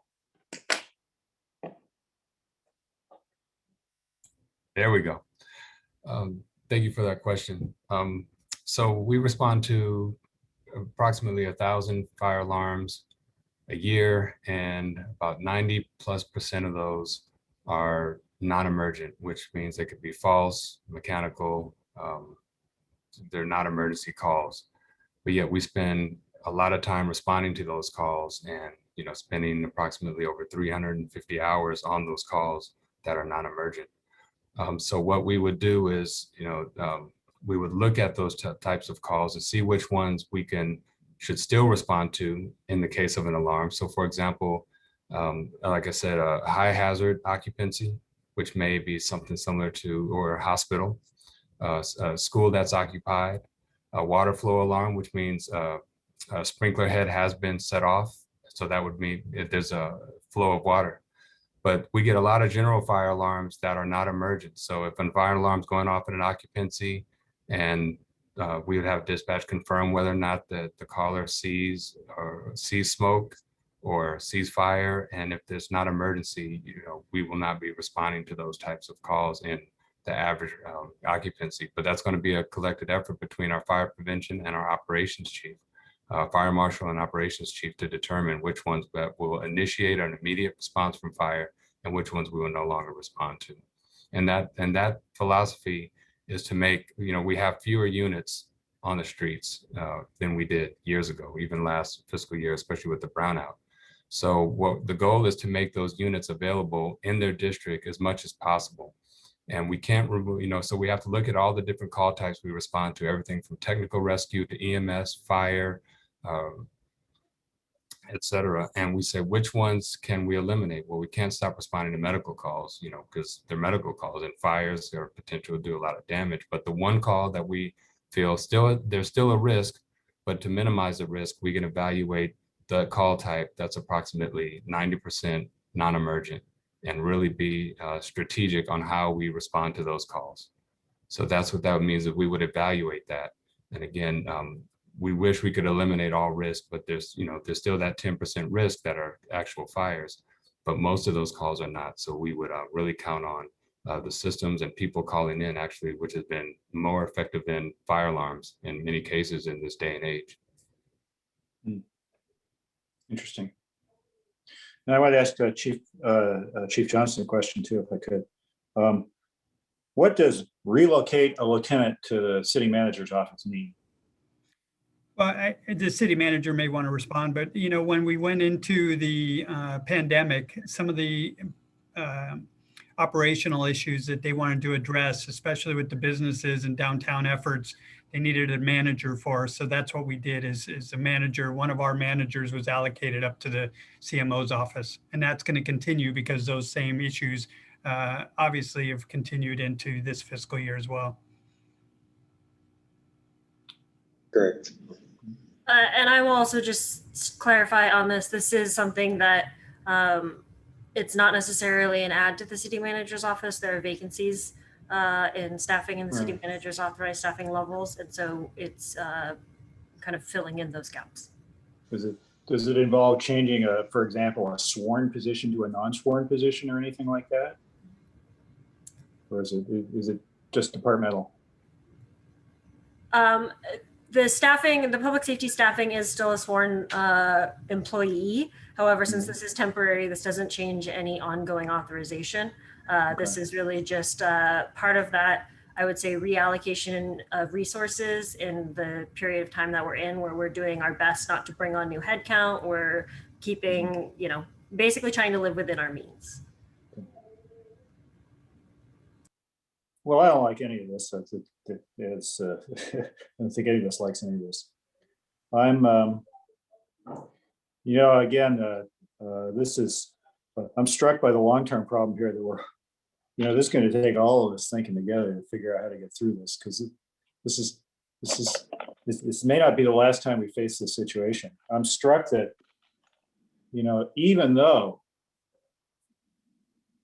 you know, we're cutting headcount, or the proposal is to cut headcount in both departments.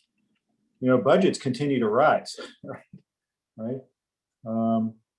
And, you know, budget per head, per position in both these departments continues to rise faster. I mean, obviously than revenue in the last couple of years, but even in long-term revenue trend. And so this is something that we won't fix this budget cycle or probably next budget cycle, but this is a long-term glacier that we're going to have to figure out how to deal with in terms of how we do service delivery. And so yeah, so I don't like this budget, right? But there's a long-term problem that you know, this is one of many steps, and if we solve it this year, we're going to have it again next year, and the year after that, and so forth. It's a slow-moving but persistent kind of thing. And we have responded to that pressure over the last decade by continuously, gradually reducing headcount in both fire and police, as both chiefs know, right? And so here we are on that track again. Right? So I don't like any of what we see here. I'll sit back and listen to what my colleagues got to say here. Vice Mayor Burt. Well, I want to echo the support that Councilmember Cormack voiced for the police and fire department, and the feeling that Councilmember Philseth expressed about that this is not an exercise that is welcome. And I want to translate those sentiments into constructive action. As much as we have long-term structural challenges remaining in our public safety costs, trying to do long-term structural reform by severe slashes during an emergency is not structural reform. It's slashes during an emergency.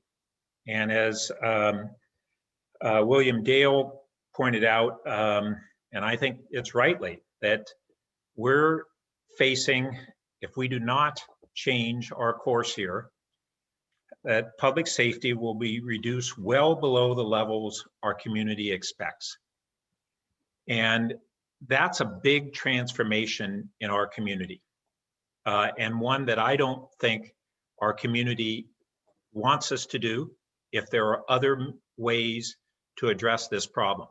And I think that we have a series of ways to backfill a good portion of this revenue shortfall. We talked about several of them earlier, and I think tomorrow we'll dive into them even more when we add to this discussion the severe cuts to so many community services that are valued as essential to our community character and why people have invested to live here and value our community.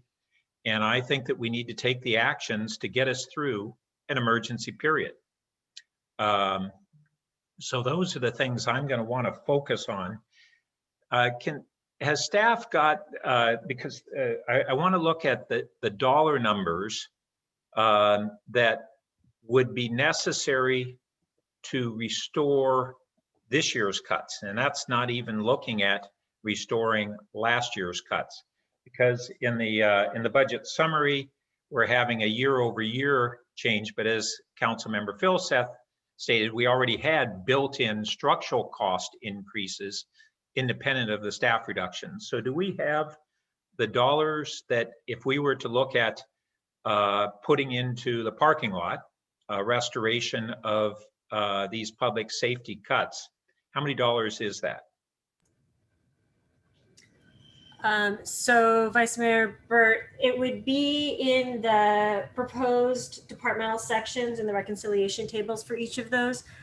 Ms. Peras, is it on that final slide? I'm not quite sure if we summarized it by these departments. I'm just doing quick math myself. So I've got on page 286, the reconciliation. Yep, so it'd be the 2.4 number, 2362166, the net total budget adjustments. It looked to me like there was 2.4 in police and 2/3 million in fire. Is that accurate? Correct. So 3 million.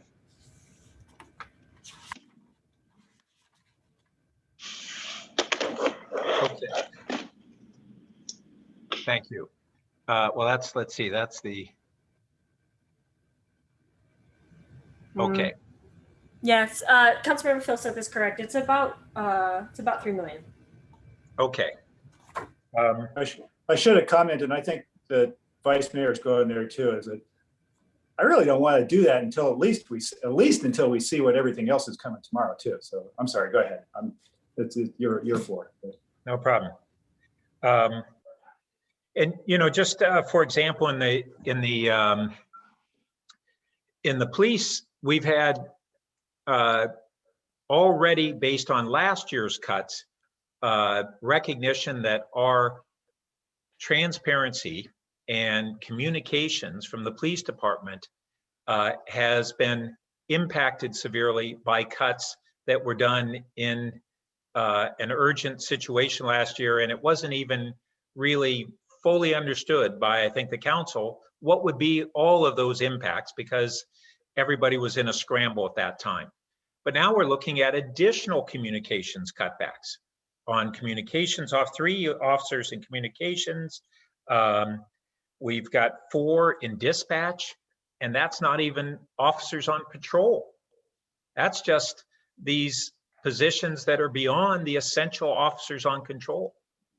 I really want us to look at not having additional cuts to our public safety this year, to have a program that gets us through this year as our deepest impact after last year from the emergency, and anticipating that next year is a transitional year, not a full recovery. And then the year after that, we're beginning to re-enter into what we think will be a greater normalcy. And so that's where I'm going to want to be heading in this conversation. Thank you. I want to spend a little bit of time on the details, and I'll start with fire because I think it's the first one that we went over. I'm looking on page 210, and I'm specifically looking at overtime. So I see we were at 2.9 million, and then 1.9 million, and 1.9 million, and magically we're going to go down to 1.2 million in FY22. So can I just ask if we think that's a reasonable estimate of overtime? Sure, Councilmember Cormack. Just to crosswalk with you and the public, the proposal that is outlined on page 213 as well as 214, Emergency Incident Response Services brownout for Fire Station 2, that full $700,000 reduction is in overtime. There are no positions associated with that reduction. Okay, so they're linked. Okay, so it's not magical. I understand. There's an actual plan. Shouldn't have used that word. There are service impacts. Okay, great. And then, I know this is always confusing. So now let's look at the actual staffing table on page 211 and 212. How many of those 8.6 positions are filled with people today? 0. Those are still vacant. Okay. And how many of those 8.6 were vacancies that we already eliminated? And this is just recognizing that? Correct. Yeah, that was part of the ramp. It was the total with 5 suppression, and then there were the positions in fire prevention. And so the last person left in right at 2 weeks past the ramp of March 31st. So we've met our goal. That was directed to us. So Councilmember Cormack, I think one thing, this is a really good example, because this is going to be consistent in every department as we move through. What the council and the community are going to see in this budget document is a crosswalk between 2021 and 2022. And as a reminder to everybody, in 2021 adopted, we froze positions, but then the council provided direction to staff as part of the 2021 mid-year to actually make those reductions ongoing, not freezes. So in every department section, you're actually going to see staffing adjustments that are a combination of what was already adopted by the council in 2021, as well as any new changes that are recommended in 2022. And I'm sure that's terribly confusing. So the trick, I would say, for everybody, where this is very cleanly and easily laid out, is what's called the budget reconciliation in each department section. So we can take fire again as an example. That's on page 213 in the operating budget.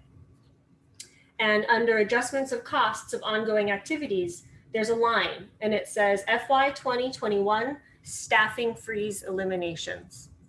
And what that is, that line is in every single department section and every department reconciliation. And what that line is doing is actually annualizing what was done in the 2021 adopted budget.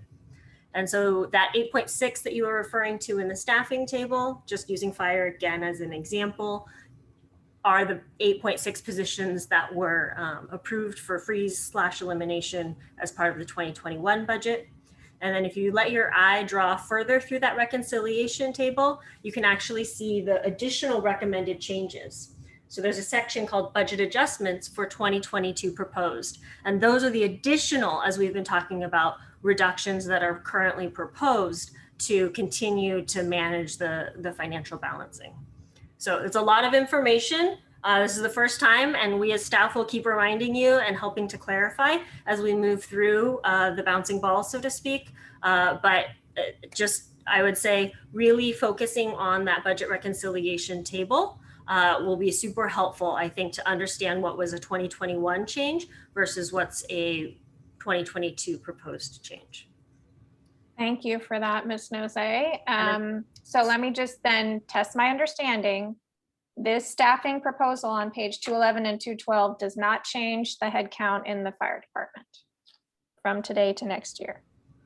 Correct. Okay, so it's not a reduction in terms of people. So now we're talking about money, and thank you for pointing out this table, which was where I was headed next. So I just want to be sure, and Councilmember Filseth referred to this. So first we have a true up, right, under management and professionals group compensation reduction that is added back. And we thank all of the people who did not have to help us last year and did. So let me just take a moment to thank you all, and many of you on this call are in that group.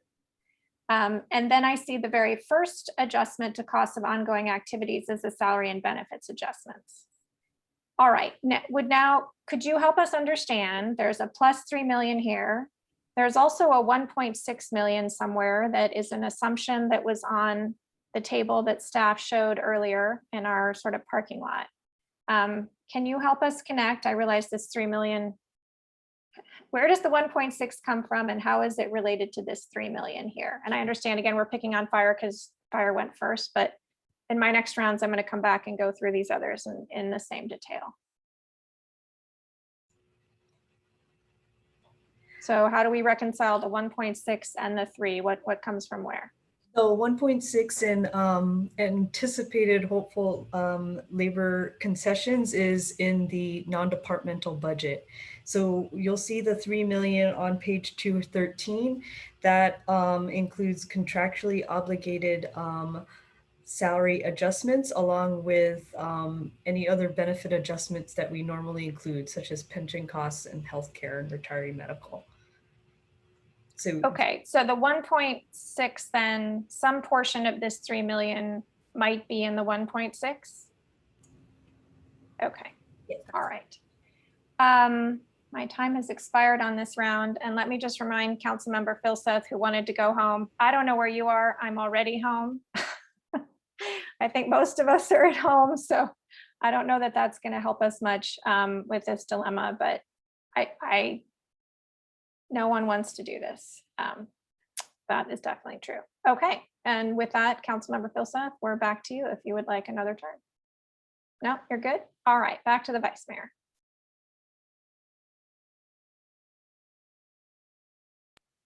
Thank you. So one of the things I want to ask as a follow-up is that among the cuts that we have before us, are there any that the chiefs believe can be accomplished without reduction in services, not just the in-field services, but the range of important services that you provide? Are there things that you've been able to find in any further efficiencies that you think could still be included in the budget if we were to act to restore everything that we're attempting to identify as really critical services? Just to thank you for the question, Vice Mayor. Just to be sure, you're asking of the services that are present or proposed for cuts? Yes. Which ones would we prioritize if we were to receive funding to put them back in? Well, which ones, I think easier from my perspective is, which ones do you think you could still cut without having an impact on services, if any? Oh goodness, that would be zero. Yeah, I mean, Okay, I'm just being I didn't honest. realize I was asking such an easy question. Yeah, because the proposal we have is to take a station out of service, and strategically in fiscal year 21, we tried to we proposed the brownout in the evenings and weekends because typically that's when call volume is lower. To brown out this fire station 24/7, 365. And again, this is just over 80% of the time the station was browned out. And to give you an example, in the last 3 months, it's been browned out 100% of the time during nights and weekends. And so to take this out of service for that amount of time during a period of recovery, and when we start to recover, it's going to generate more calls.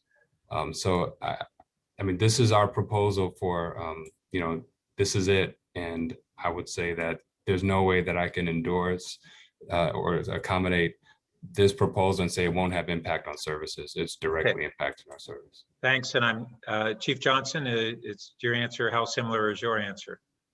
It's not much different. But the reality is the one position that we have on there that, as far as to address your question on front-facing services that we could still be without, would be our parking enforcement manager. Now, that's a key position within the organization, but it's one, again, we've found that we can adapt at the management level. It's still a responsibility somebody's going to take on, and we have that already planned out. So that's a position that in a perfect world, I'd love to retain it, but it's also a position that in the next couple of years, if funding comes back, we can easily probably rehire for that particular position. The ones I'm most concerned, as I addressed in my comments, are anything associated with patrol services, because it takes so much more time to hire, train, and get that individual ready to serve the community. Well, and the point that you made earlier about that, are we potentially putting ourselves in a form of a death spiral by not building the next wave of staffing? Not to mention, as we're having these kinds of cuts, are we moving from Palo Alto police and fire departments being comparatively attractive departments to recruit for versus others in the region to being less attractive, and we have further loss of valuable trained personnel that we can't replace even if we turn the spigot of dollars back on readily? Yeah, I mean, very, very insightful comment there, because I would also say that we've reached that limit as far as attractability, is because anytime you have an agency that has no opportunity outside of patrol for a police officer to advance and aspire towards, there's a lot of opportunities for neighborhoods around them. And what we are experiencing already that we did as well last year is all our neighboring agencies are being very giving and recruiting as best they can for any officers they can within our organization. You know, and we haven't hired a new officer since last year. Ever since these conversations began, we haven't hired or even started a process. So we don't even have anybody in backgrounds. So that's going to complicate our when the spigots turn back on, because it's just, we're starting so far behind to begin with. And in addition to that, we're also being asked to do things. A lot of it has to do with things we were working on. But a perfect example is with our response to mental health calls. We've been working on developing that psychological emergency response team since I arrived here 3 years ago, and it's been going on for many more years. Well, that's actually, we're at the point where we're probably going to be able to actually implement that this year. But are we going to have the bodies to implement that this year? And it would be very unfortunate if the county hired a clinician and said we could have that clinician to serve this community, but we didn't have the staffing to partner that clinician with. So again, it's just these multiple layers that you know, contribute to this question. So, thank you. Councilmember Filseth. Thanks. I actually wanted to ask the question that Chief was going down the path of. And Chief Blacksher, you only got one thing on your list, but Chief Johnson, what of that stuff what is easiest to put back, right? If we find ourselves with some flexibility, what's easiest to restore? Yeah, well, first of all, I'm actually very grateful that we had the funds to offset the animal control services, because that's a donation. So that's kind of a neutral wash, in my opinion. Fortunately, we had those funds to utilize. I think the crossing guards is something, again, that's an easy, all we got, it's a contract. So it's a matter of either modifying the contract or restoring the contract. So I think that's another one that's easily addressed if funds become available. And then also the reallocation, again, we would love to have that lieutenant position back. We used to have 4 lieutenants in our patrol services division. Currently, we only have 2 because we're having to move people around to do other management responsibilities, and we'll continue to do that. So, and right now I know the efforts for the economy for the city are important. So we have no problem in sharing that workload with the CMO's office. Thanks.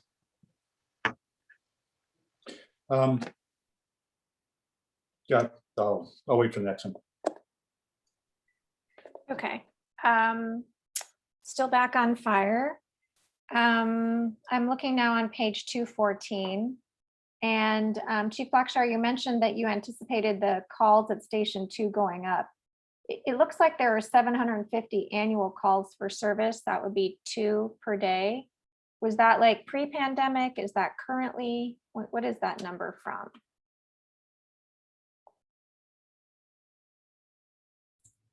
Which page are you looking at? I'm on page 214 under the budget adjustments. This is the. Yeah, that is current. Okay, so right now during pandemic, there are about 2 calls per day. Correct. For Station 2. Okay, that's helpful. One of the discussions we had a few months ago at council had to do with what you might need to add more women to the force.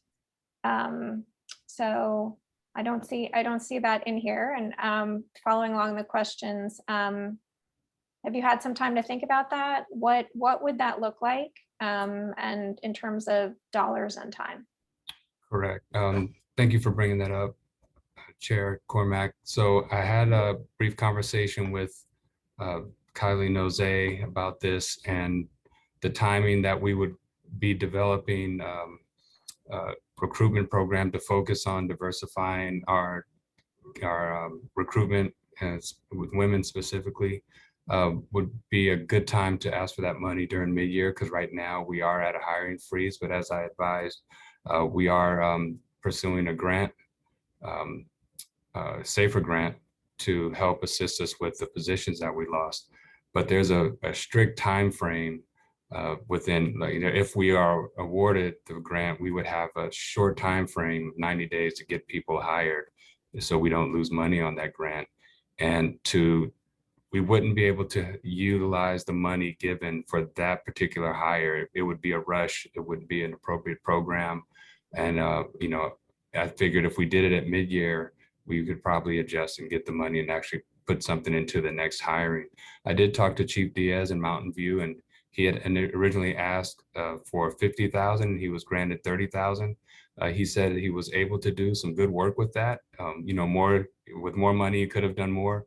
But for what he was trying to do, he was very appreciative and said, obviously the more is the better. So I would be asking for a similar balance of 30,000 to just try and start a program where we can really focus on the challenges that we have of having more women in the fire service, because, it is very important. And I saw in the report, there were some justifications about, what women add to certain calls with certain problems, if it's domestic abuse or some type of, but the easy answer is women belong in the fire service. I don't have to pick the call type or the type of event or emergency where it's appropriate. Women belong in the fire service, and it's plain and simple.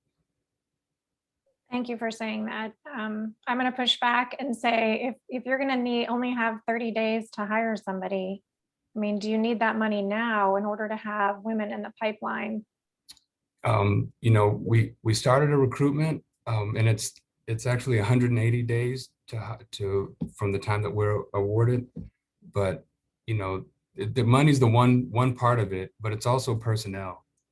How do we find the personnel and the staffing that we have to train them to actually build a program? Recruitment isn't just, I have $30,000, let's travel to an employment fair, a job fair.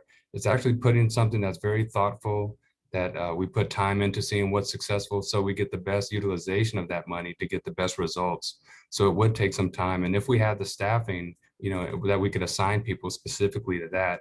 But right now, we're so low on administrative staff that we would, to pull people offline to focus on this. And we do have a lot of personnel that are in programs for like our Human Relations Committee, but that would generate backfill. So, my goal would be to have money to focus on a recruitment program and really make sure we're getting the best bang for our buck. So let me see if I understand what you're saying. Some of that $30,000 would be used to provide release time for someone on the force to help, or? Correct. Okay. Yeah, we would have to use that money for backfill as well, which is challenging, because that's on side of, whatever materials, training, and travel. We have to use that money to backfill those that are interested. And we really want people that are passionate about this to be part of it, as opposed to just assigning it. We want to have that spirit behind this motivation. You sound pretty passionate. I might assign you. Well, I know need you another have, deputy chief. I know you have a lot going on. Just saying, we need someone with your same passion for this. Thank you. And I hope and expect there are more people like that in the fire department. Okay, well, I hope my colleagues were listening to that, because I don't want to lose any more time on that. Speaking of which, my time is up. So I think on OES, all I had was, I just wanted to acknowledge on page 258, the extraordinary number of deployments of the Emergency Operations Center, Mobile EOC, and Incident Command Post in FY 2020, which was 207. And the average is usually in the 30s. So thanks again, Chief Duker. And thank you for explaining that the maintenance services is sufficient and we don't need to worry about a cut in that area. So when we come back, I will be on police, and I think we are back to the vice mayor.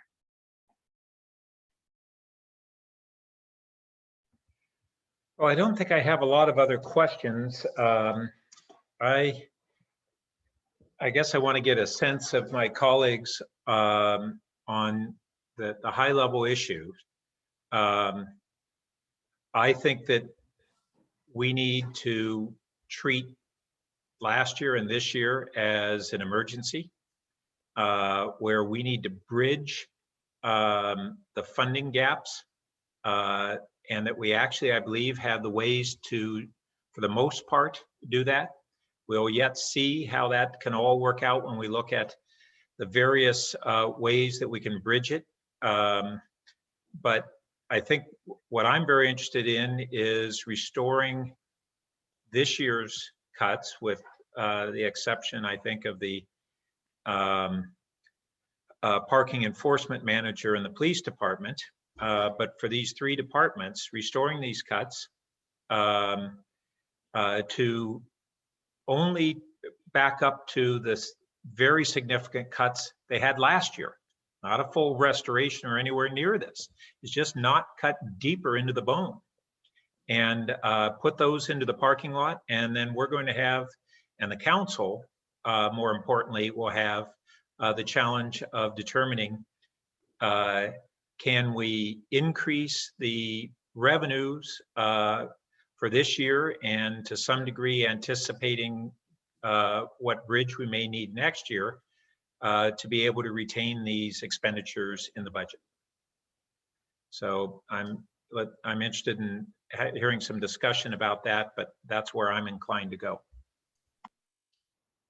Well, Councilmember Filseth? yeah, that was kind of my inclination too, which is I think we ought to take all this stuff. I think potentially, with the exception of the OES item, it's not the biggest, but I thought I appreciate Chief Duker observing that it's sort of this move on a fairly new system isn't crucial this year, and we got some stuff that is crucial this year, right? So my inclination is to take both the police and the fire lists here and put them in the parking lot. I don't feel like I can approve this, certainly not until I see everything else on the table and have a little more of the discussion that the vice mayor was talking about. This is stuff that this is stuff you don't want to do. Right? So that was my 2 bits. Okay. That's all in this round for you? Yep. Okay. So I'm on police now. I want to have the same clarification that we did on fire on staffing. So I'm on page 283 in the printed. And again, anyone trying to follow along at home, you're going to have to look at the printed page at the bottom and scroll a little bit. So this says a reduction of 31.95. Looks like about 6 of those are filled now. Can staff just confirm that or help me understand how many of those positions are actually filled now? Yeah, I think, again, for clarification, unless the director knows they wanted to address it, when you say the 31, a lot of those were actually carryover from last year. Understood. Yes, so a lot of those were already gone. So to answer your question specifically about current vacancies, we only have 3 vacancies. Well, we have 3 vacancies pertaining to this proposed budget, 3 sworn officer positions that we would normally, like I said, already be in the background process of trying to fill those so we can get them ready for the community in a year and a half. And then we have a dispatcher position, but we are not proposing to eliminate any dispatcher positions right now. So we are trying to actively recruit and hire behind that dispatch position. Other than that, all the other positions are filled. The parking enforcement manager position is filled, as well as obviously the contract with the crossing guards. They have fully staffed that contract consistently, and our CSOs are at the current number. But remember, when I say CSOs, ACOs, the animal control officers, we have 3. Last year we had 4, and one of those was eliminated due to the reductions. So. Okay. I'm going to try one more time. How many people are in positions today that this budget says you will not be working for us in July? Well, if you were to go by each category, It's 3, Chief Johnson. yeah, there's 3.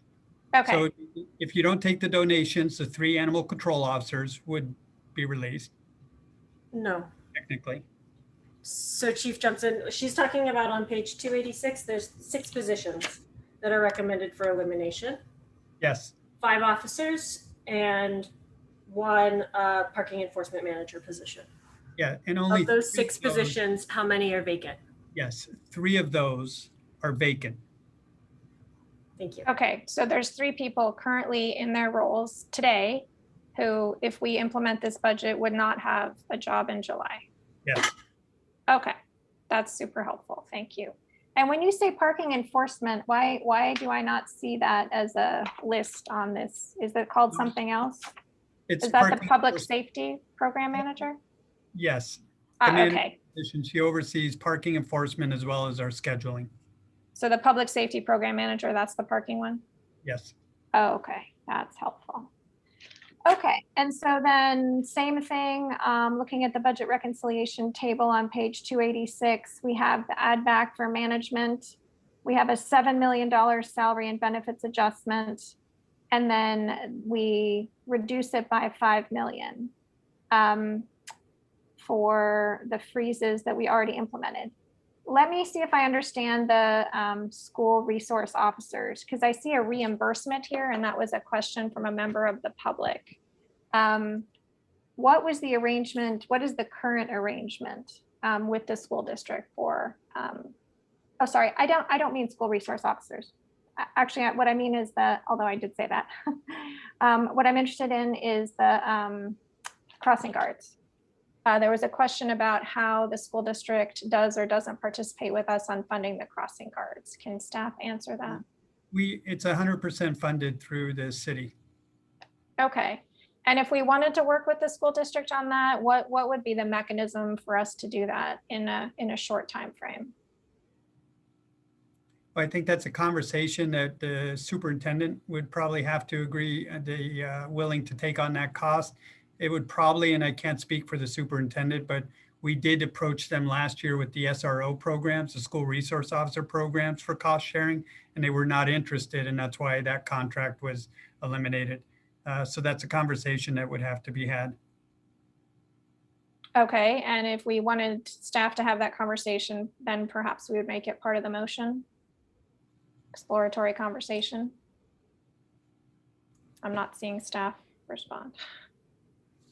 Well, I think the question is how best to set that conversation up for success. And quite frankly, recognizing how it ultimately comes down to resources on both sides. I'm open to suggestions.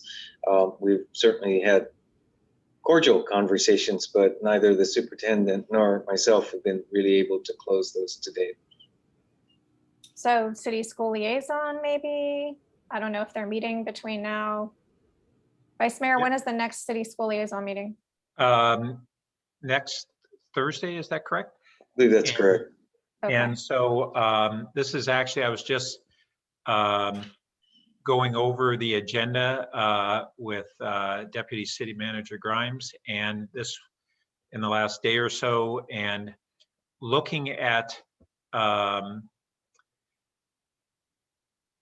some of the sharing the budget impacts on ways in which the city supports youth and families and students is something that I requested be specifically on the agenda.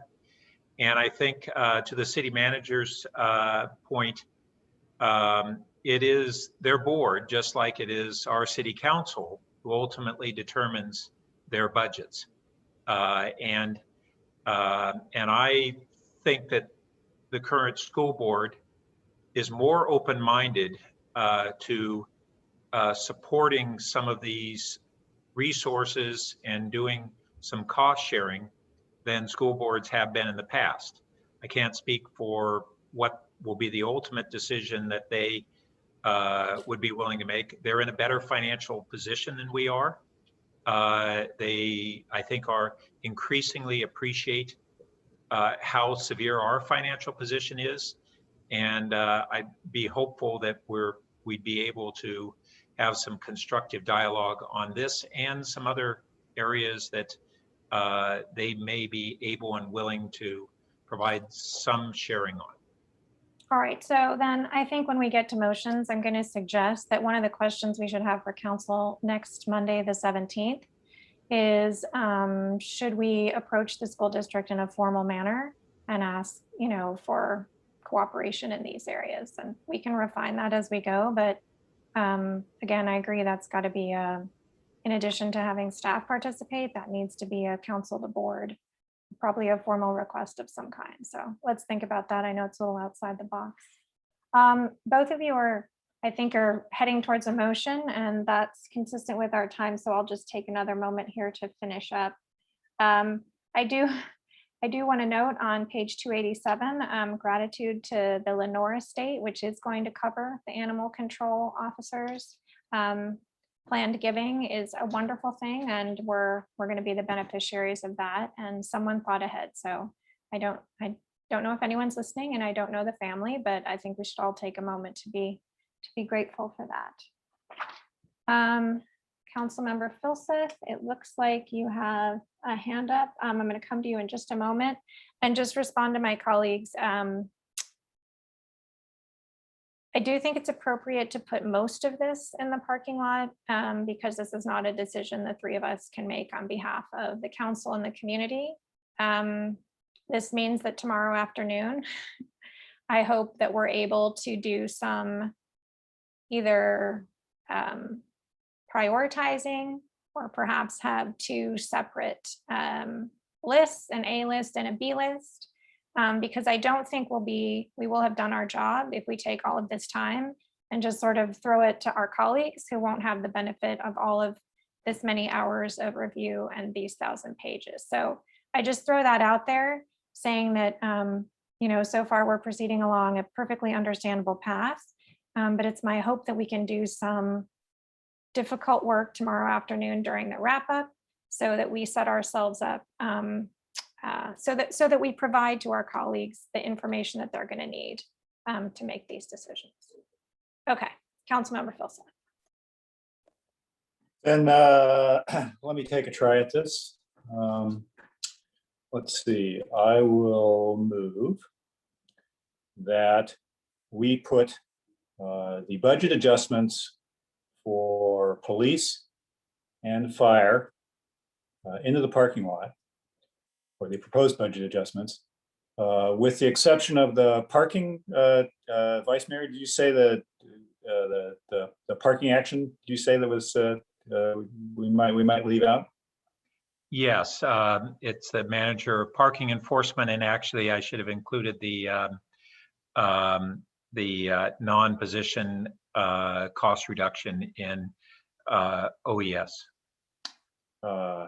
Right. Okay. So if we can have that there, that was the OES one, the police and fire, not the OES one, and that we should open a dialogue with the school district on cost sharing for on cost sharing for certain activities. I'll second that.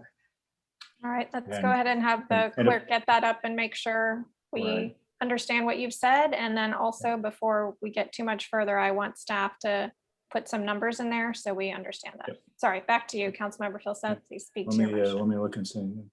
To both the police and fire proposed budget with the exception, not expectation, of parking enforcement, and to open a dialogue with the closure. I think that captures it. Pat, is that consistent with what your thinking was too? It doesn't have the OES. I didn't mention it. It's just police and fire. It doesn't include OES. Oh, I'm sorry. I got you. Yeah, maybe we should clarify what we mean by certain activities. We cost sharing on city services, supporting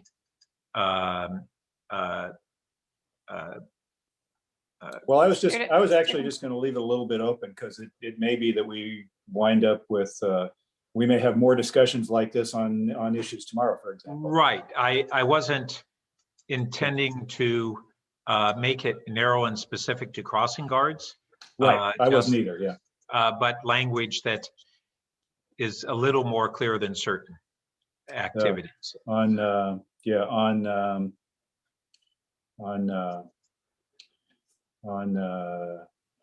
mutual, on mutual activities. Okay. Or activities or services. Yeah. Either way, I guess we'll worry about the wordsmithing. I think the intent is clear enough. Okay. And if I could speak just really briefly to it, I've enough. But again, I don't feel like I can vote to recommend these today, right? If it comes to it and we have to do it, then we'll have to do it, and I'll vote for it. But I don't feel like I can do that today. Okay. Vice Mayor Burt, would you care to speak to your second? Yeah, the only thing that I would add is that when we move toward our wrap up, I think that we may essentially have 2 parking lots, but within that is not merely a parking lot on levels of cuts, but it is a parking lot on restoration of revenues through various resourceful means that we've had some discussion on already. So I just want to lay out that expectation for tomorrow. I think both things are appropriate, but it's 2 sides of the equation that we should be dealing with.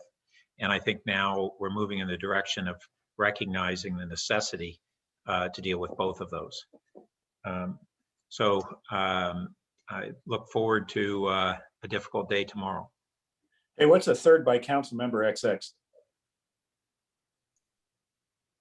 So normally when things were put in the parking lot, it was 3 people to put something in the parking lot. Oh. But I believe that, well, I'm thinking Chair Cormack will go with a vote and it would be 3-0, which would be essentially the same thing. And leaping ahead, I think when staff went through it, it's a majority. So it's 2 out of 3 to put it in a parking lot. But it's not unanimous, right? The other way we can do this is do a tentative approval. I'm going to wait till you're finished and then I'll speak to the motion. Vice Mayor Burt, you still going? I was just going to say, I think that 3 was a carryover from when we had a 4-person committee and a 9-member council, and it took a majority of the committee, which was 3 at the time, if my recollection is. I'm not old enough to remember those days. I'm old enough for the 2 of us. All right, so could staff please just identify the numbers of the proposed budget adjustments so we're all on the same page here? Oh, you can point to the pages on the 2.9 million. 2.9 million? Okay. In total? In total. Okay. That includes pulling back on the use of the donated funds. So obviously that's a cost as well. What do you mean pulling back on the use of the donated funds? So basically what the motion says is to restore all of the proposed adjustments. So on page 286, one of the proposed adjustments is a revenue offset, which is using donations to fund animal control operations. As you Oh no, let's keep Would that. the maker and the seconder We're like good. We to wanna keep adjust their that. motion? And with extreme gratitude to the family. Yes. So let's adjust that number. And while we're doing that, I'm going to let my dog in. Hang on. And the seconder agrees. Thank you. Thank you for catching that.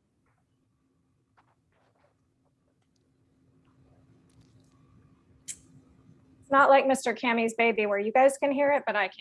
Pardon me for that. Yeah. Brief. So the dollar amount would be adjusted to how much? Sorry. 2.4. Okay, thank you. 2.4. Yeah, that's So better. if I can help the clerk, it might read fire department proposed budget 2.4 million with the exception of the parking enforcement. Why don't we say parking enforcement staffing and the animal control operations reimbursement.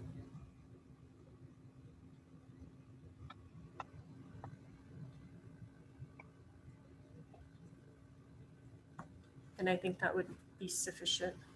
Okay. That's just extraordinarily generous.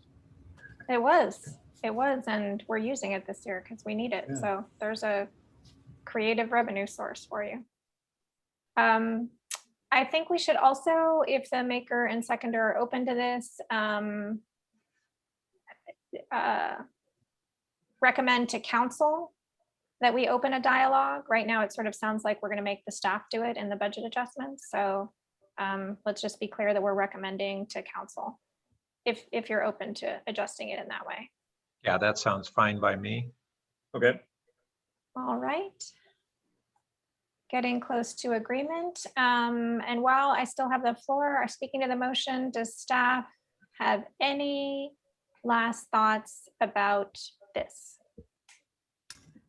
Thank you, Chair Cormack. The one thing I would say, and perhaps the committee is going to get to this later, is the actual formality of tentatively approving these 3 sections with the following adjustments. That might be a path forward. So that would mean that overall, there would be a tentative approval of what's outlined in these 3 sections, with the exception of this motion with these items going into the parking lot. If the committee is not comfortable with that level of action at this time, I think we'll need to adjust. But just in terms of the formalities of continuing to move through the agenda. Councilmember Filsauf? So what would that include? So the language of that would be approve the staff recommendation with the exception of, with the exceptions of the above.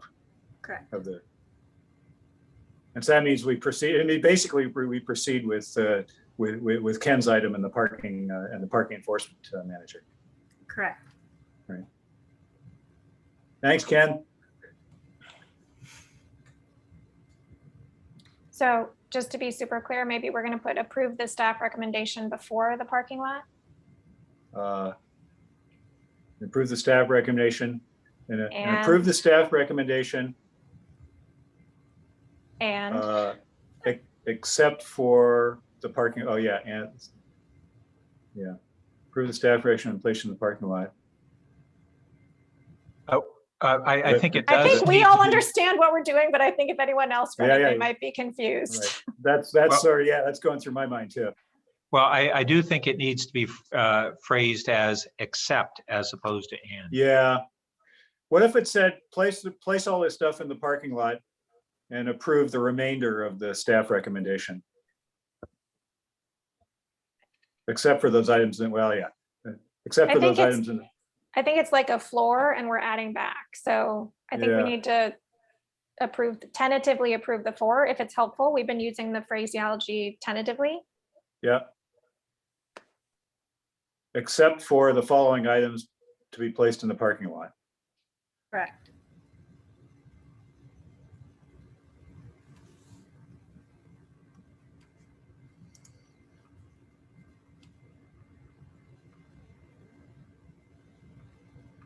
And that may be just because we have a lot of exceptions. Yeah. And maybe where it says with the exception, we could say not including. Right? There you Just go. because otherwise there's 2 exceptions, and Right. I think that's some form of double negative. All right, tentatively approve, except for the following items, not including, and recommend to council to open a dialogue. All right. Anything else from staff as we move this towards conclusion? I don't think on the motion itself. There's probably some cleanup stuff, housekeeping items to maybe go Okay. over.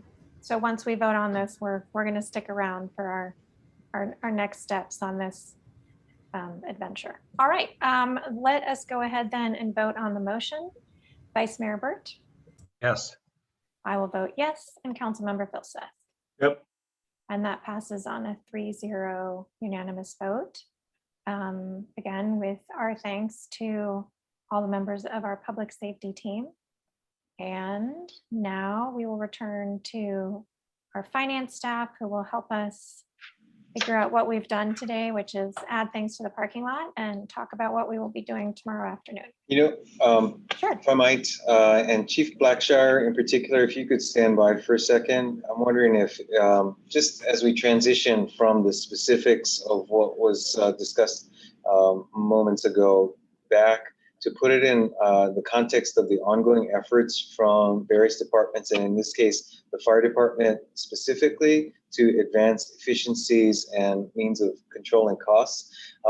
Chief Blackshire, I wonder if you could report out just briefly on the status of the ambulance subscription follow-up that you've been doing, just to share with the committee what you shared with me a few days ago.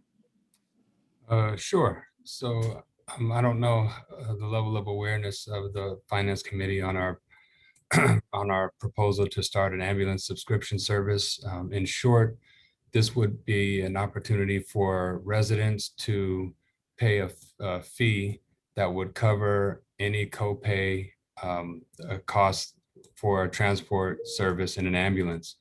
And we took it to the Finance Committee previously, and they wanted, although it seemed to be favorable among the committee, with some exception that there needed to be more research done. And one of the suggestions was that we do a focus group. So we were able to conduct a focus group with the Barron Park Association and educate them on the program and see what the, everything from the purpose of the program and what would be the appropriate costs, et cetera.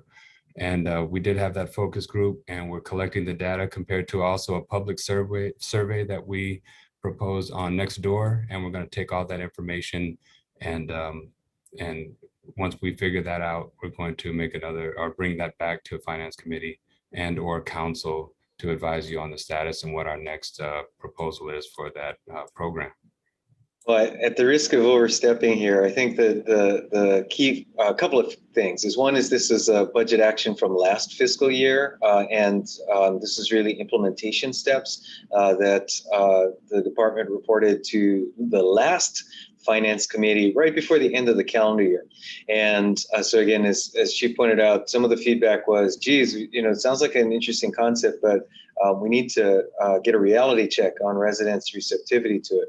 And I think while the chief is being appropriately, I think, muted in not overstating the receptivity, I think the reaction or general sense is that the feedback was really positive. And positive in terms of suggestions and openness, and actually pointed out the value of doing a focus group for specific testing out of the concepts that, again, similar to what we're doing right now, may seem really difficult in broad strokes, but then when you break it down and do some more homework on it, can really take a greater level of viability, and at the same time, maybe requires us to sharpen our pencil a little bit on expectations of revenue. So all of that's appropriate, but I did want to, while recognizing the difficult discussion that the committee just had, have this be a little vignette of how some of the follow-up and the work that our departments have been doing can really generate some promising outcomes. So thank you, Chief Blackshire. Yeah, thank you for the follow-up. And there was some, the value of the focus group. Not only did we get an overwhelming acceptance of the program, but also some good feedback to actually, some things we hadn't even thought of that will make it even better and more appealing for our residents to consider. So thank you for giving me that opportunity to speak on that. And thanks for doing that, because I think none of the three of us were on finance last year. So while we might have read the paper report when it came through, it's nice to have a little bit more of an update, and we'll look forward to seeing that again when it comes. All right, now back to Director Nozay for a wrap up. Yep, thank you, Chair Cormack. So not not a lot of wrap up from staff's perspective on this. Just for the committee to monitor their emails this evening / tomorrow morning, and also the public will be posting it to the agenda. Staff is expecting, as we discussed earlier this morning, to issue a revised, or not a revised, another at places memo for the committee's review with some of the additional information that's either been requested or some corrections to some staff work. As for the parking lot, just a status for where we are at. We are at $3.3 million is in the parking lot. As a reminder to the committee, the levers are additional ARPA, or the rescue funds. There's 3.2 sitting in a reserve right now, but as we discussed earlier today, that reserve will likely increase assuming the committee is on board with the revised number that the federal government has provided staff. And the other piece to remind, or the other two levers for the committee to be aware of, is, as just again a reminder, the budget stabilization reserve with the additional funding that staff outlined for FY21 this morning would bring the reserve to 18.5% of the 2022 expenses. And then the last not linchpin, but major variable that continues to be evaluated is, that I don't want the committee to lose sight of, is this budget assumes labor concessions. And again, that's not something we can do unilaterally. So to the extent we don't receive or reach mutual agreement on labor concessions with all groups, that's a $1.6 million hole that we would need to fill. So just, again, a reminder to everybody, we're going through some really tough discussions and wanted to ground everybody before we break. We will also ground you all tomorrow morning as well. Thanks for that, Director Nosey. That's part of why I think we might need to have two lists going forward to council. And just a reminder to everyone, tomorrow morning we start at 9. We will have the ever popular community and library groups together. Probably be a fair amount of comments, so we may need to limit it to 1 minute tomorrow.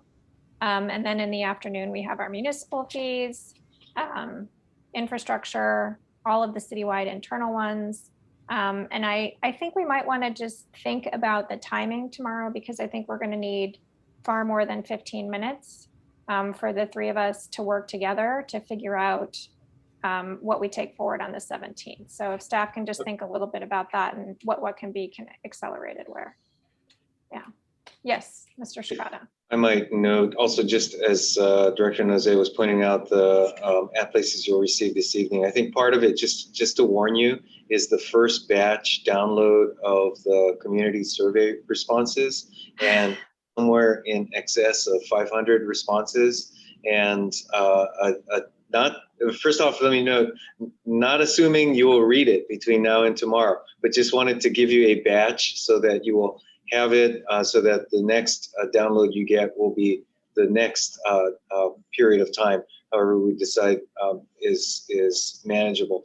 But just so you're not shocked when you see what is actually, I think, a 200-page document just with the again, download of responses. When are you sending that to us? That will be this evening, I believe.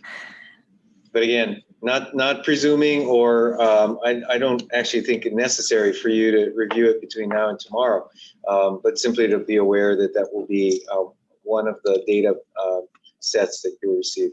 And staff will be summarizing that for us in some way? Eventually, yes. For the time being, it's just so that you have the comments, should you choose to thumb through them, to be aware of the in-progress feedback that has been coming in. Okay, well, I think it's unlikely that we will, depending on when you send it, all three of us will have been able to review it in its entirety. Can certainly commit to doing that by next Monday with all of the council, but are you anticipating giving us another update between tomorrow and the 17th? Okay, yes. So if it can just be clear whether it's incremental or the whole thing again. I know we got into trouble last year. Yeah. Before you send it. No, I just had one more thing on that. would also be helpful to the extent that any staff member is reading them to just give us a thumbnail on is the input consistent with what we've been receiving in email? I know we've all been working hard to keep up with that. So if it is, that's very helpful. But if it's not, then that's new information. Vice Mayor Burt, did you have something you wanted to add? Well, yeah, I wanted to make sure that as we're going into tomorrow, that the aspects of what Kylie was talking about in terms of levers, or might be described as a revenue parking lot, is inclusive of a number of things. One is we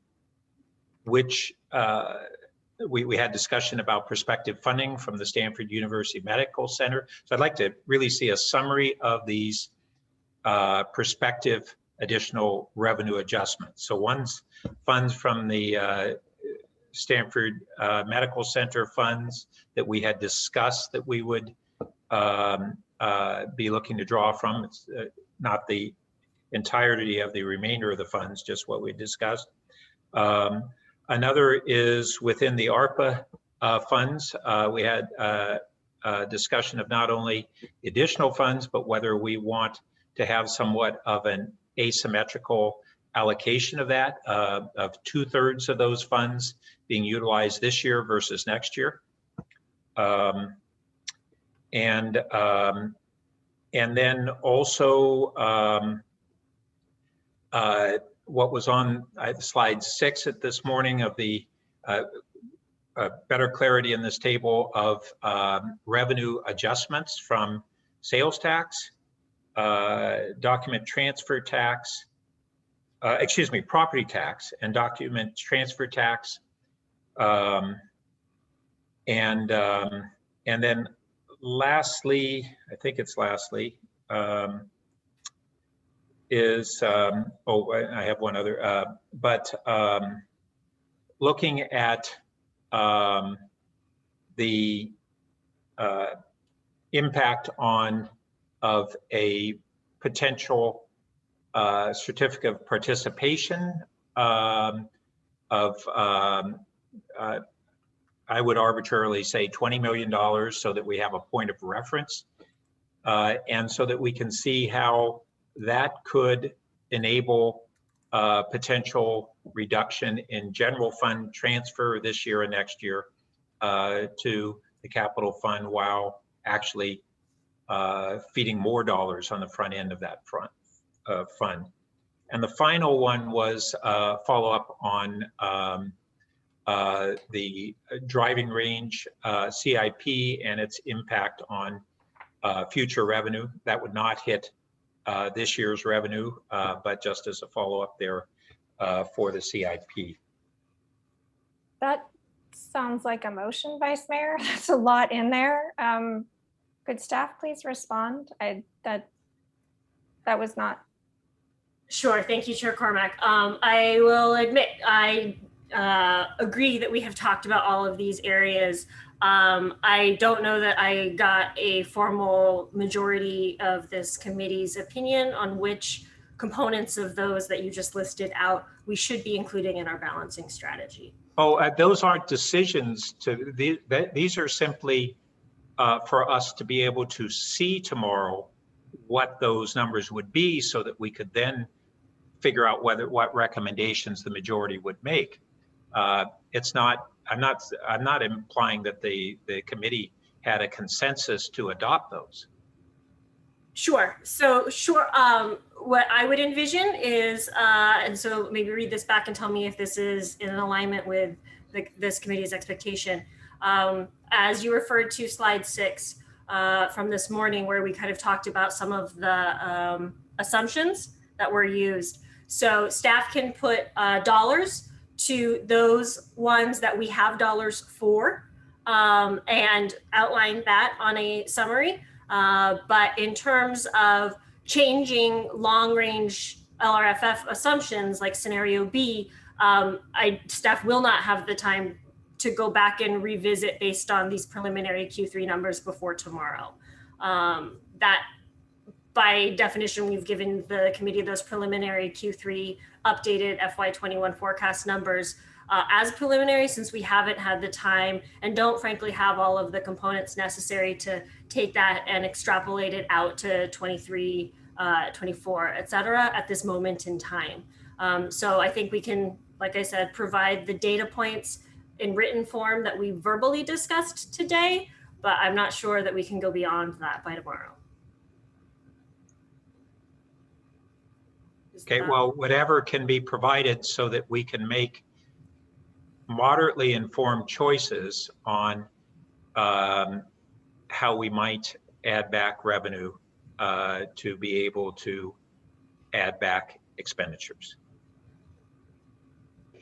So let me just confirm my read of that. It's basically a list of topics effectively that were discussed today, and I suspect the staff list may be incomplete, so we can read that back on the list. And topics isn't quite the right term. Maybe it's strategies or tactics or something to that effect. And then so we can list out our record of it, and to the extent it has been quantified, or it has already been quantified, then that can be annotated. And then there are probably some that would take additional analysis to quantify. So we can read that back to the committee to see which ones and how we might quantify. For the most part, I actually think these are very simple arithmetic on, taking, for instance, the 13.7 and multiply it by 0.67 and then subtracting the 3.1 that we already have in the budget. And sounds like the kind of thing Councilmember Philseth does in his sleep, but nonetheless. I'm just going to jump in and say, I actually think that what you're asking for, Vice Mayor, is not something for staff to do. It's something for the three of us to decide tomorrow. Well, but it's our decisions are ours. Having a calculation in front of us so that we're all looking at the arithmetic of that is what we need as input.